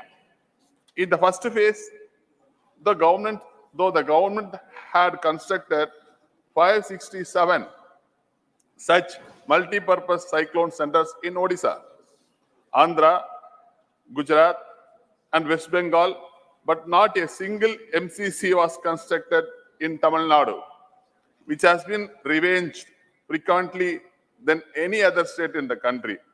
Out of 353 MCCs in the second phase, 112 in Gujarat, 27 in Kerala, 11 in Karnataka, 13 in Maharashtra, 150 in West Bengal, 40 in Goa are to be constructed. Tamil Nadu was revenged continuously from tsunami in 2004 and cyclones Thane, Nilam, Barda, Okki, Gaja, Nivar and Mandos. I urge the Union Government to include Tamil Nadu in the National Cyclone Risk Mitigation Project to establish multi-purpose cyclone center at vulnerable locations and take appropriate measures for prevention, mitigation, capacity building and preparations to combat cyclone storms in the coming years. Thank you, sir. Sri Lair Singh Siroya demand to boost destination wedding economy in Bharat. ಸನ್ಮಾನ್ಯ ಸಭಾಪತಿಗಳೇ, ನಮಗೆ ಅವಕಾಶ ಮಾಡಿಕೊಟ್ಟಿದ್ದಕ್ಕೆ ನಮಗೆ ಧನ್ಯವಾದಗಳು. Honourable chairman sir, आपका बहुत बहुत धन्यवाद. आपका बहुत बहुत धन्यवाद. I draw attention to the potential and creating awareness about destination weddings in India and its impact on our economy, sir. Recently, Honorable PM Shri Narendra Modi spoke about rich families celebrating destination weddings in foreign locations and urged the citizens to choose Bharat as the wedding destination. There is a great possible of creating destination weddings economy in the Bharat. While weddings are traditionally viewed as a personal celebration, their collective impact on the economy is substantial. Wedding festivities contribute significantly to the thriving service sector such as banquet halls, hotels, event management, catering, flower decoration, travel services, photography, music orchestra, etc., etc. Honorable Chairman, sir, the consumption of these diverse services generates numerous job opportunities. According to the estimate from the Confederation of All India Traders, around 5,000 destination weddings are held abroad each year, when an estimated expenditure is of rupees 50,000 crores and above. This trend underscores the need for concerted efforts to retain these celebrations within our country. Bharat boasts a plethora of enchanting locales, ranging from breathtaking natural landscapes, sacred temples, towns, to royal palaces and secluded islands. These places have the potential to become destination not only for Indian weddings but also for international events. The spiritual aspect of civilizational interest of our land with further attract foreign nationals and Indians staying abroad. I urge the government to take proactive initiative such as policies formulation, creation of dedicated portal, or launch of an informative campaign which would raise awareness about the possibilities of hosting destination weddings within our country and contributing positively to our economy, sir. Thank you very much, sir.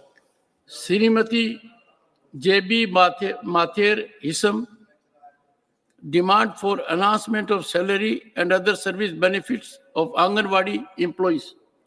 Chairman, sir, I am deeply obliged by the opportunity, and the special mention is on the subject demand for enhancement of salary and other service benefits of Anganwadi employees. The Anganwadi workers and helpers who are shouldering the immense responsibility of catering to the nutritional and various other developmental needs of the children, and also to the nutritional programs for the adolescent girls and pregnant women, are now in distress. There is no hike in their salary for the past 7 years. The present monthly salary of Anganwadi helpers is rupees 12,000 and that of Anganwadi workers is rupees 8,000 in Kerala.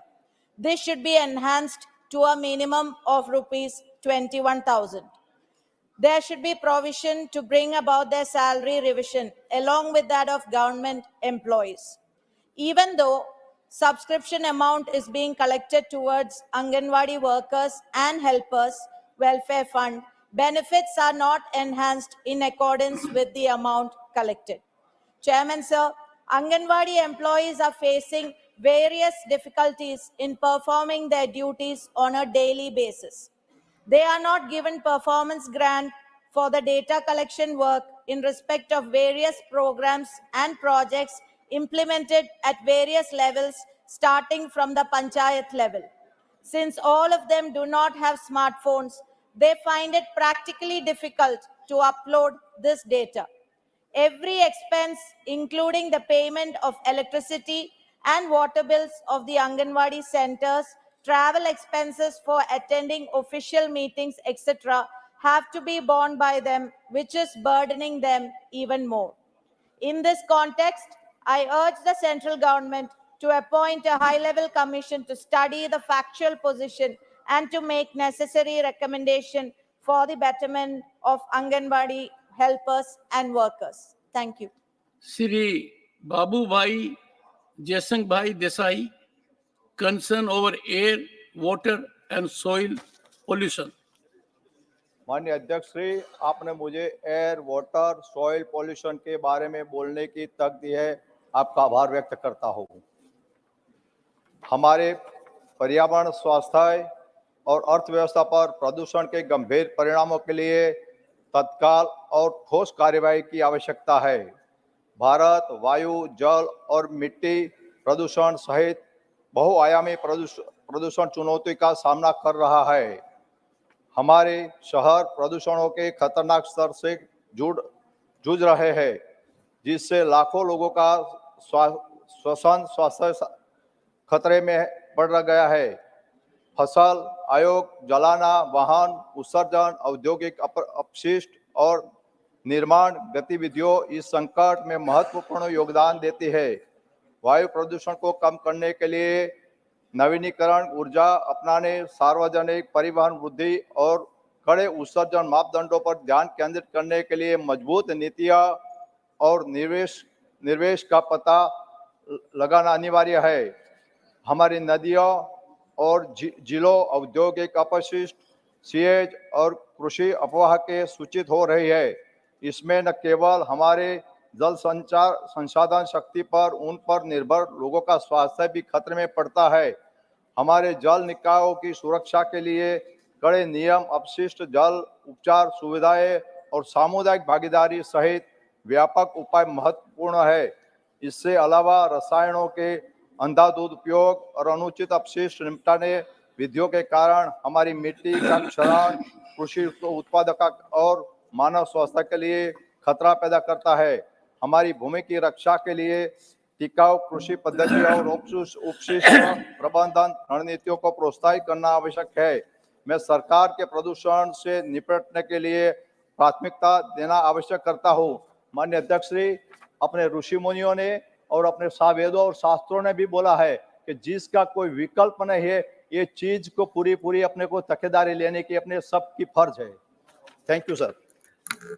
Doctor John Brittas, concern over fiscal stability of states. Thank you, sir. States face fiscal debilitation with fiscal deficit now set at 3.5% of GSDP, with 0.5% linked to power sector reforms, while center's estimate stands at 5.9%.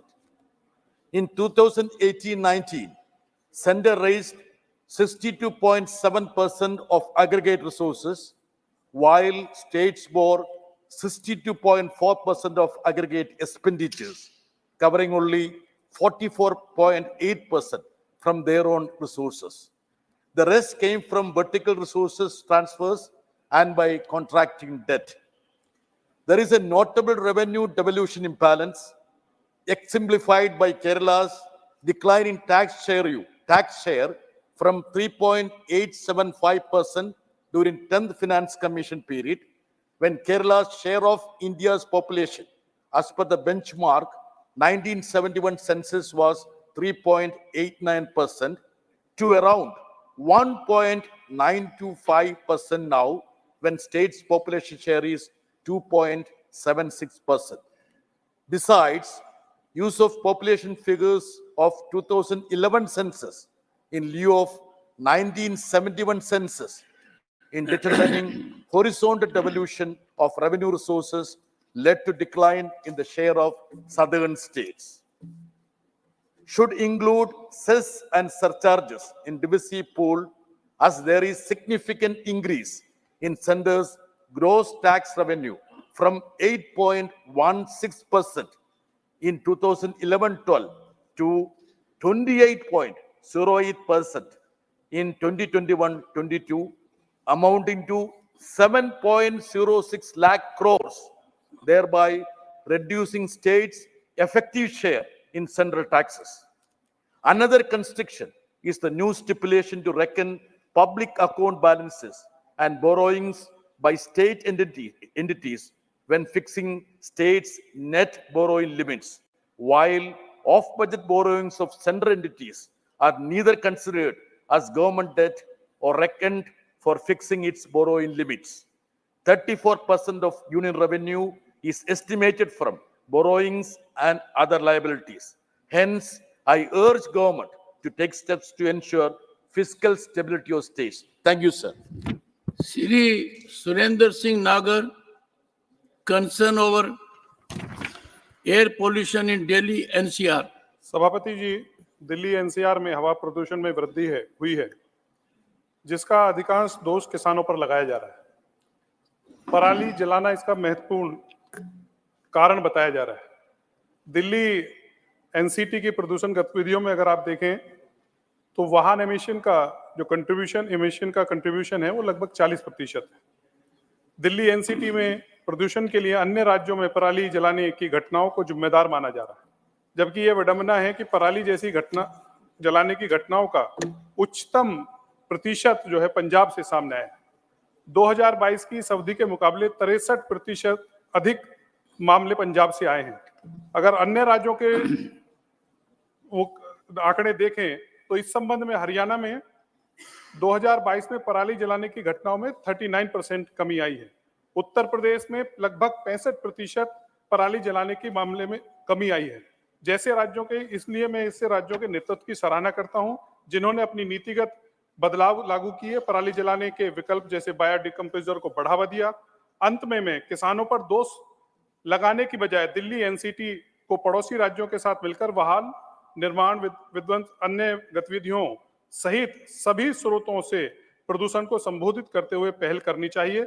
मैं माननीय पर्यावरण जलवायु मंत्री से दिल्ली सरकार से वायु प्रदूषण गुणवत्ता प्रथाओं में हस्तक्षेप करने का अनुरोध करता हूं।